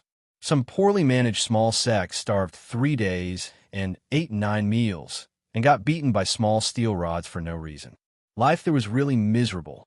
You continued to study pill refining through the system while cultivating at the same time. The 9 condensation's profound skill greatly improved your martial talent. Your cultivation encountered no bottlenecks. The process was extremely smooth. Before long, you completed your 2nd condensation of true chi. The power of your externalized true chi reached an epic level enhancement. Your externalized true chi could now break through the defenses of mid-stage bone-tempering warriors. The release range expanded to 6 zhang, approximately over 20 meters. This range was quite far. Although your practical pill refining skills did not improve much, the pill refining insights taught by Xiehueda gave you great inspiration. Many previously confusing aspects were now effortlessly understood, as if years of constipation suddenly cleared. You realized you had taken many detours in refining blood chi pills before. On the surface, Xiehueda appeared indifferent to you, but in fact, he held you in high regard. Every time he explained pill refining techniques, he was very thorough. Moreover, he only cared about your pill refining, never prying into your daily affairs. While learning pill refining, you also touched on some medical theory. pill refining and medicine were actually similar. Both required a thorough understanding of the human body to apply the right treatment. The top pill refiners in Danxia sect were also skilled physicians. In your third year, you had been in Danxia sect for 8 months. One day, Xie Huida called you to his courtyard. He wanted to check your pill refining progress. Your test results when you entered were impressive, but a master of pill refining like Xie Huida did not care much about that. The longer he taught you, the more he understood you. Your decades of self-taught pill refining experience clashed with Xie Huida's own experience. Sometimes you even gave him new ideas and inspiration. Gradually, Xie Huida realized you truly were a pill refining genius, just on the wrong path. This made him cherish your talent. He was trying his best to guide you back on the right track, based on his understanding of you. He estimated you had already achieved a great mastery level in refining a first-grade pill. Xie Huida was reclining in a rocking chair in the courtyard, leisurely basking in the sun. He gently waved the palm fan in his hand and said, "Taiju, for the 3 first-grade pills, have you reached great mastery in any of them?" You calmly replied, "I have great mastery in the Pakshuan pill and Jinming pill. The progress on Yangsha pill is poor, just beginning. In fact, your mastery in all 3 first-grade pills was already great. Your proficiency in the Pakshuan pill was even perfect, but to avoid causing a stir, you concealed your true progress. You discovered you indeed had a natural talent for pill refining. You were a genuine pill refining prodigy. You have great mastery in 2 first-grade pills." Xie Huida suddenly sat upright in his rocking chair. He had expected you to master only 1 first-grade pill. He never imagined you had mastered 2, and the third was already initiated. "Yes, master," you replied. Suddenly serious, Xie Huida said, "Taiju, there's no faking this." You said firmly, "If I ever lie from now on, Zhao Taiju will explode every pill refining furnace he uses." Xie Huida stopped your oath and said, "Taiju, it's not that I don't believe you, but pill refining needs proof." You knew he wanted you to demonstrate. You immediately took out your pill furnace, arranged everything, and began refining. You refined 2 fresh batches on the spot. The output rate of the Pakshuan pill and Jinming pill indeed reached great mastery. Xie Huida was overjoyed. "Excellent. Just like my glory days." He immediately gave you his own written book, True Explanation of Pill Refining. This was a summary of his decades of pill refining experience, extremely valuable. It could help you avoid many detours. You took it back and studied day and night for 3 days and nights. During these 3 days, you even set aside your favorite cultivation. This book greatly benefited you. Your understanding of pill refining and medicine reached a higher level. But outside, you still pretended to be a clueless newbie. In the third year, after finishing Xie Huida's True Explanation of Pill Refining, you felt terrifyingly strong. You took a 3rd-grade pill recipe directly from the transmission pavilion. Confidently, you began refining. But after a month, your record was still 0 to 10. You refined for a month without producing a single pill. You had slightly overestimated your pill refining talent. Luckily, your perseverance was strong. You continued refining 3rd-grade pills.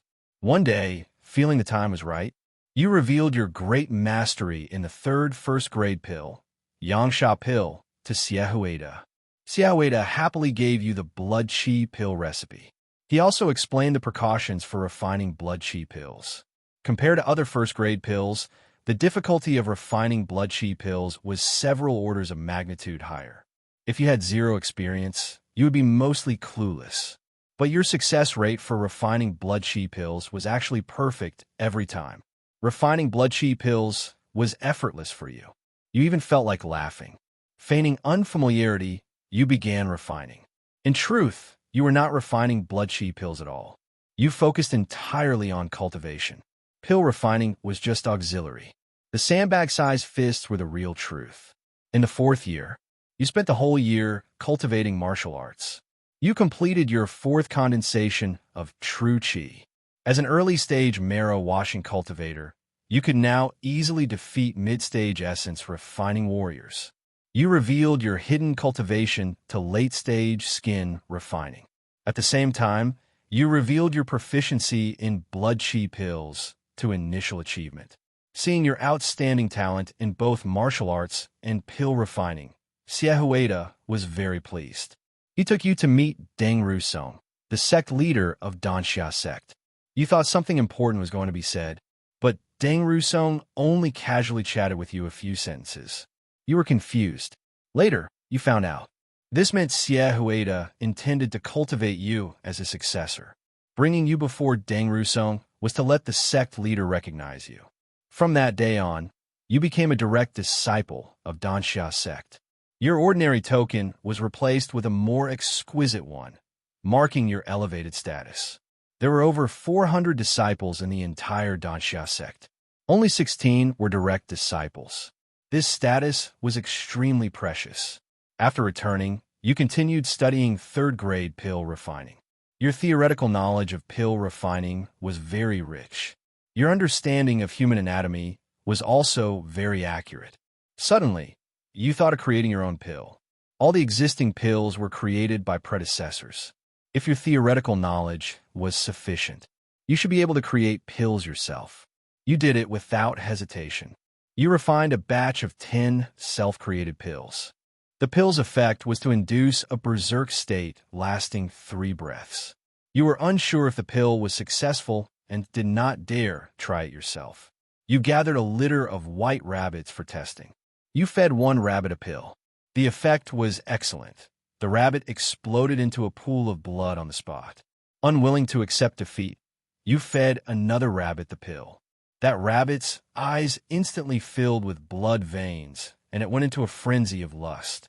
It did not care about gender, randomly mounted another rabbit's rear, and attacked at maximum speed, forcing the other rabbits to flee in panic. You threw all the pills into the cage. The rabbits went crazy after eating them, biting and tearing each other apart. The cage became a chaotic battlefield. Obviously, your self-created pill was a failure, but it seemed you had created a powerful poison. You did not know if it would have such deadly effects on humans. You planned to find a few lucky test subjects to experiment on later. Besides the self-created pill, during your free time outside cultivation, you kept refining third-grade pills. You faced all the problems in third-grade pill refining on your own. You did not dare ask Xiehueda. After all, you had only revealed your proficiency in second-grade blood chi pills at initial achievement. Suddenly asking him about third-grade pills would seem awkward. In the 6th year, your schedule was very tight over the past 2 years. You had to focus on cultivating your skill and raising your level. You also needed to condense true chi. You had to refine third-grade pills, and you had to devote some energy to exploring self-created pills. You wished there were 24 hours in a day to use. You considered yourself a master of time management. You had consumed most of the internal spirit pills stored in your space, but the effort brought rewards. Your wild heaven saber technique broke through to mid-stage marrow washing. You condensed true chi 5 times. Your real combat power reached late-stage essence refining. No one would guess that a pill refiner like you knew some boxing skills. You also revealed your proficiency in blood chi pills to minor achievement. Once you reached great mastery, you would qualify to receive the internal spirit pill recipe. It was not far off. Xiehueda was very satisfied with your progress. He called you over and said he had something to tell you. You arrived at Xiehueda's place and discovered he had taken on 2 new disciples. One was named Jiao Mingxiu, the other by Chun. Jiao Mingxiu was 15 years old with an honest-looking face and a loyal, simple personality. He had decent martial arts talent, already at mid-stage skin refining, but his pill refining aptitude was rather poor, so he would mainly focus on martial arts in the future. Bai Chun was somewhat special. At 42 years old, he was quite old for a beginner. He had managed to become Xiehueda's disciple solely through his exceptional pill refining talent. Bai Chun was also at mid-stage skin refining. With his triangular eyes, he looked like a very cunning person at first glance. To summarize these two, Jiao Mingshu honest doesn't talk much. Bai Chun old doesn't tell much truth. Both were ordinary disciples, not personal disciples. Xie Huida had them follow you first, asking you to teach them basic pill refining knowledge. You spent over 10 days teaching them pill refining. One day after the lesson, Bai Chun asked you, "Senior brother, are we allowed to freely come and go from the sect?" Though Bai Chun was much older than you, since your pill refining skills and martial cultivation were both superior to his, he naturally called you senior brother. Of course. Do you want to go down the mountain? Bai Chun smiled with his triangular eyes narrowed. I want to go buy some personal supplies. Be honest, Jiao Mingshu nodded beside him. Considering you hadn't been down the mountain in years either, you decided to take both of them down together. You arrived at the nearest county town, Yutong County. After some eating, drinking, and entertainment in the market district, you noticed that although Bai Chun didn't look like a good person, aside from being a bit sly, he wasn't actually bad. Having experienced the secular world for many years, he knew how to interact with people very well, making him quite pleasant company. Jiao Mingshu was exactly as he appeared, an honest man whose catchphrase was "my mom said this and that." He would basically do whatever you, as senior brother, told him without any complaints. The three of you came upon an obviously expensive restaurant. Bai Chun tactfully said, "Senior brother, you've been teaching us all these days. Let me treat you to a meal." Naturally, you wouldn't refuse such a small thing. The three of you went in and sat down. A waiter immediately came to introduce the dishes, but the more he talked, the more obvious it became. This restaurant's prices were outrageously expensive. A single dish could cost a common family's monthly food budget. While this price meant nothing to you, you noticed Bai Chun starting to sweat slightly. Clearly, this was extremely stressful for him financially, but he couldn't just leave, as that would show disrespect to you. After the waiter finished his enthusiastic introduction, he politely asked, "What would you three like?" You looked at Bai Chun, then stood up. "We're leaving." The waiter was stunned. He'd never heard of that dish before. Seeing you help him out of this situation, Bai Chun looked greatly relieved. After leaving, Bai Chun quickly apologized. "Thank you for understanding, senior brother. I'm really a bit short on funds." You waved your hand, not minding such things. The three of you ended up eating at a simple roadside stall instead. Full and satisfied, you were about to return to Danxia sect when you passed by a brothel. Beauties on the second floor were waving handkerchiefs to attract customers, with a steady stream of men coming and going. Bai Chen's eyes lit up. "Senior brother, care to join me?" His narrowed eyes shone with excited mischief. "Junior brother Bai, the expenses here are even higher than that restaurant," you said with a laugh. Bai Chen's eyes darted about before he smiled. I can manage. You immediately understood. This old fox Bai Chen wasn't actually poor. He was just the type to save where he could and spend where he wanted. "Junior brother Bai, you really know how to spend money where it counts," you complimented.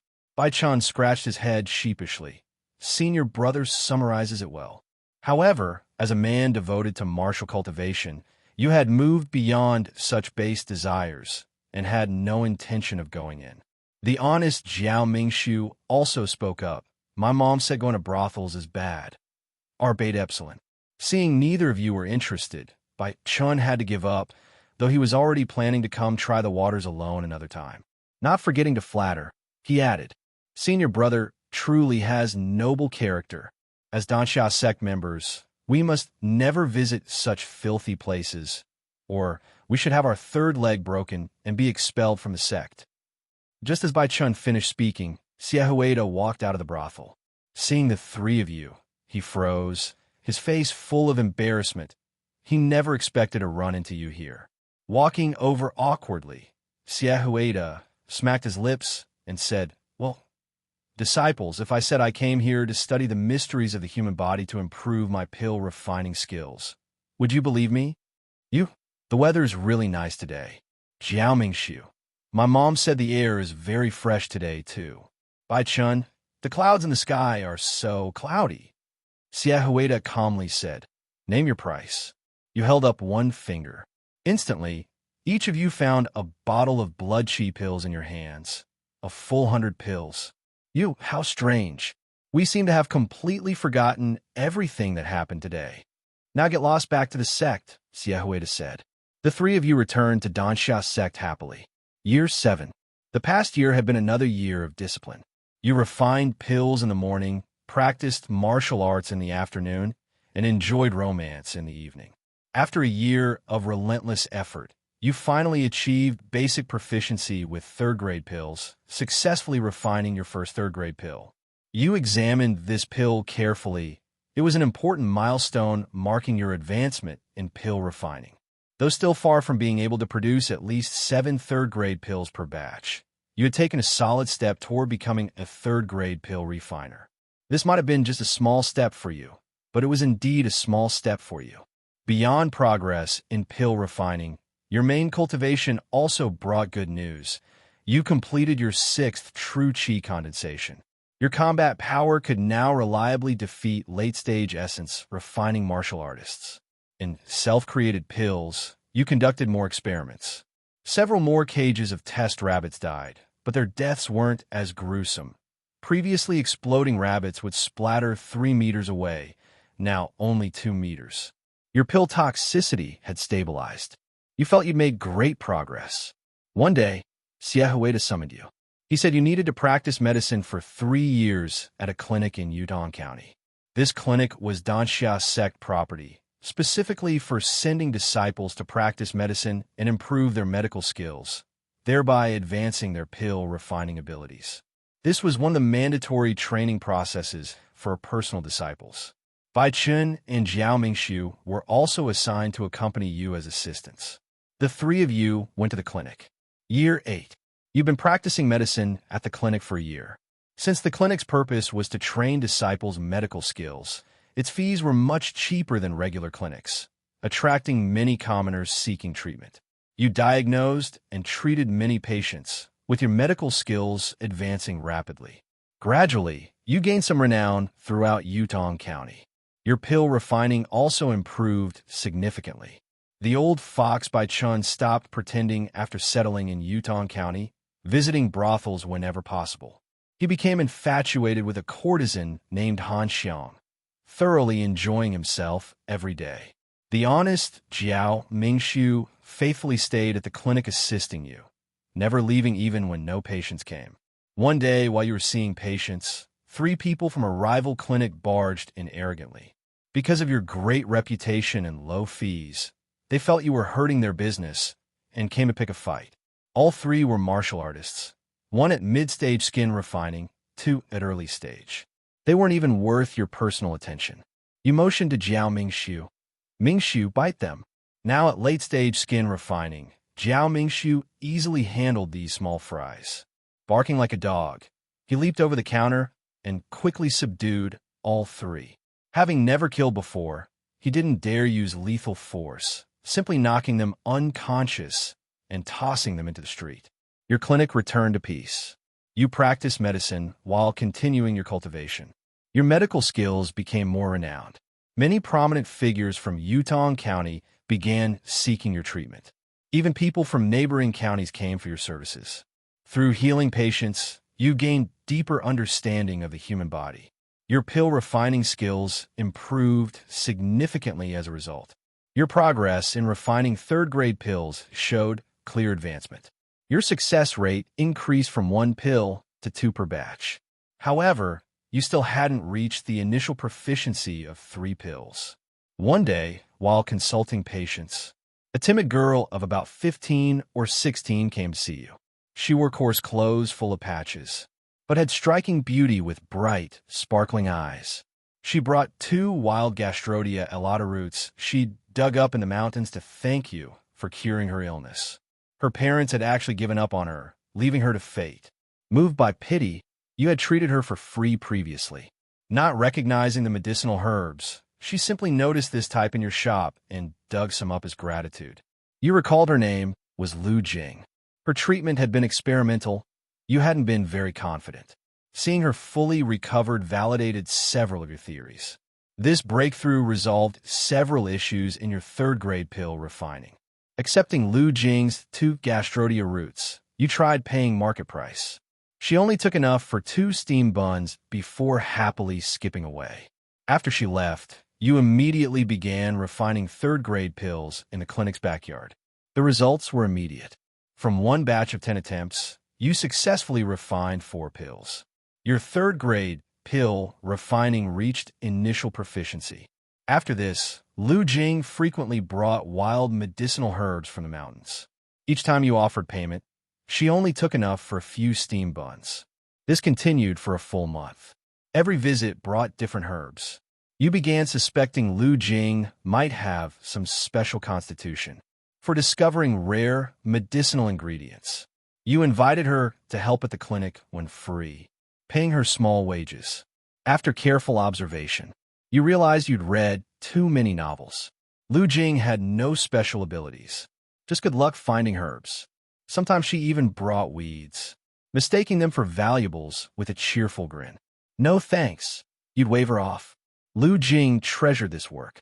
When farm chores were light, she came daily, eagerly doing every available task. This significantly reduced Bai Chun and Jiao Mingshu's workload. Bai Chun gained more free time, visiting the brothel more frequently. Recently obsessed with a courtesan named Xiaonyang, he'd spent most of his savings trying to win her favor, even promising to buy her freedom. Where physical desire should rule, Bai Chun had grown emotionally invested. You recalled the old saying, simps die miserable deaths. Even honest Jiao Mingshu acted strangely lately, often disappearing mysteriously. Your focus remained on cultivation. Through moderately diligent practice, after 3 months, your true qi completed its 6th refinement. The density of your internal energy became terrifying. Your martial talent received another boost. With current aptitude, you could qualify as a core disciple even in first-rate sex. Several days later, Lu Jing suddenly stopped coming. Her family delivered a wedding invitation. Her father had sold her as a concubine to a middle-aged merchant.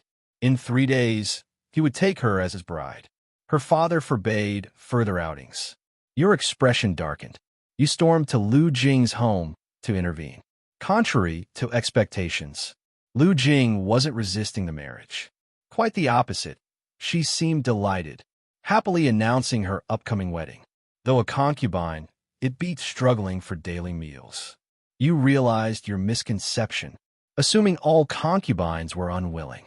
For impoverished families like Lu Jing's, this was an enviable opportunity. You gifted Lu Jing an imperial green jade bracelet as congratulations. 3 days later, you attended her wedding banquet, where she smiled radiantly throughout. Returning to clinic duties, you gradually felt medicine no longer aided your pill refining. You began withdrawing from practice, teaching basic skills to Bai Chun and Jiao Mingshu, having them handle consultations, only calling you for difficult cases. You spent most time cultivating quietly in the backyard. With only 300+ internal spirit pills remaining, you had to conserve them, no longer swallowing handfuls like blood qi pills. Now you savored each pill individually. You plan to demonstrate mastery of blood qi pill refining next year, to obtain the internal spirit pill recipe before complications arose. By then your supply would be nearly exhausted, allowing seamless transition to self-production. One night, after cultivation, you went to relieve yourself before bed. Finishing, you suddenly shivered, then abruptly broke through. The sudden advancement made you piss your pants in excitement. Your Wild Heaven Saber technique reached late-stage marrow washing. Concurrently practiced Heavenly Desire formless technique also advanced. Tremendous true qi roared through your meridians, dragon and tiger cries reverberating deafeningly. You can now instantly defeat even essence refining late-stage martial artists. You outwardly displayed only skin refining peak cultivation. Caution remained your foundation. That day, while cultivating intensely, Bai Chun rushed in frantically. Senior brother, that rival clinic is causing trouble again. They smashed our shop. You pause cultivation. Standard procedure. Close up and release Mingshu. We did. They beat Jiao Mingshu beyond recognition. Right then, a bruised Jiao Mingshu stumbled in. Senior brother, I can't handle this. The opposition had gathered local gang members. Over 20 people, including 2 bone-tempering martial artists, determined to ruin your business. Bai Chun panicked. Senior brother, notify the sect. Jiao Mingshu agreed. They're too strong. We can't win. He Yushan added. Senior brother, Brother Su is right. You stood to confront them, then paused abruptly. Wait. You turned to He Yushan. Who the hell are you? When did an extra person appear? She nearly slipped by unnoticed. Jiao Mingshu hurriedly explained. Senior brother, it's complicated. Let's escape through the back. Bai Chun rolled his eyes. She's the girl Mingshu's been courting lately. You stared at Jiao Mingshu. That sounded pretty straightforward. Ahem, true. Jiao Mingshu scratched his head sheepishly. Having focused on backyard cultivation recently, you rarely consulted patients. You never expected even honest Jiao Mingshu to find romance. The world was changing too fast. You instructed, I'll handle this. Stay here, don't move. Pushing through the backyard curtain, you enter the front. Senior brother, they called after you to escape together, but you'd already vanished. Your voice carried faintly. You've clearly never met real gangsters.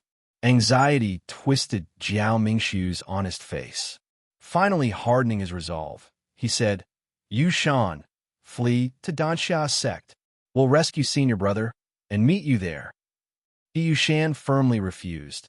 Brother Su, I won't abandon you. Jiao Mingshu said sternly. Yushan, the situation is urgent now. If we don't run, it'll be too late. Bai Chun also advised.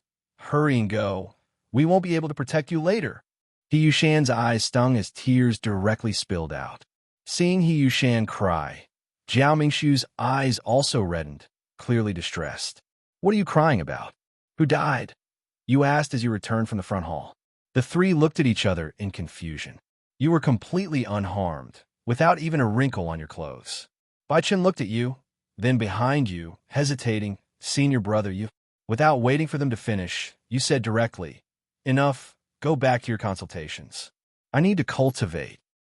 Senior brother, about that. What's the situation outside? Jiao Mingshu stammered. Go see for yourselves. You chased them out and resumed cultivation. When the 3 went outside, they were instantly stunned. The 20-plus troublemakers were neatly arranged on the street outside the clinic. Not a single intact corpse remained. All had been gold-rimmed headshots. Passers-by kept their distance, pointing and whispering. Did senior brother do this? Their pupils trembled violently, utterly unable to believe it. After the 20-plus troublemakers died, Yutong County's magistrate immediately launched an investigation.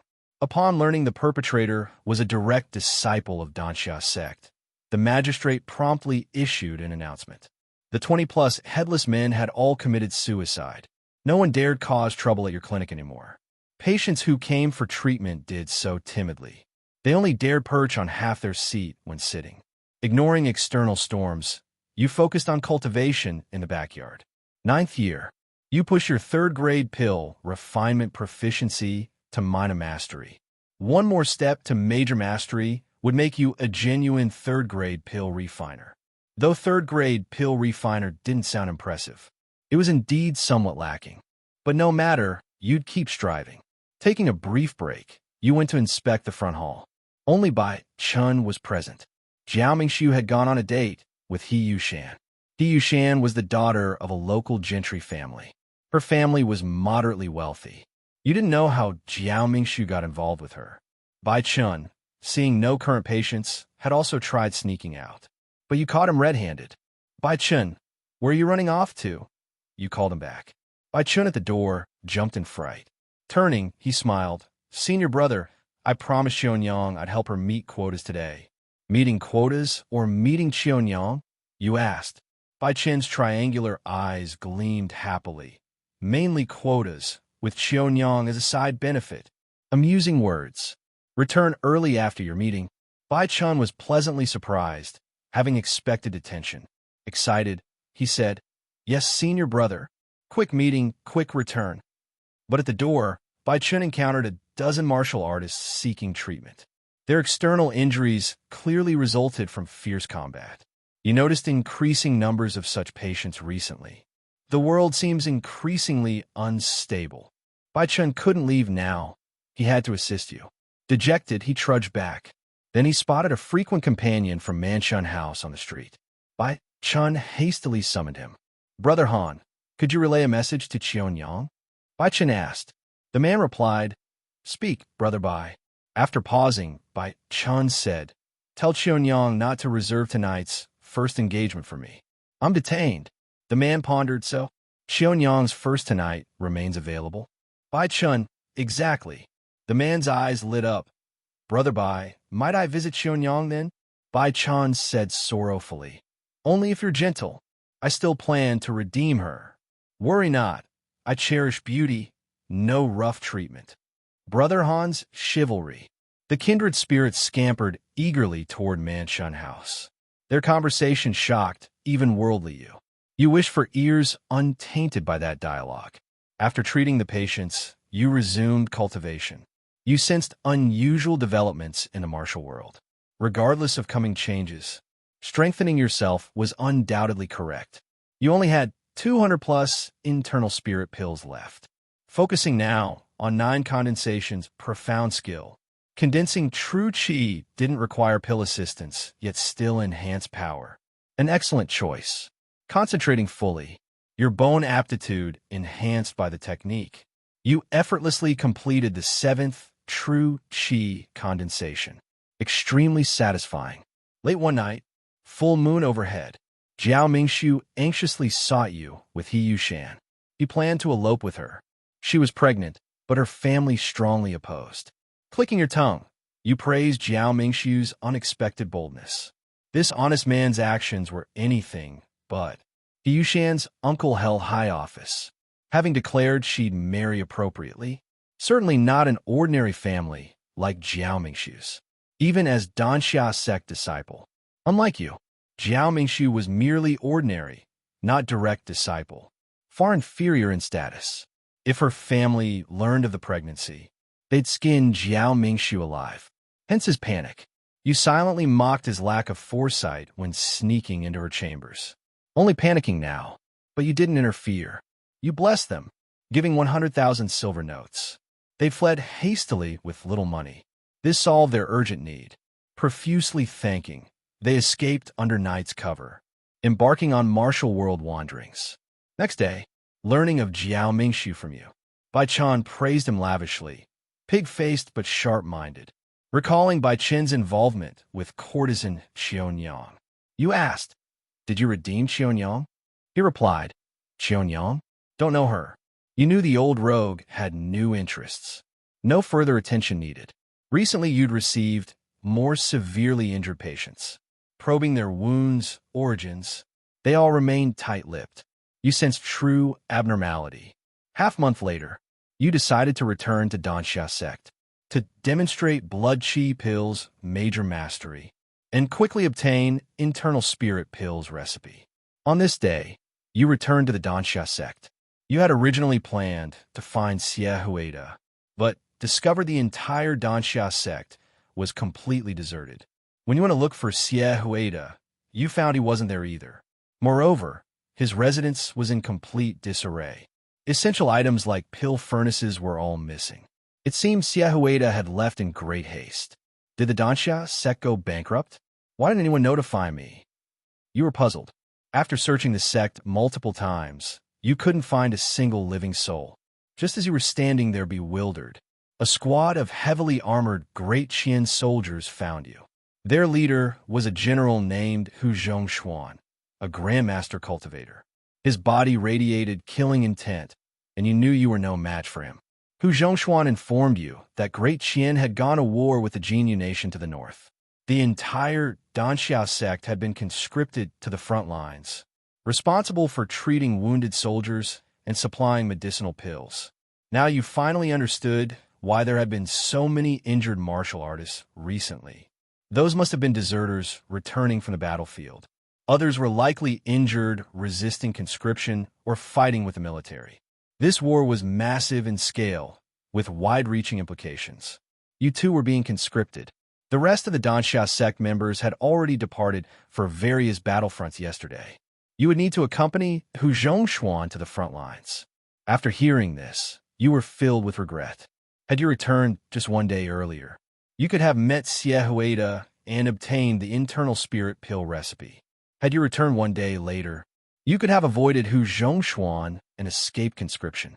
Missing by just one day meant you got neither advantage. Years of effort wasted, and now you had to risk your life on the battlefield. Though pill refiners weren't sent to the front lines, there was still danger. You were deeply frustrated. At this moment, Hu Zhongshuan asked for your name. You answered truthfully. I changed neither my name nor surname. Zhao Taiju at your service. Hu Zhongshuan nodded and handed you a large chest, saying Xie Huida had specifically left these items for you. Inside, you found pill recipes and refinement insights, along with 1,000 blood chi pills and 500 internal spirit pills. The internal spirit pill recipe was clearly among them. Beyond the 4th grade internal spirit pills, there were several higher grade recipes up to 7th grade. It seemed Xie Huida had handed over his life's work to you. This atmosphere felt ominous. Was Xie Huida dead? You hurriedly asked Hu Zhongshuan. Did Xie Hui, my master, die? Hu Zhongshuan gave you a strange look. No, he's on another front line, refining pills for high-level martial artists. Oh, not dead then. You had thought Xie Huida died, because this seemed exactly like someone settling final affairs. But Hu Zhongshuan got the impression you were hoping for Xie Huida's death. He figured this must be how master-disciple relationships worked in the Danxia sect. He didn't understand, but respected it. Not only had you obtained the internal spirit pills, but also many unexpected recipes, and Xie Huida's valuable practical experience that would save you years of trial and error. You happily followed Hu Zhongshuan to the front lines, arriving at the strategic military stronghold of Yajianku near the Tsangwang Desert in the north. This was a crucial contested location between the two nations, heavily garrisoned with main forces. You were assigned to the medical corps as part of logistic support, specifically responsible for refining blood chi pills. Most soldiers were at bone-tempering level or below, creating enormous demand for blood chi pills. Medical corps personnel didn't go to the battlefield. Compared to soldiers fighting for their lives, you faced no mortal danger. Year 10. Your blood chi pill refinement success rate was so high you could complete daily quotas in just 2 hours. The Army assigned you additional refinement tasks, including 3rd grade golden sore pills for wound treatment. You deeply understood the saying, the capable get endless work. Fortunately, the military covered all refinement materials, allowing you to improve your 3rd grade pill refining skills. After half a year of continuous golden sore pill refinement, your 3rd grade pill proficiency finally reached mastery. You had become a genuine 3rd grade pill refiner and planned to begin 4th grade internal spirit pill refinement. 3rd grade refiners weren't particularly remarkable in the Danxia sect, but were rare high-level talents in the medical corps. Pill refiners were scarce in the corps, with most struggling even with 2nd grade blood chi pills. Producing 6 or 7 pills per batch had them shouting, "This master has succeeded." Most medical corps personnel were ordinary physicians, the majority being non-cultivators. Refiners only made pills while physicians treated wounds. Most corps refiners knew no medicine, but you happened to be highly skilled, a result of the Danxia sect's special training system for direct disciples. This war scale created enormous demand for physicians, necessitating lowered recruitment standards. Your group even included several veterinarians. These vets figured, if wounded soldiers dare take my prescriptions, they must know what they're doing. The soldiers thought, if physicians dare prescribe this, they must know what they're doing. Both sides happily engaged in this mutual understanding. Until yesterday, when a vet prescribed an ox dose to a wounded soldier. The soldier's eyes immediately turned red as he excitedly mooed, constantly feeling his neck like a plow. He ended up plowing 2 acres before calming down. After this incident, the vets received emergency medical training. Their skills became barely adequate for minor wounds. During peak casualty periods, you sometimes assisted with treatments. Hu Zhongshuan eventually discovered your medical skills and put you in charge of a team. As an army staff officer, second only to commanders, he had authority over medical corps assignments. He assigned you 3 refiners and 30 physicians. Normally, refiners and physicians operated separately, with refiners holding higher status. Compared to herbal medicine, pills worked faster and better. Just swallow one and return to duty the same day. Physicians often begged refiners for pills, but wartime demand meant limited supplies. Other teams prioritized severely wounded soldiers, but your group operated differently. Your high refinement efficiency eliminated shortages. Anyone brought before you received a healing pill without question. Those healed returned to battle roaring. Others stayed for more until full. Eventually, you developed muscle memory, feeding pills even to uninjured stretcher bearers. Your 3 refiners also improved dramatically under your guidance. 2 mediocre first-grade refiners became proper first grades, while another advanced from first to second grade. This freed more time for your cultivation. One day, while cultivating in your quarters, your true chi suddenly condensed. Your 9 condensation's profound skill completed its 8th condensation. You sensed subtle internal changes, but couldn't determine if it was imagination. Finding nothing abnormal upon inspection, you frowned and temporarily set it aside. Taking out your pill furnace and materials, you prepared to begin internal spirit pill refinement. You had already reviewed Xie Huida's pill refining notes in advance. These pill refining notes were rather fragmented, unlike Xie Huida's true explanation of pill refining, which was systematic. But these scattered notes were more targeted and detailed. They provided you with great inspiration, especially several entries specifically explaining the practical refining of internal spirit pills. You studied them repeatedly for several days. You felt you had absorbed enough knowledge. You lit the pill furnace with a windproof lighter. After calming your mind, you officially began your first refining attempt. After 2 hours of complete concentration, the first batch of internal spirit pills steamed fresh from the furnace. You calmly opened the furnace, thin-skinned with generous filling, 18 folds. 10 failed pills lay quietly in the furnace. Without changing expression, you immediately began the second refining attempt. Your heart remained utterly calm. As long as your expectations were low enough, your mentality wouldn't be affected. 3 days later, you produced another 10 failed pills. You closed your eyes to rest, summarizing your failure experiences. You hadn't slept for 3 days and nights. Coupled with the extreme energy consumption of pill refining, you were utterly exhausted. You needed to sleep like the dead, just as you were about to go inside to rest.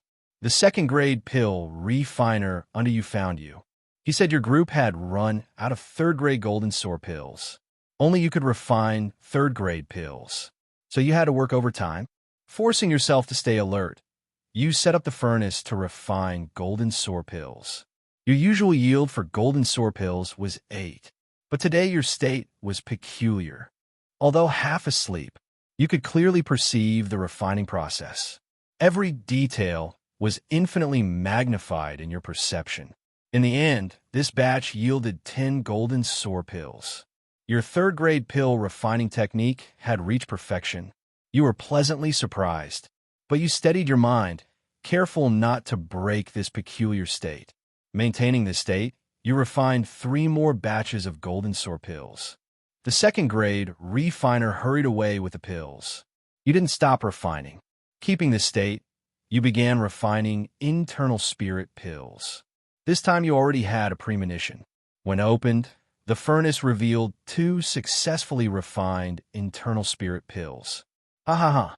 As expected of me, you picked up the 2 pills, unable to put them down. Your 4th-grade pill refining technique had begun. These days of effort hadn't been wasted.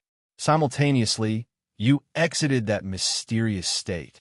No matter how you tried, you couldn't re-enter it. Instead, endless weakness washed over you. Your legs went weak, as if you'd fought for 7 days and nights. You hurried back to your room and collapsed into sleep. After 2 days and 1 night, you slowly awoke. Upon waking, Hu Zhongshuan happened to come looking for you. Having not seen you for days, he thought you'd deserted, glancing at your furnace and seeing internal spirit pills. He was utterly shocked. Your progress speed was terrifying, reaching 4th grade pill refining in mere days. But you knew it was only because of accidentally entering that mysterious state. You noticed Hu Zhongshuan seemed knowledgeable about refining too, since he recognized these as internal spirit pills just from the failed ones. Hu Zhongshuan offered to provide ample materials for refining internal spirit pills, but half the yield would go to the military. You indeed didn't have many materials for internal spirit pills. This damned Yajianku near Sangwang Desert had nowhere to buy more. Hu Zhongshuan's offer solved your problem, but half was too much. After bargaining, you settled on giving 3/10 to the military. Hu Zhongshuan considered and agreed. Given your current low success rate, even giving half wouldn't make you lose. Now only giving 3/10 was pure profit. You rarely went to the medical corps now. You stayed safely in the rear, diligently refining internal spirit pills. Only going to help when 3rd grade pills were needed. Hu Zhongshuan didn't force you to the medical corps either. You thought Hu Zhongshuan was quite decent.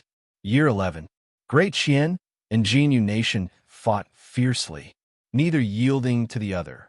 Even ultimate grandmasters began joining the fray, but neither side gained clear advantage.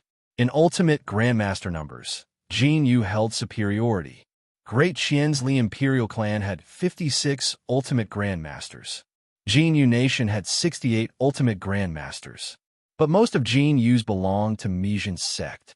Mijin's sect was Jin Yu's state-protecting sect. Unlike Great Qian with its many sects, Jin Yu had only Mijin's sect. Mijin's sect's leader held immense power, even above Jin Yu's ruler. Jin Yu's ruler had to affectionately call him beloved father, so Jin Yu's military could mobilize few ultimate grandmasters. Great Qian wouldn't deploy all its ultimate grandmasters either. Thus the stalemate continued. This year, through constant practice, your internal spirit pill refining reached initial achievement. You could produce 4 pills per batch, enough for your daily cultivation needs. And all materials were provided by Hu Zhongshuan. The freeloading feeling was delightful, but you never re-entered that mysterious state from the first refining. You tried staying awake for days, tried non-stop refining until mind-numb and disoriented. All useless. You gave up, planning to ask Xie Hueda later, with nobody paying attention. You didn't hide your cultivation, practicing openly. One day, while condensing true qi, you suddenly felt the world expand. You completed the 9th qi condensation. The surrounding world seemed changed, clearer somehow, yet upon closer inspection, no different. You'd vaguely felt this at the 8th condensation. Now the feeling intensified. You grew puzzled. Did compressing too much qi damage me? But you felt no discomfort, no immediate risk of exploding like a pressure cooker. Besides, worrying was pointless. You had no precedents to reference. Since Miao Li Wu, creator of 9 condensation's profound skill, wasn't even born yet. Miao Li Wu wouldn't be born until year 16. And you suspected he might never be born. Many events differed from last simulation, like this war between nations that hadn't occurred before. But you decided to visit Willow Tree Village in year 14. That year's drought might starve Wei Xia and Miao Jiayao without your aid, ensuring Miao Li Wu would never be born. You'd been at Yajianku for 2 years, during which combat intensity remained moderate. But recently, casualties surged dramatically. Hu Zhongshuan reassigned you to the medical corps. Many arriving wounded were gravely injured. Numerous missing limbs, high mortality. Hu Zhongshuan explained higher-grade martial artists were now extensively deployed. War intensity was escalating. Before this conflict, Great Qian and Jin Yu only skirmished, like stealing dogs or chickens. You didn't know why they now fought so fiercely. Asked Hu Zhongshuan. He gazed skyward at 45 degrees, mysteriously saying, "You'll know when you should know." You nearly slapped his damn face then. You hated such pretentious riddlers. Clenching your restless right hand, you suppressed the urge and continued conversing. Learn Bai Chun had been conscripted, arriving at Yajianku tomorrow. Apparently, when conscripted, Bai Chun reacted swiftly, fleeing straight from the clinic's backyard. But his martial arts were too weak, caught quickly, and forcibly returned.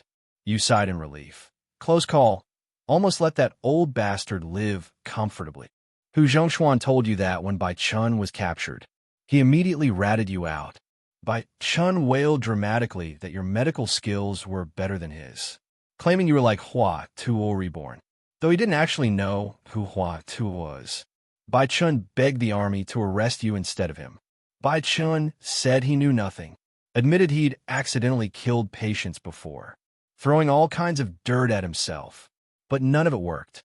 The army had even drafted veterinarians, clearly unfazed by Chin's track record. The next day, Bai Chun was indeed assigned to the medical corps. Seeing you, he acted like meeting a long-lost relative, passionately describing how much he'd missed you these past 2 years. Bai Chun claimed he'd never betrayed you when captured, never imagined you'd been conscripted earlier. You asked, "Then how come I heard someone compared me to Hua Tuo reborn?"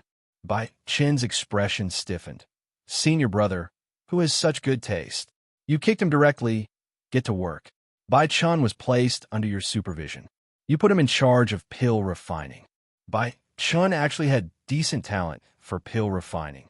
Even though he fooled around constantly, frequenting brothels, he could produce 6 second-grade pills per batch, reaching minor mastery. Not quite a second-grade pill refiner yet, but close. As the war intensified, the medical corps' workload grew heavier. Sometimes you even treated Jinyu Nation's wounded. After treatment, senior officers like Hu Zhongshuan would interrogate them. You notice they used a 3rd-grade pill called Confusion Heart Pill during interrogations. The Confusion Heart Pill muddled the mind. Paired with specific martial techniques, it could force information disclosure. Though the effects weren't very stable, you obtained the Confusion Heart Pill recipe from Hu Zhongshuan and began researching it. After 6 months, you improved the formula. The enhanced version stabilized the effects, no longer requiring supporting martial techniques. Just administering the new pill would make interrogated subjects answer any question truthfully, with remarkably effective results. You named the improved version Truth-Seeking Pill, upgraded from 3rd grade to 4th grade. This breakthrough inspired you. You immediately gathered materials for internal spirit pills and started refining. 2 hours later, opening the furnace, 8 gleaming internal spirit pills shone brilliantly. You officially became a 4th-grade pill refiner. You presented the truth-seeking pill to Hu Zhongshuan. After verification, he was thrilled, rushing over excitedly with endless praise. He said your truth-seeking pill would be adopted army-wide, then took you to meet Commander-in-Chief Ding Hanfei. Ding Hanfei, an ultimate grandmaster, commanded all forces at Yajianku. Ding Hanfei was equally pleased. Patting your shoulder, "Zhao Taiju, right? Excellent, excellent." Then turning to Hu Zhongshuan with a chuckle, "Your Danxia sect truly produces talent." You froze, hesitating. Commander who is also from Danxia sect. Ding Hanfei looked surprised. "Taiju, we didn't know. You wanted to say you knew Jack's hit." Hu Zhongshuan had never mentioned it. "Taiju, I am indeed from Danxia sect," Hu Zhongshuan admitted. Before you could inquire further, Ding Hanfei interrupted. "Taiju, save the family reunion for later. You improved the Confusion Heart Pill. What reward do you want?" You considered. "Martial techniques? Granted. Combat skills? Those two. Can I return to Danxia sect?" "That's a no." You rolled your eyes. What was the point then? Ultimately, you requested large quantities of internal spirit pill materials. All resulting pills would belong to you. Returning to the medical corps with Hu Zhongshuan, the two of you sat facing each other. You asked, "Commander Hu, you're my martial uncle. Hu Zhongshuan nodded. Yes. Everything suddenly made sense. No wonder Hu Zhongshuan had treated you favorably, providing internal spirit pill materials, allowing you to focus on pill refining. There had been this connection all along. You asked, Martial Uncle, what's the full story? Why are you in the army? Hu Zhongshuan hesitated, then explained. It turned out Hu Zhongshuan and Xie Huida were martial brothers, both trained at Danxia sect in their youth. They had a junior martial sister. Predictably, both fell for her. Predictably, she loved them both. Then came an accident during a training excursion. They encountered a master who severely wounded all three. They barely escaped, but the junior sister never regained consciousness. Not dead, just completely paralyzed, like Snow White after the poison apple. Though Hu and Xie eventually avenged her, she never woke up. Countless pills and treatments failed. Even the previous Danxia sect leader couldn't help. Gradually, Hu Zhongshuan and Xie Huida diverged. Hu Zhongshuan believed medicine couldn't save her.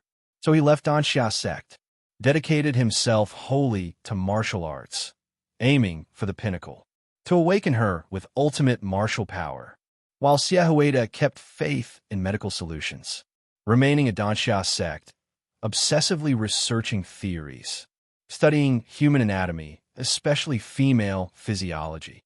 You suddenly recalled catching Xie Huida leaving a brothel.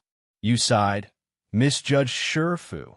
He really was conducting academic research. I also go for academic research, Bai Chun chimed in. You turned, when the fuck did you get here? Right after both fell for her, Bai Chun recalled. You nodded. Then I don't need to recap. Hu Zhongshuan, could you show some respect? Bai Chen asked. Martial Uncle, how exactly are you planning to wake her? You answered passionately. Martial Uncle aims for martial arts summit, to surpass ultimate grandmaster, to reach uncharted realms where life and death can be reversed. Bai Chun turned to Hu Zhongshuan. So succeeded yet. Veins bulged on Hu Zhongshuan's forehead. Still, just a grandmaster. Not even ultimate grandmaster. Of course he hadn't. Seeing Hu Zhongshuan's distress, you smacked Bai Chen's head. Stop face-to-face provoking. Bai Chun shut up sulkily. You soothed Hu Zhongshuan. Martial Uncle, Bai Chen's just a 40-something brothel-haunting child. Ignore him. Hu Zhongshuan waved dismissively. You asked the key question. Martial Uncle, how's my martial aunt? Who's also my martial uncle's wife? Before Hu Zhongshuan could respond, boom, a massive explosion rocked the medical corps. Screams and shouts erupted outside. Enemy attack! Enemy attack! Assemble! Defensive positions! Hu Zhongshuan shot out instantly. You teleported outside, using movement techniques to assess the situation. When you rushed out, you saw over a dozen figures floating in the sky. They all wore identical dark red robes that billowed dramatically in the wind. Every single one was from the Mijin sect. Fuck, ultimate grandmasters. A dozen of them. You didn't dare look for more than a second before turning to flee. Jokes were fine in normal times, but when facing flying warriors, you didn't mess around. The residual shockwaves from these ultimate grandmasters fighting at full strength could pulverize you. You retreated frantically against the crowd's flow. Bai Chan only now came running up, curiously pushing forward with the crowd to see what was happening. What the hell are you staring at? Run! You grabbed and dragged him away. Stumbling from your pole, Bai Chun saw your extreme reaction and stopped resisting. His face pale with panic, he fled with you. Senior brother, what's happening? A dozen Mijin sect ultimate grandmasters showed up. Absolute nightmare fuel. Realizing the severity, Bai Chen's face drained of color. At his late-stage skin refining level, he'd be like paper against ultimate grandmasters.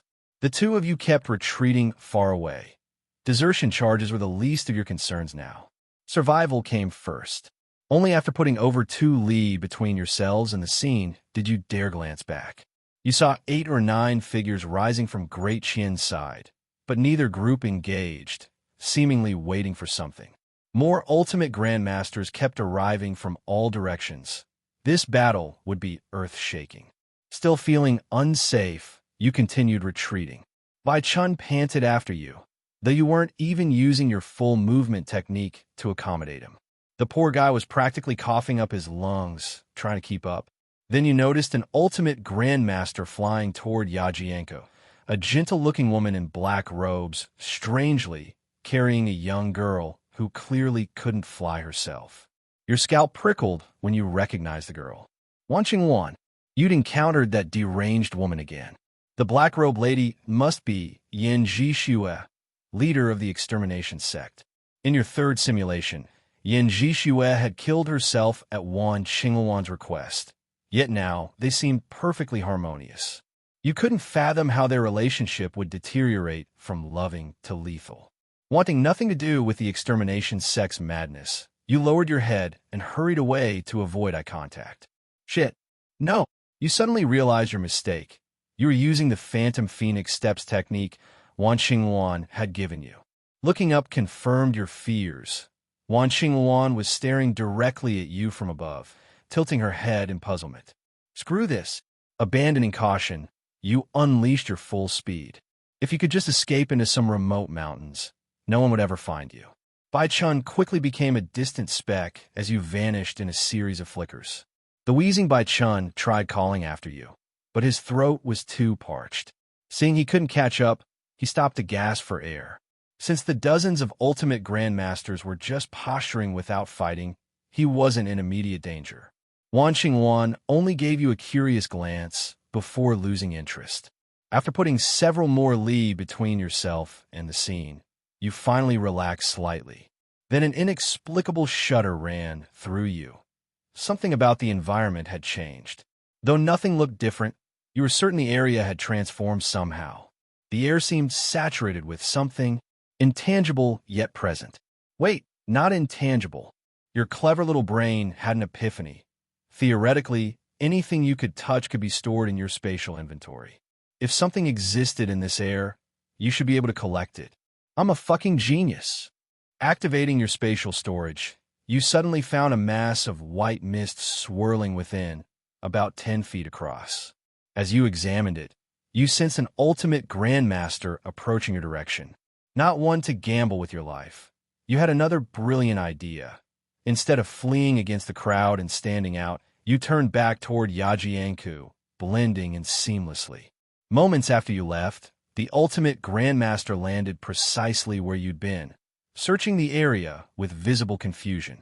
Your face remained impassive as you glanced back, but internally you were screaming, "Holy shit! Jackpot!" Anything an ultimate grandmaster sought so urgently had to be incredibly valuable. An even wilder thought struck you. Perhaps this white mist was why dozens of ultimate grandmasters had gathered. Insane. Absolutely insane. Excitement made every pore tingle, your heart pounding so hard you feared your lungs might burst. Only with great effort did you calm down enough to rejoin Bai Chun. Touched by your return, Bai Chun gasped. "Senior brother, you came back for me.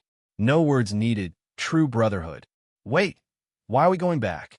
"To find Uncle Hu for protection." You half-lied. In this chaos, Bai Chun at his skin refining level wouldn't dare travel alone. He quickly followed. Soon you located Hu Zhongshuan. "Are you two all right?" he asked. "Fine, uncle. What's happening up there?" you asked, gazing at the gathered ultimate grandmasters. "Remember when you asked why we're fighting this war?" "You're about to find out," Hu Zhongshuan replied, his barely contained anticipation making even his body tremble slightly. Seeing such intense emotion from a peak grandmaster surprised you, though you remained silent. The sky now held 70 to 80 ultimate grandmasters in tense standoff, their overwhelming auras pressing down like divine judgment. Hundreds of thousands of soldiers below watched in awed reverence. Ra, Yin Jishue floated among them, her black robes contrasting with her perpetually gentle smile. Wan Qingwan was nowhere to be seen. You counted carefully 46 ultimate grandmasters for Jinyu Nation versus Great Qian's 44. Notably, Great Qian's forces included non-imperial supporters like Yin Jishue from the extermination sect and 2 representatives from Sword Establishment Pavilion, though Lin Jingji was absent. Suddenly, murmurs spread through the crowd as all ultimate grandmasters turned toward the southeast. Two more figures approached, one elegantly confident, clearly Lin Jingji, the other radiating such domineering majesty that even Lin Jingji seemed insignificant by comparison. Most eyes locked onto this imposing figure. Hu Zhongshuan gasped. He actually came. Who's that, uncle? Looks impressive, you asked. In hushed tones, Hu Zhongshuan answered. The current emperor of Great Qian, Emperor Xuanwu, Li Anlong. Li Anlong. You recall the legends about this legendary emperor. Not all emperors of Great Qian were ultimate grandmasters. In Great Qian's thousands of years of history, the number of emperor ultimate grandmasters could be counted on one hand. Li Anlong was unanimously recognized as the strongest among them. Quite inspirational. With Li Anlong and Lin Jingji's arrival, both nations now had 46 ultimate grandmasters each. Perfectly matched. The ultimate grandmasters of Great Qian all bowed slightly toward Li Anlong as a sign of respect. The hundreds of thousands of Great Qian soldiers kneeling on the ground erupted in thunderous cries. Long live your majesty! Your majesty! Majesty! Stay! The echoes reverberated across the vast field. You asked, Uncle Master, with nearly 100 ultimate grandmasters here, won't the sky collapse when they fight? Hu Zhongshuan turned his head, looking puzzled. Fight? It's already over. What? When did they fight? You exclaimed in shock. They just struck a few poses in the air and called it a fight? Was it a contest of whose stylist was better? You were speechless. What kind of nonsense was this? They didn't even move. Was this some kind of conceptual battle? You wanted to see rivers of blood. Damn it, refund my ticket, Hu Zhongshuan explained. Unless it's a life-or-death grudge, ultimate grandmasters almost never fight personally. Having finally obtained 200 years of lifespan, who wouldn't treasure it? You frowned. If they don't fight, who does? We lower-ranking soldiers do the fighting. Then what are they doing? They're distributing profits. You remembered a period when the battles had suddenly become extremely intense. That must have been when the armies from both sides were fighting the decisive battle. You had been so busy during that time that your cultivation suffered. Who won? A draw. Equal profit distribution. Equal. You let out a long sigh. Great. Screw their ancestors 8 generations back. With Li Anlong and Lin Jingji's arrival, the ultimate grandmasters from both sides finally took action. First, someone from Great Qian's side stepped forward. He held a device resembling a rice cooker in her pot. The man closed his eyes to sense something, then immediately flew off in a certain direction. In just half a quarter hour, he returned. He presented the rice cooker pot to Li Anlong. After examining it, Li Anlong nodded. Someone from Jinyu Nation also stepped forward. Their rice cooker pot had a slightly different design, but it was clearly the same type of object. The Jinyu representative, similarly, sensed for a moment, flew out for a round, then returned. Uncle Master, what are they doing? You asked. Baichen also curiously craned his neck to listen. They're collecting Earth sources, Hu Zhongshuan replied. You thought of the misty substance in your space. Though you had an inkling, you still asked, what's an Earth source? Earth sources can refine pills and artifacts, but their most important function is turning grandmasters into ultimate grandmasters. Though shocked inwardly, you kept your expression calm. You frowned. Aren't ultimate grandmasters just grandmasters who've cultivated further? Hu Zhongshuan smiled. No grandmaster can become an ultimate grandmaster through cultivation alone. Now you understood why ultimate grandmasters could fly and had 200-year lifespans. Fundamentally, ultimate grandmasters and ordinary martial artists weren't even the same species anymore. They might as well have reproductive isolation. And all this was thanks to Earth sources. You asked further, Uncle Master, what does an Earth source look like? Hu Zhongshuan answered. Martial artists below ultimate grandmaster level can't see Earth sources, but they're said to appear as white mist. You nodded. You were certain now. The mist you'd collected into your space was an Earth source. An Earth source that could turn grandmasters into ultimate grandmasters was ridiculously overpowered. You decided to study it thoroughly once you were safe. Fortunately, since the Earth source was stored in your space, even ultimate grandmasters couldn't detect it. You asked another question. If Earth sources can't be seen by martial artists below ultimate grandmaster level, and grandmasters need Earth sources to become ultimate grandmasters, then where did the first ultimate grandmaster come from? Faced with this chicken or egg dilemma, Hu Zhongshuan's brain short-circuited. After a long pause, he could only say he didn't know. Uncle Master, how does an Earth source turn a grandmaster into an ultimate grandmaster? By absorbing it. No, through enlightenment. Enlightenment? You murmured. Yes, and not all grandmasters necessarily succeed in becoming ultimate grandmasters through Earth source enlightenment. There are many failures. If they fail, can the Earth source be used by others? Yes, but the Earth source will dissipate. It can only provide enlightenment for 3 people at most. What if someone below grandmaster level tries to comprehend an Earth source? Nothing would happen. Martial artists who aren't grandmasters can't understand Earth sources, just like illiterate children can't read essays. What if they force it? Hu Zhongshuan gave you a strange look. I don't know that either. Uncle Master, one last question. If grandmasters can't see Earth sources, how do they achieve enlightenment? See those devices in their hands? You looked at the 2 rice cooker pots and nodded. They're the matching device for sensing Earth sources, all made by ultimate grandmasters. Hu Zhongshuan then told you much more about Earth sources. They appeared randomly in time and location, though their approximate emergence range could be predicted beforehand. This time, the ultimate grandmasters had deduced Earth sources would appear at Yajianku, which was why both nations' ultimate grandmasters had gathered here. The ultimate grandmasters from both nations continued collecting Earth sources.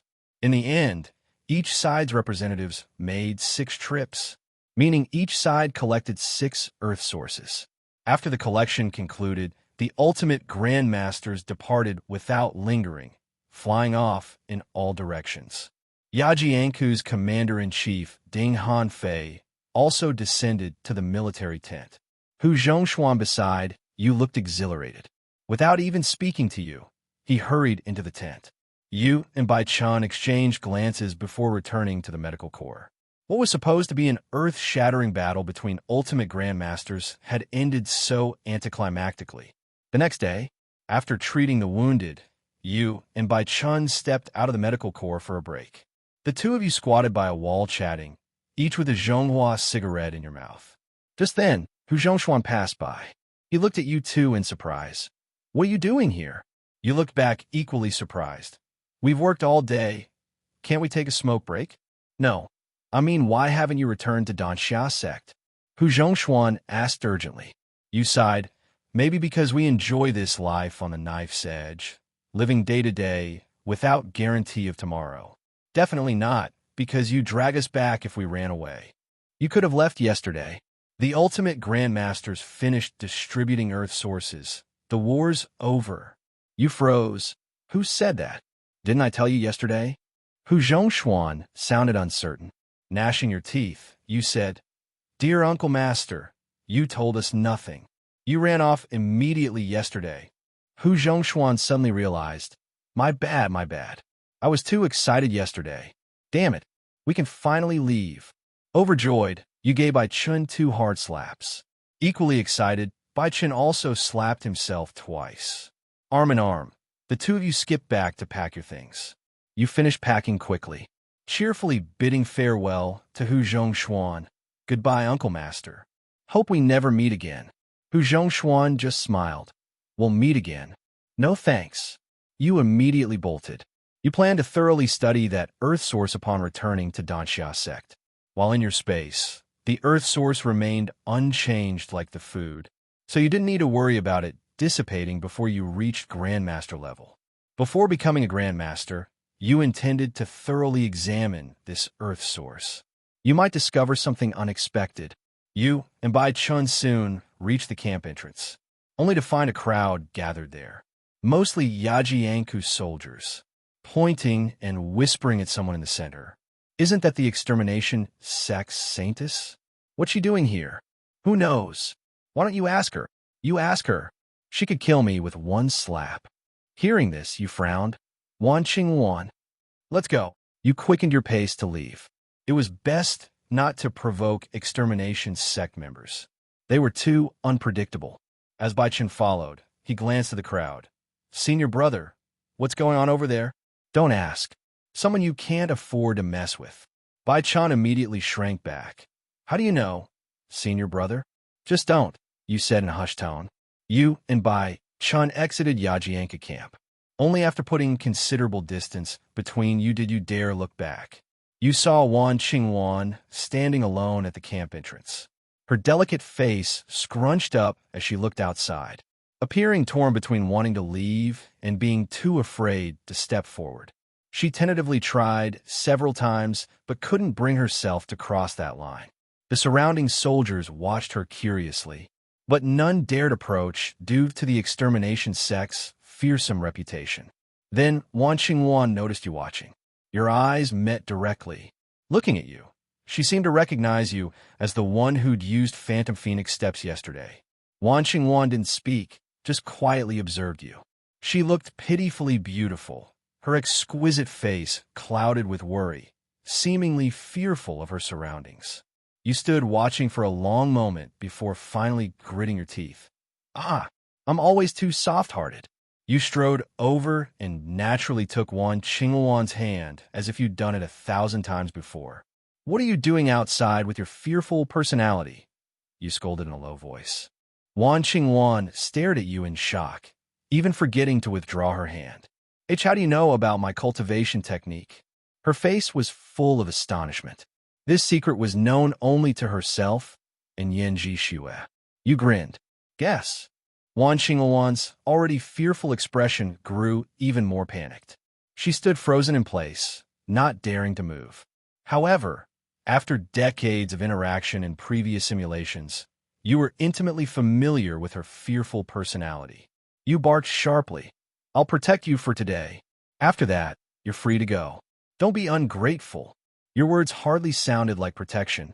Wan Qingwan trembled, her delicate face scrunching up as if about to cry. Without another word, you simply grabbed her and dragged her along. Though only at late-stage marrow washing, your combat strength rivaled peak essence refining. Wan Qingwan was currently only at peak organ fortifying, no match for you at all. Unlike the third simulation where she had always been several cultivation levels above you. The hunter has become the hunted, you thought as you led Wan Qingwan away from the Yajianka military camp. Bai Chan saw you returning with a beautiful woman and hurried over. He looked at Wan Qingwan, then back at you in surprise. Senior brother, is this how you pick up women? Just grab one off the street. Too lazy to explain, you simply scowled. Shut your trap, old chatterbox. The bully Bai Chun immediately closed his mouth. The three of you headed southeast toward the Danxia sect. Yajianku was about 10 days' journey from Danxia. Only after half a day of dragging Wan Qingwan along did you think to ask her original destination. She said she'd been heading to the Dragon Gate in northwest of Sangwang Desert. You froze awkwardly. You dragged her in nearly the opposite direction. Nothing urgent at Dragon Gate Inn, right? You asked. Wan Qingwan glanced at you. Not urgent. Good enough. You took her hand again and continued walking. As she looked at your clasped hands, the resistance in her eyes lessened considerably. Your heavenly desire, formless technique cultivation gave her an inexplicable sense of familiarity. Bai Chan trailed behind, muttering as he watched her back. No wonder he never visits brothels. Just takes what he wants from the streets. No class. He secretly vowed to cultivate harder until he too could snatch people openly without consequence. By evening, as darkness fell, the three of you checked into an inn, you sharing a room with Wan Qingwan for protection, absolutely no other intentions, while Bai Chun had his own. Should any improper thoughts arise, Mei Zhao Taiju immediately meet misfortune. That night, you emerged hand in hand with Wan Qingwan to invite Bai Chun to the night market. After prolonged knocking revealed his absence, you assumed the old lecher had gone brothel hopping again. So just the two of you went. The night market street blazed with lantern light, alive with shouting vendors, crying children, and laughing patrons. You bought numerous snacks, all Wan Qingwan's favorites, as you knew her tastes intimately. She nibbled at each treat in turn, her small mouth glistening with oil, overwhelmed by the abundance. "Good?" you asked, smiling. "Delicious," she replied, her first relaxed smile all day. Spotting fried, glutinous rice balls, a shared favorite. You released Wan Qingwan to make the purchase. After paying, you sensed her bouncing over behind you. Without turning, you simply reached back. Wan Qingwan naturally placed her hand in yours without a second thought. She was growing dependent on you. Back at the inn, you let Wan Qingwan take the bed while you sat cross-legged on a chair to cultivate. Stuck at late-stage marrow washing for some time, you could feel the thin barrier to peak marrow washing. Breakthrough was imminent. As a qualified fourth-grade pill refiner, you now had ample internal spirit pills. You resumed your old heroic pill-popping ways, stuffing them into your mouth by the handful, treating them like meals. This reckless consumption left Wan Qingwan wide-eyed with shock as she lay watching from the bed until sleep overtook her. The room filled with Wan Qingwan's kitten-soft breathing as you continued cultivating through the night. Then, boom! An internal detonation at midnight startled Wan Qingwan awake. She sat bolt upright, staring as vast quantities of liquefied, true qi raged within you like tidal waves against a dam. You'd broken through to peak marrow washing. Combined with your previous ninefold true qi condensation, you were terrifyingly strong now. Even facing someone 3 major realms higher at initial dragon transformation stage, you'd dare confront them.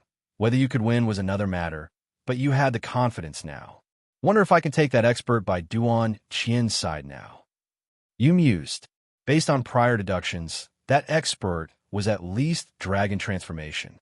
Still not stable enough. Can't get cocky, you reminded yourself. Noticing Wan Qingwan gaping at you with her rosy little mouth agape, you teased, "What? Never seen a handsome devil break through before." "Why, you're only peak marrow washing," she stammered, having sensed your cultivation level during the breakthrough. "Yeah, got a problem." Her beautiful eyes shone with disbelief.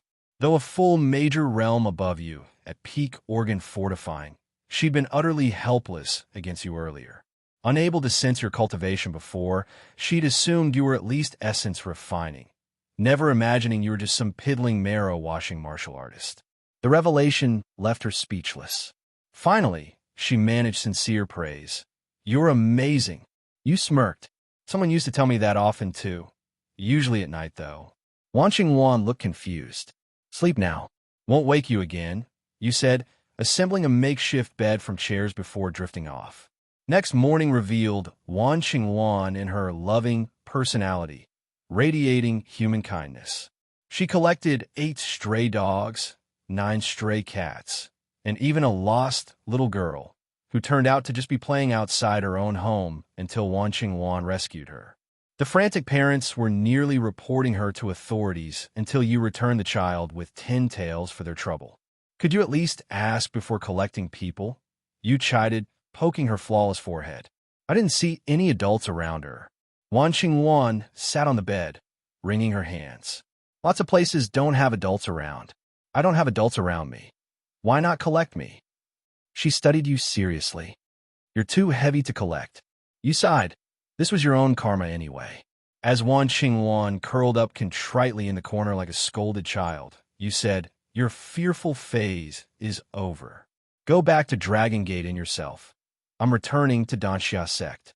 As long as it's not the fear personality, Wan Qingwan won't cause any more trouble. You and Wan Qingwan should go your separate ways now. But Wan Qingwan lowered her head without speaking. You thought to yourself, "Oh no, did she develop feelings?" Wan Qingwan suddenly looked up and said, "I'll go back to Danxia sect with you." You were shocked. "Whoa there, already meeting the parents." Wan Qingwan shook her head. "No parents, I have no family." You thought for a moment, "What a coincidence, I don't have parents either." Wan Qingwan, "You have no parents. You have no family?" Wan Qingwan, "You have no parents. You have no family." After this orphan banter, you both decided to return to Danxia sect together. Wan Xingwan really wanted to ask how you knew so much about her cultivation technique. But knowing you wouldn't tell, she didn't bother asking. You walked out of the room. Wan Xingwan obediently followed behind, holding onto your sleeve. Bai Chen's room was still empty. You waited outside the inn. You knew Bai Chen would return eventually. After 15 minutes, Bai Chen appeared. Bai Chen looked terrible, pale face, heavy dark circles, unsteady steps. Each step made his legs tremble 3 times. For a martial artist to be this wrecked after one night spoke volumes about the intensity. Senior brother, let's go. Bai Chen forced a smile with pale lips. You sighed helplessly. Were you trying to get your money's worth? Bai Chen weakly chuckled. Didn't lose too much. You lightly kicked him to the ground. Your body is drained dry, and you call this not too much? As long as the money loss wasn't too much. Bai Chen smiled contentedly. Fine, fine, at least you got something out of it. Good for you. You were impressed. There was no way Bai Chen could walk in this state. You had no choice but to buy 3 fast horses. Sometimes you wondered if you were too nice to Bai Chen. The 3 of you rode toward Danxia sect. After riding all day, that night you stopped at a small town. In the room, Wan Xingwan called you over from the bed. What is it? You asked. She beckoned you again. You walked over curiously. Wan Xingwan smiled faintly and opened her outer robe. Oh, Lady Benefactor, is this appropriate?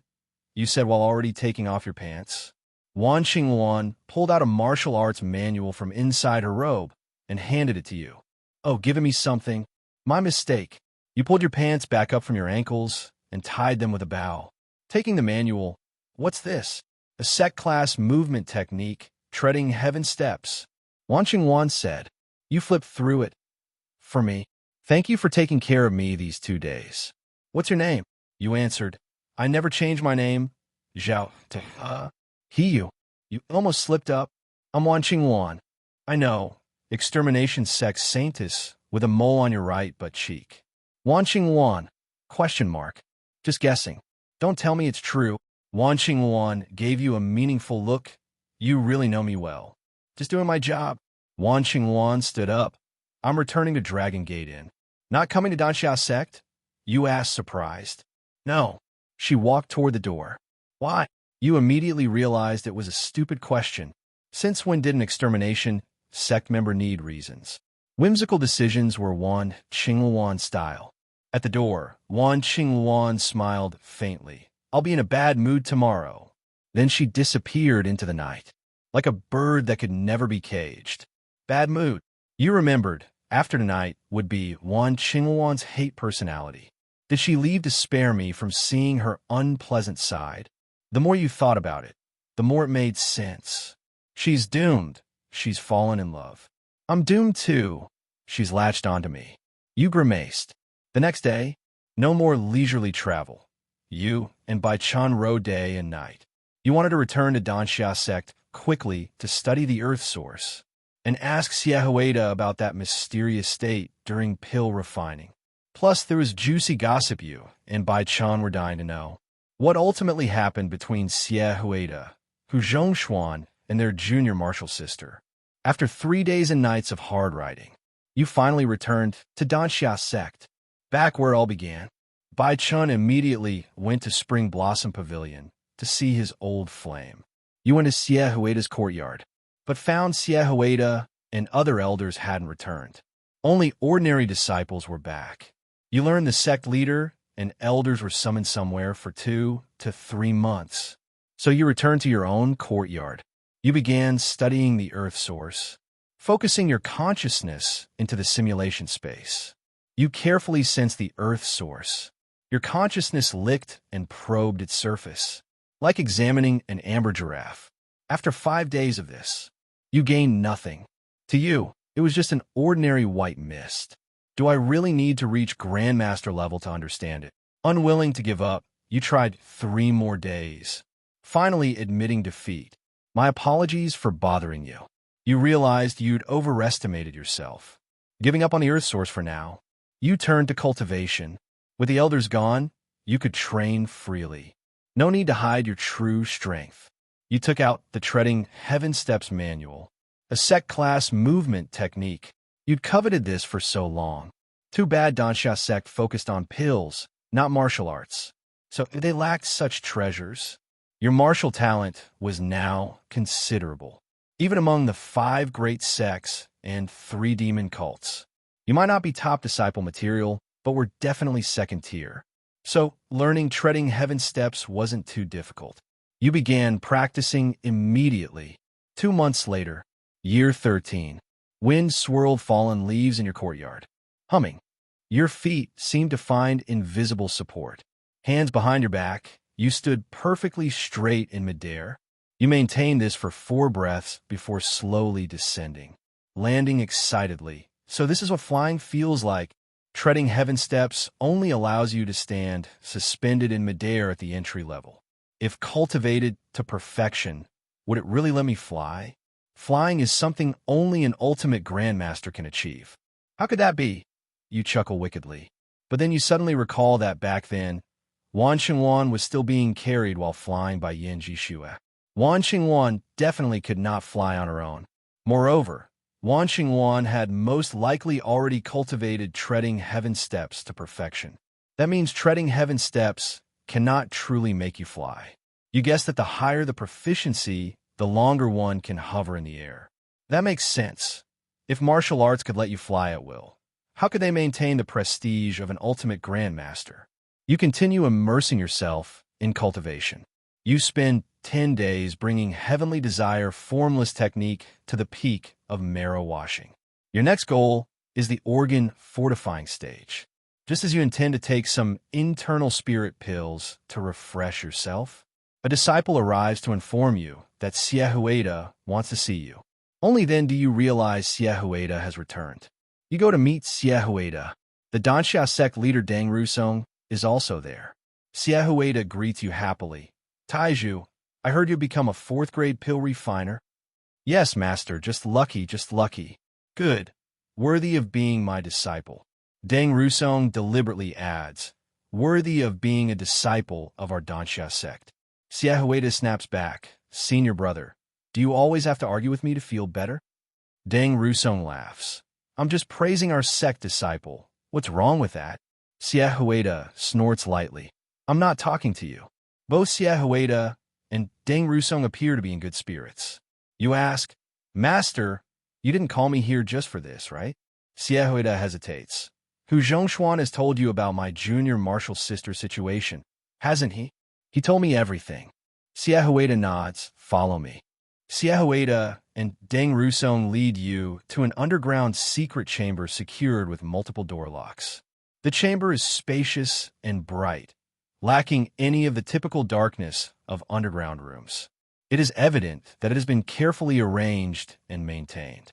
In the center of the chamber lies a cold jade bed, upon which rests a breathtaking woman dressed in white, her expression gentle.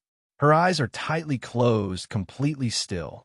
Only the rhythmic rise and fall of her abdomen shows she is alive. You already guess who she is. Xie Huida confirms that this is his and Hu Zhongshuan's junior martial sister, Wan Shu. Xie Huida also explains that the entire Dansha sect's deployment to support the front line was part of a deal. It was to exchange for an earth source from Emperor Xuanwu Lianlong. However, Dansha sect's greatest sacrifice for this earth source was not just refining pills or healing on the front line. Rather, the entire Dansha sect leadership spent 2 months working together to help Li Anlong successfully refine a very important medicinal pill. More than a dozen senior pill refiners in the Dansha sect were involved. The lowest rank among them was a 6th grade pill refiner, and Deng Rusong himself was a genuine 8th grade pill refiner. And you are very curious what kind of miraculous pill such a lineup could produce. But Xie Huida does not tell you, probably because Li Anlong demanded secrecy. You understand that this earth source is intended for Wan Shu. They actually used this precious earth source, painstakingly obtained by the entire sect's efforts, to treat Wan Shu. You know that earth source is a must-have to become an ultimate grandmaster. Ultimate grandmasters represent supreme combat power and 2 centuries of long life. Such a tremendous temptation would be unbearable without a firm conviction. This shows how high Wanshu's status is in Siehueta's heart. You believe that Siehueta must have paid a great price to rally the sect's high-grade pill refiners, especially since Deng Rusong, an 8th-grade master, was involved. You don't think Deng Rusong would help out just because of a private friendship with the elders. You can't help but wonder, what kind of charm does Wanshu possess? You turn to look at the silent woman on the cold jade bed. You notice Wanshu's face is very young, looking only about 17 or 18. Even considering the slow aging of martial artists, it is quite unusual.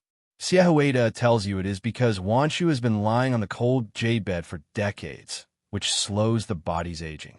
Also, she cannot move on her own, so her energy consumption is naturally very low.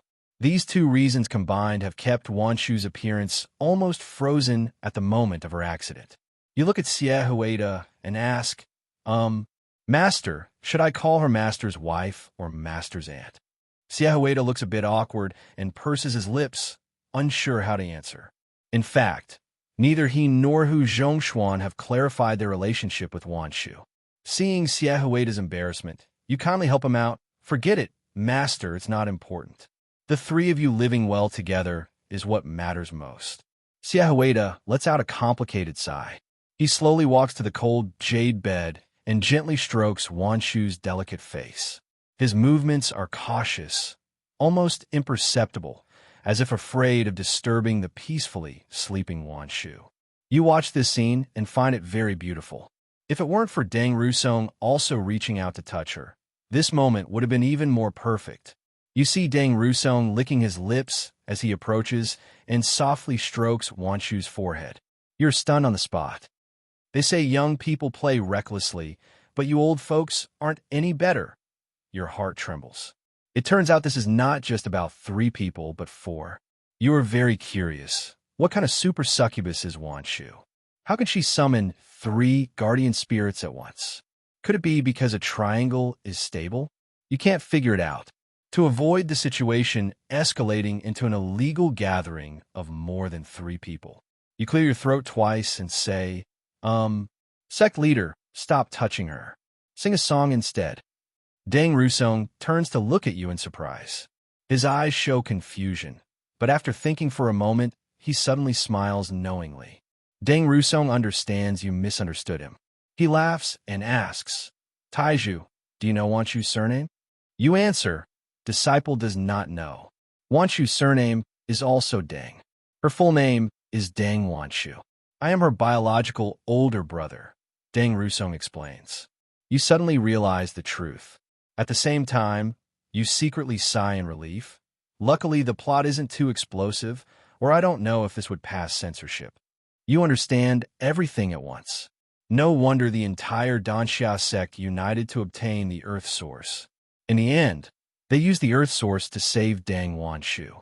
No wonder Siehueta was able to call on the great Buddha Deng Rusong. It turns out Deng Rusong, the sect leader, was pushing hard from the start.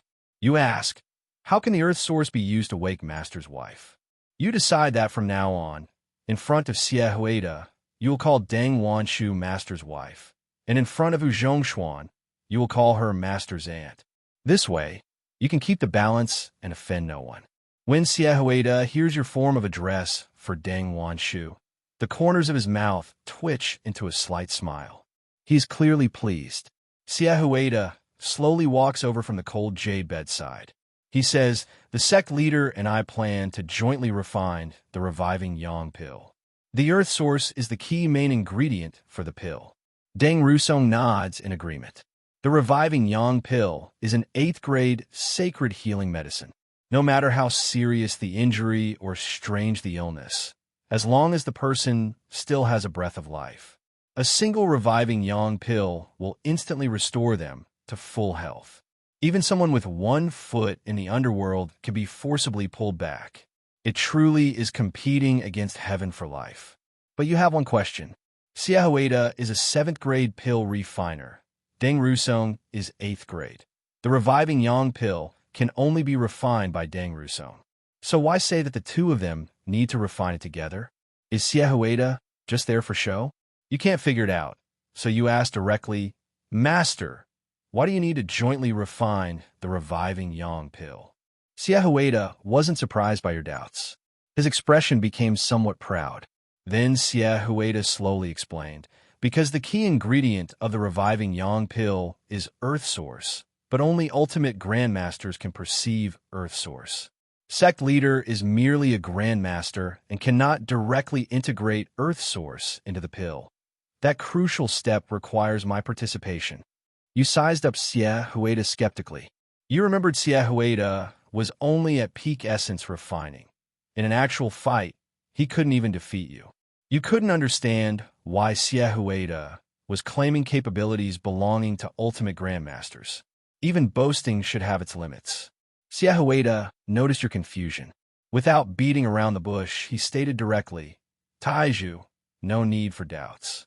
The reason I can see Earth Source is because I was born with the divine microvision talent. Divine microvision? What's that? Is it edible? Xie raised his chin slightly, his proud expression intensifying. Beside them, Deng Rusong deliberately snorted dismissively, pretending indifference. Yet a trace of barely concealed jealousy flashed in Deng Rusong's eyes. Xie purposefully glanced at Deng Rusong's jealous expression before smiling contentedly. Only then did he explain to you. Divine microvision is a mystical state. When entering this state during pill refinement, it's like receiving divine assistance. The success rate becomes extremely high. Mystical state. You recalled your experience at Yajianku when you first successfully refined internal spirit pills. You had entered such a mystical state. Could that have been divine microvision? You wondered silently. Keeping your composure, you continued questioning, what does this have to do with Earth Source? Xie continued. Divine microvision has two even more important functions. One is detecting Earth Source. That's why my participation is essential for refining the reviving yang pill. You were inwardly shocked.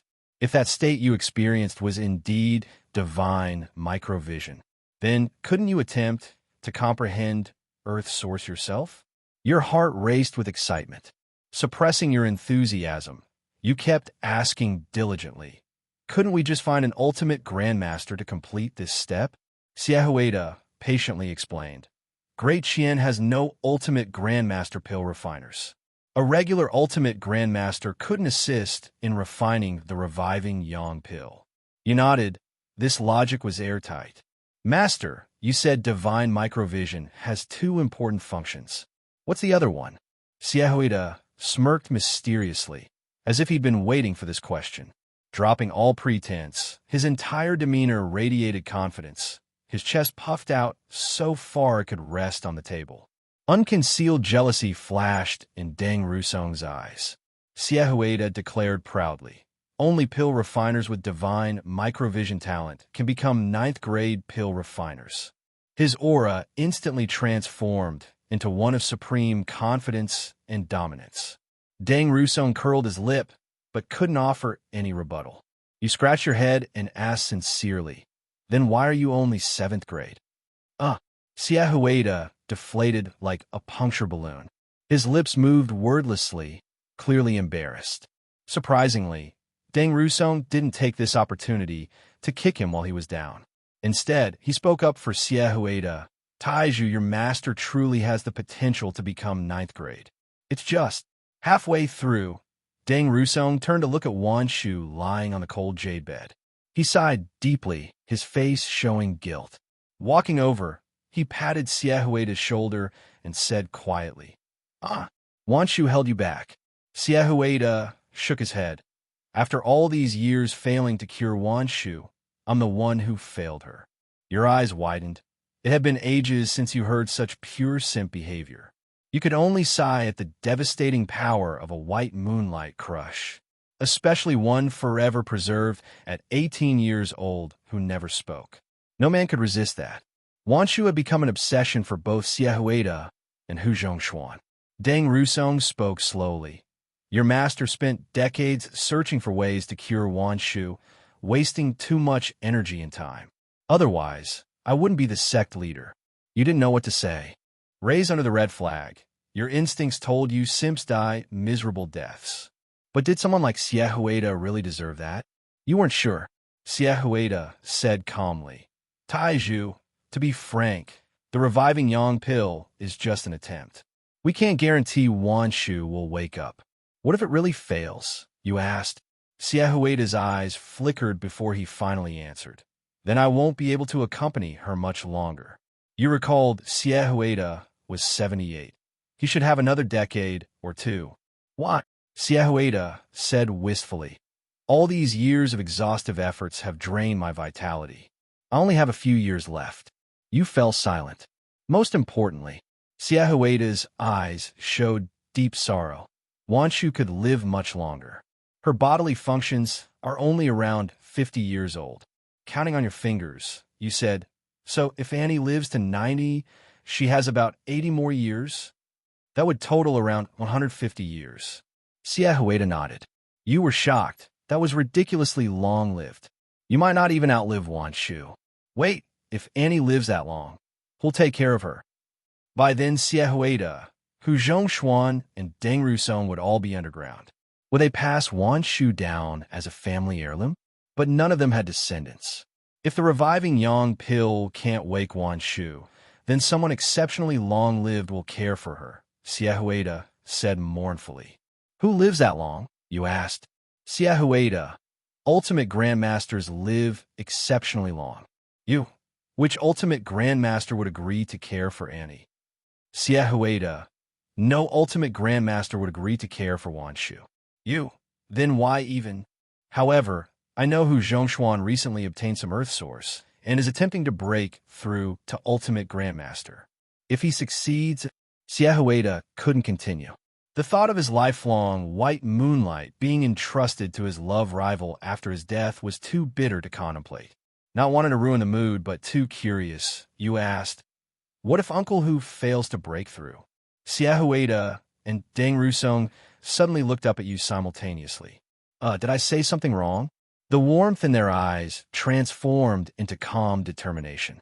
Siehueda's tone became emotionless. If both the reviving Yang pill and Hu Zhongshuan's attempt fail, there's only one final option. Siehueda looked at you calmly.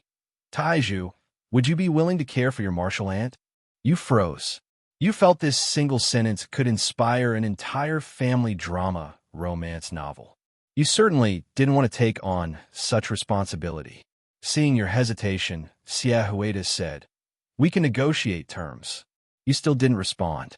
After long consideration, Siehueda said, let's have a frank discussion. You'll feel our sincerity, Taiju, or should I say, Hiyu. Siehueda's words instantly made your scalp tingle. Shit, my cover's blown. Since when? Your heart tightened. Yet Siehueda and Deng Rusong across from you remained expressionless. You were confident you could take Siehueda in a fight. But against Deng Rusong at mid-Grandmaster stage, you wouldn't stand a chance even if you fought with your life on the line. Moreover, this was an underground chamber with multiple heavy stone doors sealed shut outside. No chance of escape. These two old foxes had cleverly trapped you like a turtle in a jar. Wait, did I just insult myself? Am I really going to die here? Putting on a calm front, you grinned. Master, who the hell is that bastard Hiyu? Never heard of him. Siehueda produced a letter from his robe. Hiyu, I told you we'd show our sincerity. But first, we want complete honesty with you.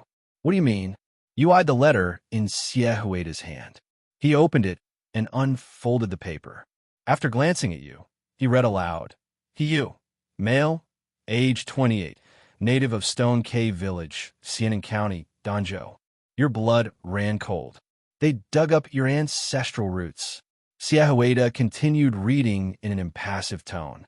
You farmed at home until 15, when severe drought caused his parents to starve to death. On the brink of death, you was rescued by Wang Kun, master of Xianan County's Golden Saber Martial Arts School. 1 month later, all 253 members of the Golden Saber School vanished without trace. Suspected slain by you, with bodies destroyed. 8 days later, Danzhou Prefect Duan Qian issued a warrant to no avail. 7 months later, You appeared at a fishing village under Danxia sect's jurisdiction.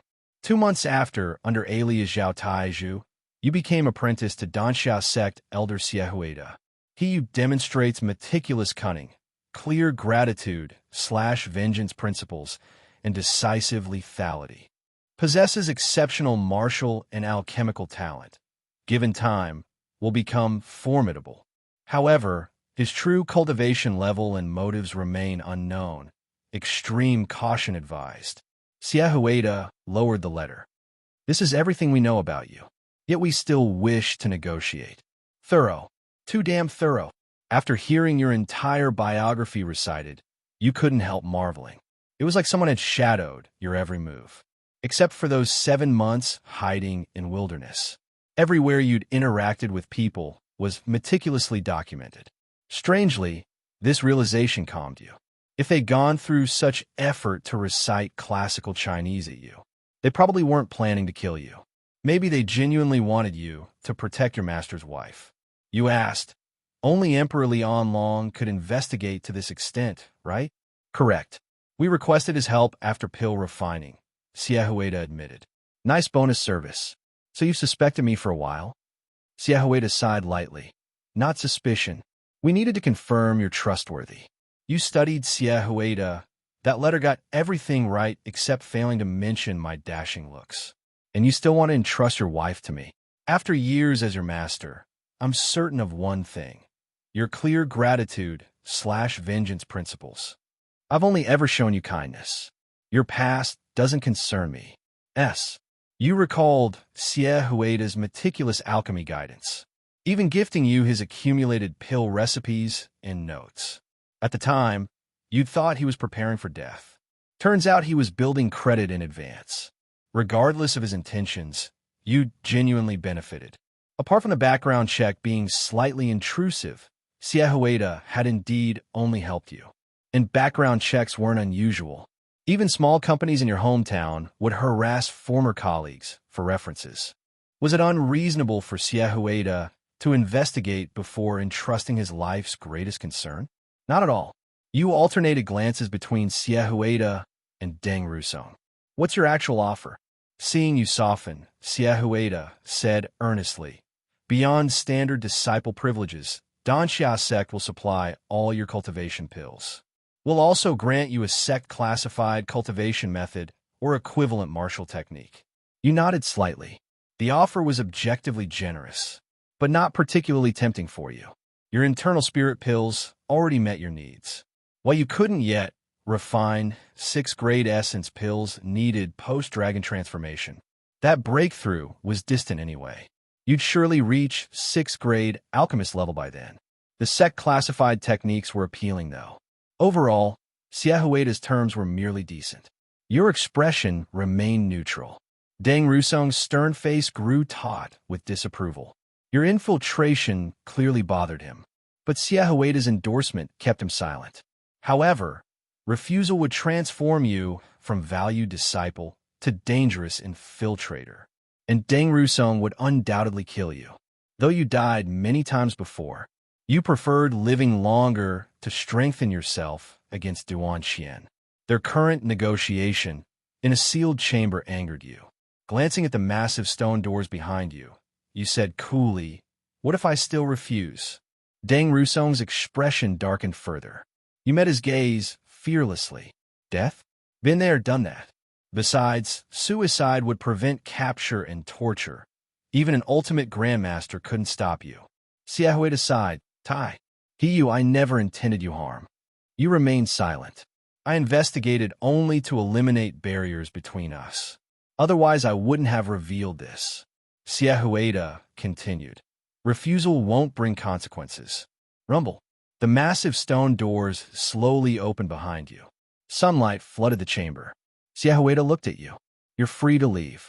You gazed at the offered freedom, eyes flickering with thought. After a long pause, you flashed a bright smile.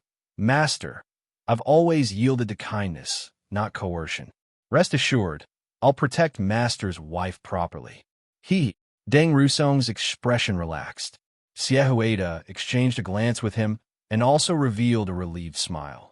The atmosphere between them became harmonious and joyful once more, almost as if they wanted to gather together to make dumplings. Truth be told, you had carefully considered the situation earlier. Now that your secret identity was exposed and everyone had laid their cards on the table, you could actually stay openly at Danxia sect to continue your medicinal cultivation. There were no irreconcilable conflicts between you all. You had never done anything to betray Danxia sect or gone seeking other wild sections. Xiehueda and the others hadn't caused you any real harm either.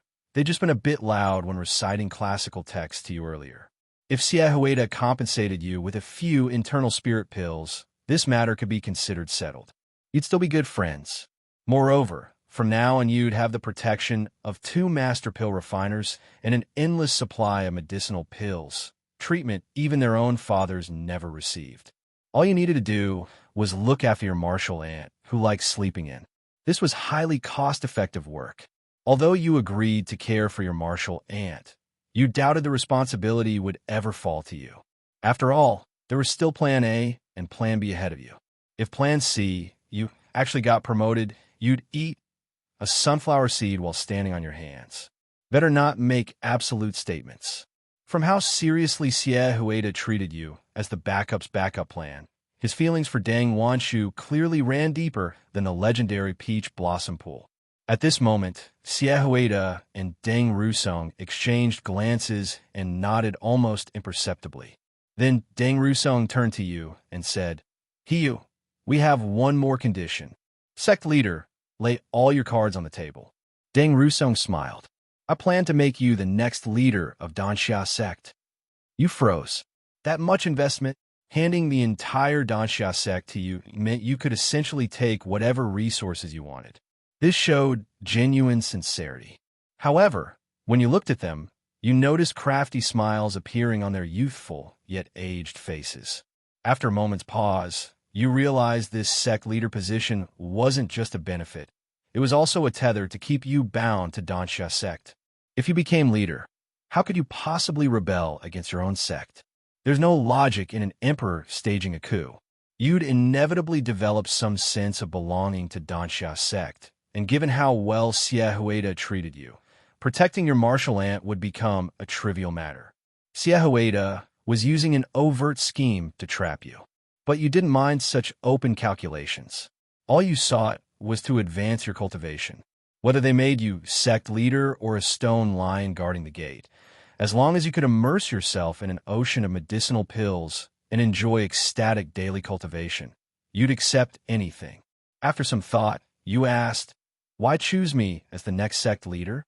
"Just because I'm handsome." Deng Rusong slowly explained. "Among Danxia sect's younger generation, no one surpasses your martial arts talent, and your pill refining aptitude ranks in the top 3. Most importantly, you're willing to kill."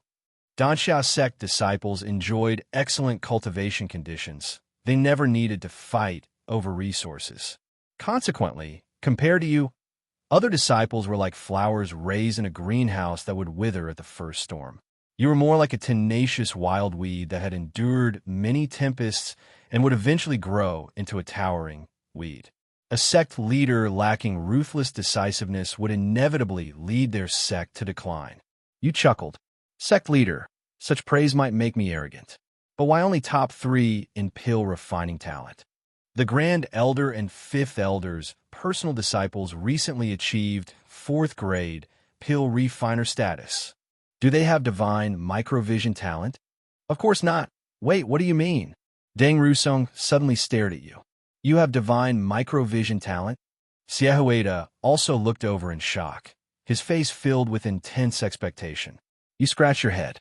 "I'm not certain. Maybe Master can verify it for me." You then describe your previous mystical state to Xiehueda in detail. He even taught you how to enter the divine microvision state. Though you failed to recreate the state this time, you did exhibit related phenomena. Your performance matched all of Xiehueda's verification criteria. He became absolutely certain you possessed divine microvision talent. Yes. Xiehueda was ecstatic. He laughed heartily, boasting about having 2 talented disciples and showing potential to become a supreme master. You were even more excited because this meant you could attempt to comprehend Earth source while maintaining divine microvision state. Finally, you saw hope of making progress with Earth source. Nearby, Deng Rusong nearly fainted from frustration, repeatedly lamenting Xiaohuida's incredible luck. He even asked if you wanted to switch and become his disciple instead, an 8th grade pill refiner. Being a loyal person, you told Deng Rusong to wait a few years until Xiaohuida died first. Xiaohuida angrily called you a rebellious disciple, nearly expiring several years ahead of schedule. Xiaohuida compiled all his divine microvision notes into a manual and gave it to you, instructing you to follow his methods to attempt mastery. He emphasized you should immediately consult him with any questions. Divine microvision's proficiency standards resembled pill refining. At beginner level, you might succeed entering the state once or twice out of 10 attempts, maintaining it for about 15 minutes. Higher proficiency would increase success rates and duration. Each attempt required a cool-down period, what laymen might call a refractory period. At your current unskilled state, you could only attempt entering divine microvision every 10 days. Even Xiaohuida at advanced proficiency hadn't reached perfection. After Xiaohuida finished his instructions, Deng Rusong gave you a meaningful look. Understanding he wanted Xiaohuida to have private time with Deng Wanshu, you left the chamber with Deng Rusong, while Xiaohuida remained silently sitting by the cold jade bed, gazing at Deng Wanshu with profound tenderness as if she were the world's rarest treasure. In Deng Rusong's courtyard, he asked whether you needed cultivation techniques or martial skills. You requested a sect-level Grandmaster technique, preferably saber-based. Your Wild Heaven Saber technique would soon reach its limit at organ-fortifying stage. Though Heavenly Desire Formless technique could reach Dragon Transformation, it wasn't combat-focused. You needed an attack-oriented technique. Deng Rusong promised to acquire one within 2 months through his connections. When he asked if you needed pills, you admitted that while you could refine internal spirit pills yourself, saving time for cultivation would be ideal. So you asked Deng Rusong for 2,000 internal spirit pills to sample the flavor, curious whether 8th grade refined pills tasted better. Tossing one into your mouth, immediately, you smacked your lips. Tastes exactly the fucking same. After looting equipment from Deng Rusong, you were about to leave. Deng Rusong called you back. He pulled out a thick book titled True Explanation of Pill Refining and handed it to you.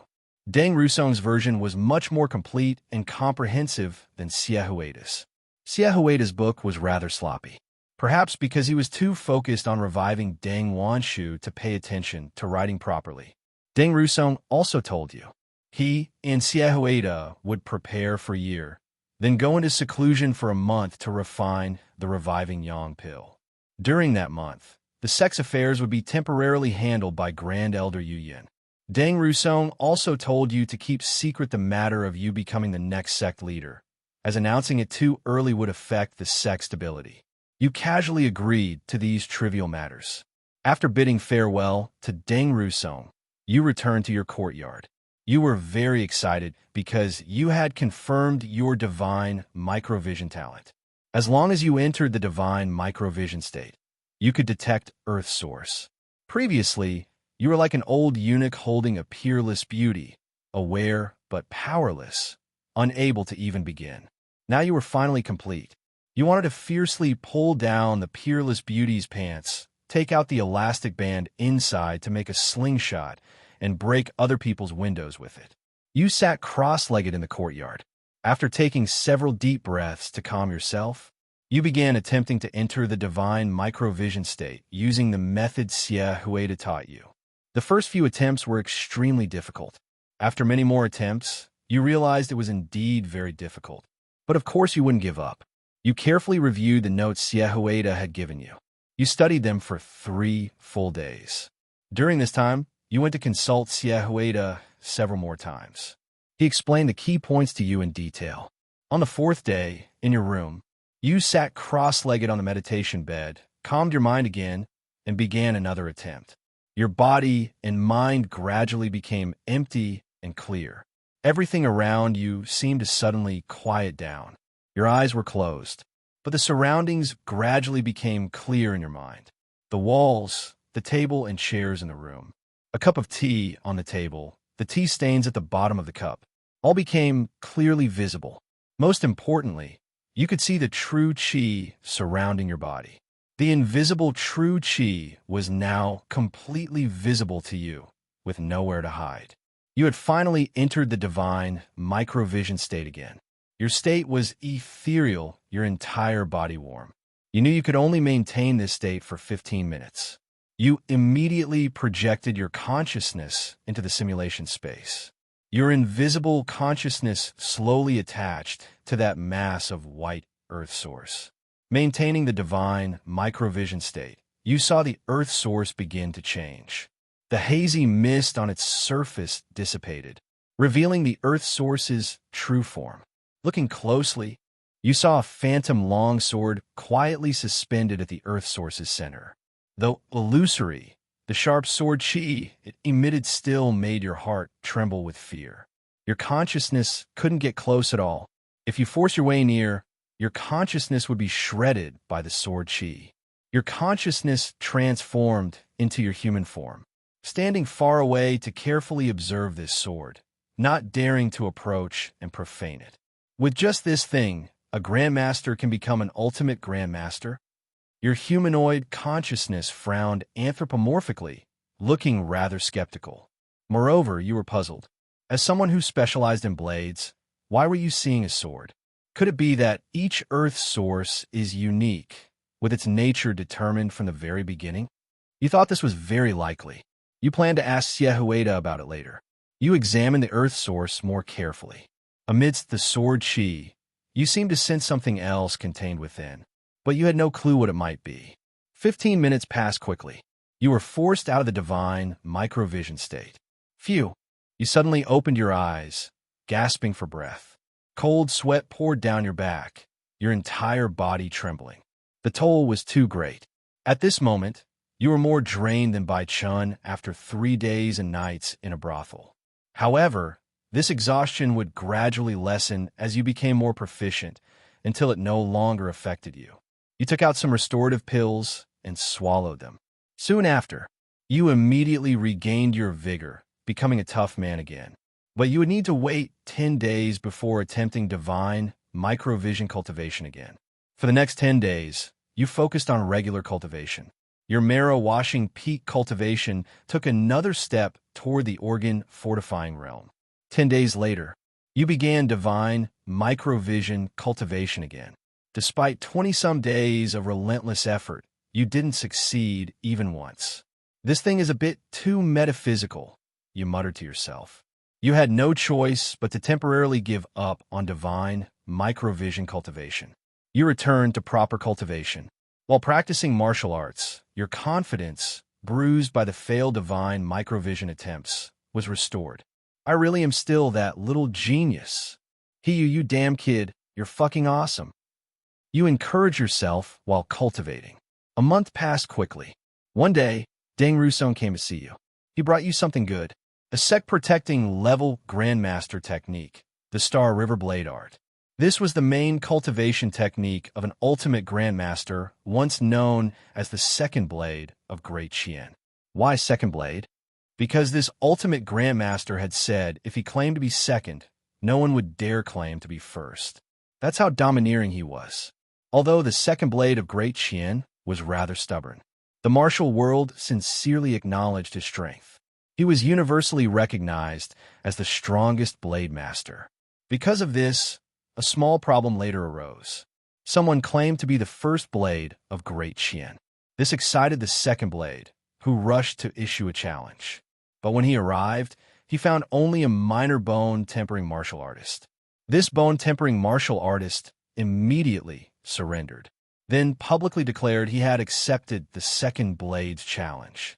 He had just unfortunately lost, making him the officially recognized third blade of Great Qian. This move opened new possibilities for other blade masters. They began declaring themselves the first blade in imitation. Soon there were over 100 joint third blades of Great Qian.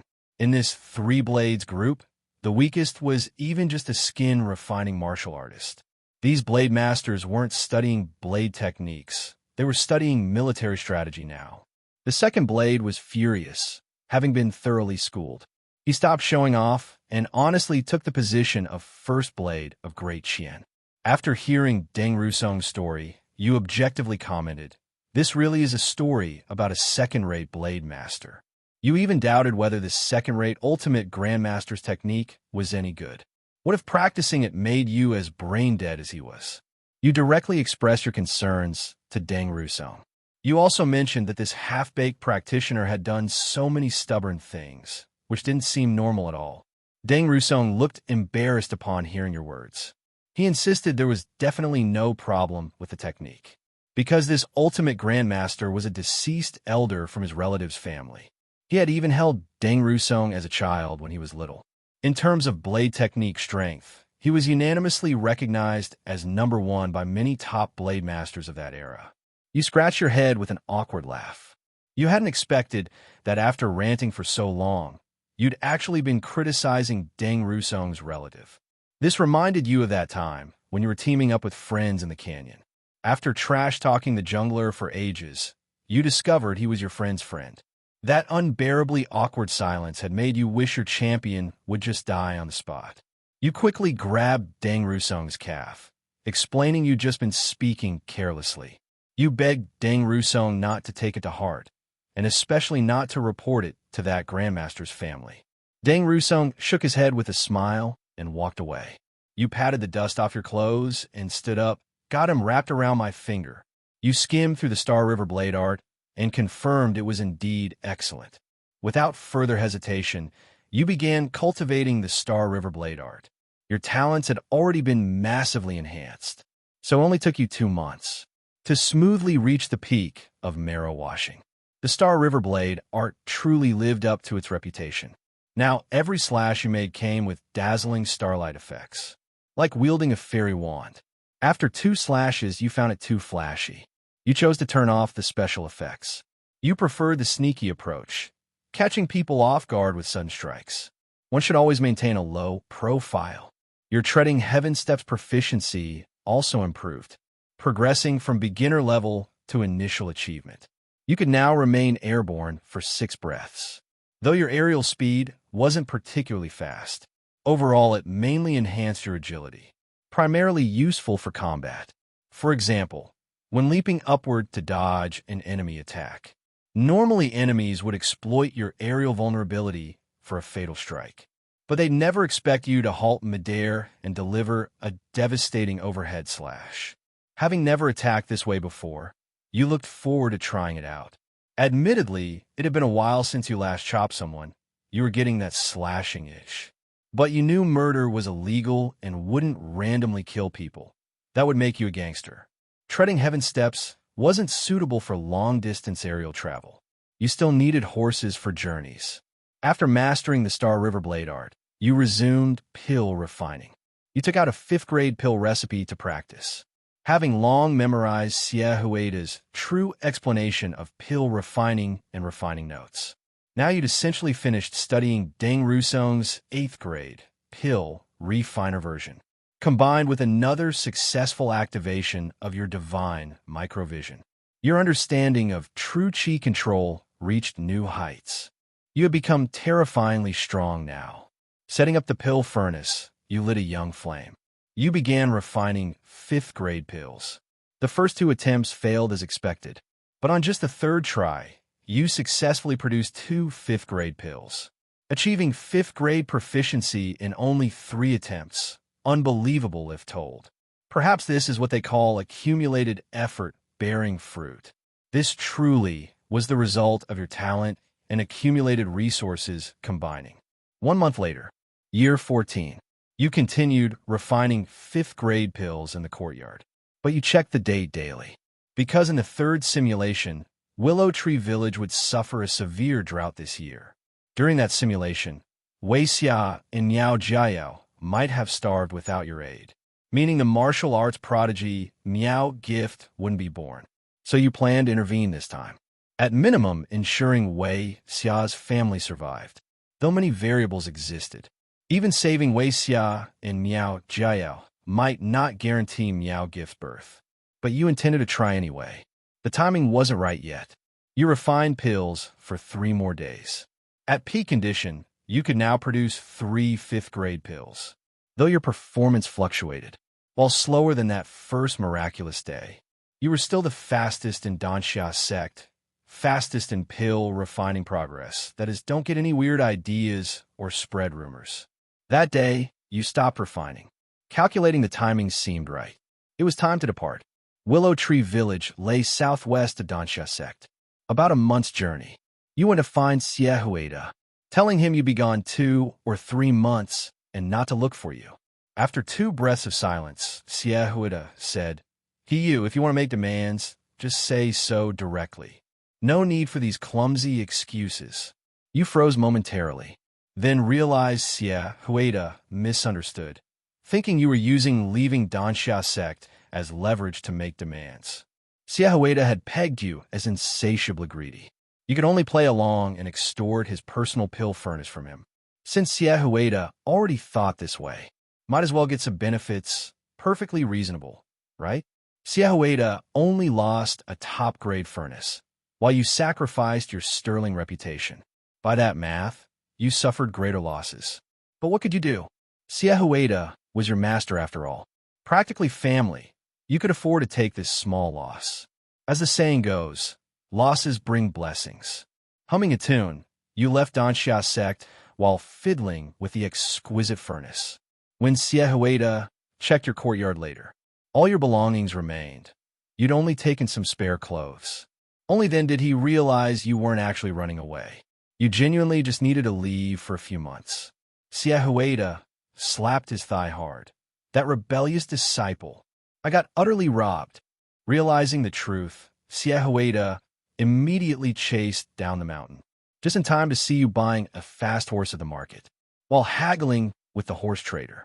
Spotting Xie Huida's pursuit, you abandoned negotiations, slapping 10 taels directly into the trader's hands.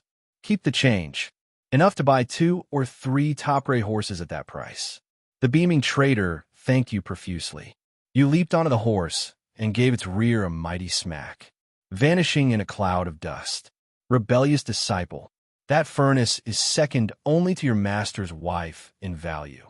Return it, Xie Huida shouted while chasing. Giddy up. Move your ass, you damn horse. You nearly spanked the horse's rear raw. Master, go home. I'll take good care of master's wife. I mean the furnace. Rebellious. Rebellious. Xie Huida ultimately failed to catch you, watching as you and your horse dwindled to a mere speck. He trudged back dejectedly, passing the horse trader, who offered a polite smile. Xie Huida paused, then extended his hand. Give me the change from that brat's overpayment. The trader's smile instantly froze on his face. Xie Huida left with a few taels of scattered silver, leaving the horse trader alone in his sorrow. You then hurried all the way to Willow Tree Village. You transformed your battle energy into a horse, running extremely fast. You calculated the time when Wei Xia's family would nearly starve to death and arrived 1 month early. To avoid any unexpected situations, you would only stop at an inn to rest after traveling for 3 to 5 days. Along the way, you still encountered some highway bandits blocking the road. But with just a few casual bursts of true qi, you eliminated these nameless bandits like clearing minor mobs. Throughout this, your horse's speed never decreased in the slightest. They posed even less obstruction than speed bumps. After about 20 days, you arrived at Willow Tree Village. When you saw the scene at Willow Tree Village, your heart sank. Because this time, the situation was completely different from the third simulation. There was no drought at all this time. The villagers of Willow Tree Village were all farming and living normally. But strangely, while all other households in Willow Tree Village were normal, there wasn't a single person in Miao Jiao's home. The house had long been dilapidated, appearing uninhabited for quite some time. Is this simulation so random? You murmured to yourself. But why is it just Miao Jiao's family that's disappeared? Is it targeting me? You suspected the simulator was playing tricks on you. Just as you were about to ask a villager about Miao Jiao's family, a familiar voice came from behind you. Young master, you seem unfamiliar. Are you looking for relatives? Your eyebrows rose as you turned around. You saw Wei Xia smiling brightly at you, her eyes filled with friendly inquiry. This year, Wei Xia was 28 years old. Compared to her careworn appearance from the hardships in the third simulation, this Wei Xia looked gentle and composed. Though she still wore ordinary peasant women's clothing, her spirit was completely different. Clearly someone who hadn't suffered much hardship. Seeing Wei Xia like this, your eyes lit up. You were very curious about Wei Xia's current life, and whether she still had any connection with Miao Jiayao. You chuckled politely and asked, "Miss, may I ask where the Miao Jiayao family of Willow Tree Village has gone?" Wei Xia asked, "Are you their relative, young master? It must have been quite some time since you last contacted them." "It has indeed been quite a while since we were in touch." Wei Xia nodded gently. "That explains it. The Miao Jiayao family left Willow Tree Village over 10 years ago." "Left? Why did they leave?" You pressed urgently. In this simulation, Miao Jiayao had actually left Willow Tree Village, and it seemed Wei Xia had no connection with Miao Jiayao either, meaning everything had changed. Wei Xia definitely wouldn't go to Zhuangming Temple to pray for a child 2 years later, thus wouldn't become pregnant with Miao Gift. The martial arts prodigy Miao Gift would naturally never be born. You felt slightly regretful. You had developed quite some affection for Miao Gift. After all, he had dropped so much loot for you. You had hoped he could drop some more this time. No, you hoped he could live a happy life this time. Who would have thought he wouldn't even be born, let alone live a full life? You sighed inwardly, only able to lament the unpredictability of fate. Wei Xia then explained why Miao Jiayao had left. Over 10 years ago, the Miao Jiayao family found an old woman, wanting to buy a wife from her to continue their family line. But that woman turned out to be a scammer. She took their money and disappeared. Nigerian IROE section. You were slightly surprised. This was a brand new version you hadn't heard before. Wei Xia continued softly. Later, Miao Jiao's parents suffered the blow and passed away one after another. Miao Jiayao fled to avoid debts and never returned. After hearing this, you remained silent for a long moment. You nodded, sighing inwardly. He still loves buying wives so much. Looking at Wei Xia, she seemed to be doing well now. Just as you were about to ask in detail about Wei Xia's current life, a child's excited voice came from behind Wei Xia. "Mother, look, do I look like a great hero?" Hearing this still familiar voice, your eyes brightened. Your gaze passed over Wei Xia's head to look behind her. There stood a 5- or 6-year-old boy with a lively, tiger-like face. The boy held a long stick as thick as a baby's arm. The stick was tilted diagonally toward the sky as the boy strained with one arm to lift it. The boy's small face was red from exertion, his arm trembling slightly. But he persisted in holding up that long stick, waiting for Wei Xia to turn around. Hearing the boy's voice, Wei Xia's gentle smile turned doting. She turned to look. The boy stubbornly and earnestly gave Wei Xia an innocent, radiant smile. All right. Imoa looks most like a great hero." Wei Xia shook her head with a smile and quickly walked over. She took down the stick the boy had picked up from who knows where. Wei Xia wiped sweat from the boy's forehead. "Playing wildly as soon as you come out. You'll catch a cold." The boy used his sleeve to wipe snot from his left cheek to his right. Hee, I won't, mother." Looking at these two familiar people before you, it felt like another lifetime. This boy Wei Xia called Moa looked exactly like Miao Gift. Not just similar, but completely identical. His mannerisms, tone of voice, even his nose-wiping habit were exactly the same. You were certain this boy was Miao Gift. Only his name had changed this time. You found this world incredibly interesting. For what you could see, in this simulation, Wei Xia must have married Miao Gift's biological father. Otherwise, she couldn't have given birth to Miao Gift. Unless she went to Zhuangming Temple to pray for a child again. That would be too damn cliched. But then you thought again. It still didn't quite add up. If Wei Xia gave birth to Miao Gift after praying at Zhuangming Temple, and now Wei Xia had Miao Gift with his biological father, then did that mean the man who planted the seed at Zhuangming Temple was the same as Miao Gift's current father? Damn, what kind of plot is this? Was Miao Gift's biological father's hobby sowing seeds at Zhuangming Temple in his spare time? Holy merciful child-giving bodhisattva. Just what kind of scoundrel was this guy? You decided you must meet him today. At that moment, Wei Xia led the boy over. "Moer, greet your uncle." "Hello, uncle," the boy called out crisply. You smiled and patted his head. "What's your name?" The boy puffed out his small chest. "I'm Lin Mo, because mother want me to be like father, full of literary talent." Father, literary talent. So he's a scholar? You scholars really have some skills. But Miao Gift? No, that's not right. It should be Lin Mo. You clearly know how much ink is in Lin Mo's belly. During the third simulation, Miao Gift once had the glorious moment of breaking through his realm out of frustration because you taught him to recognize characters too slowly. You pat Lin Mo's belly. "So, do you have any ink in your little belly?" Sure enough, Lin Mo's belly immediately shrank in. He glanced nervously at Wei Xia twice, then whispered, No, I'm slow at learning characters." You laugh heartily. As expected, you're still the same dumb kid from before, not a bit of change. Wei Xia also felt Lin Mo's talent for studying was unimpressive, so she quickly changed the subject. "Young master, well, you probably won't be able to find that Miao Jiayao. It's getting late. You should hurry back to the city and find a place to stay."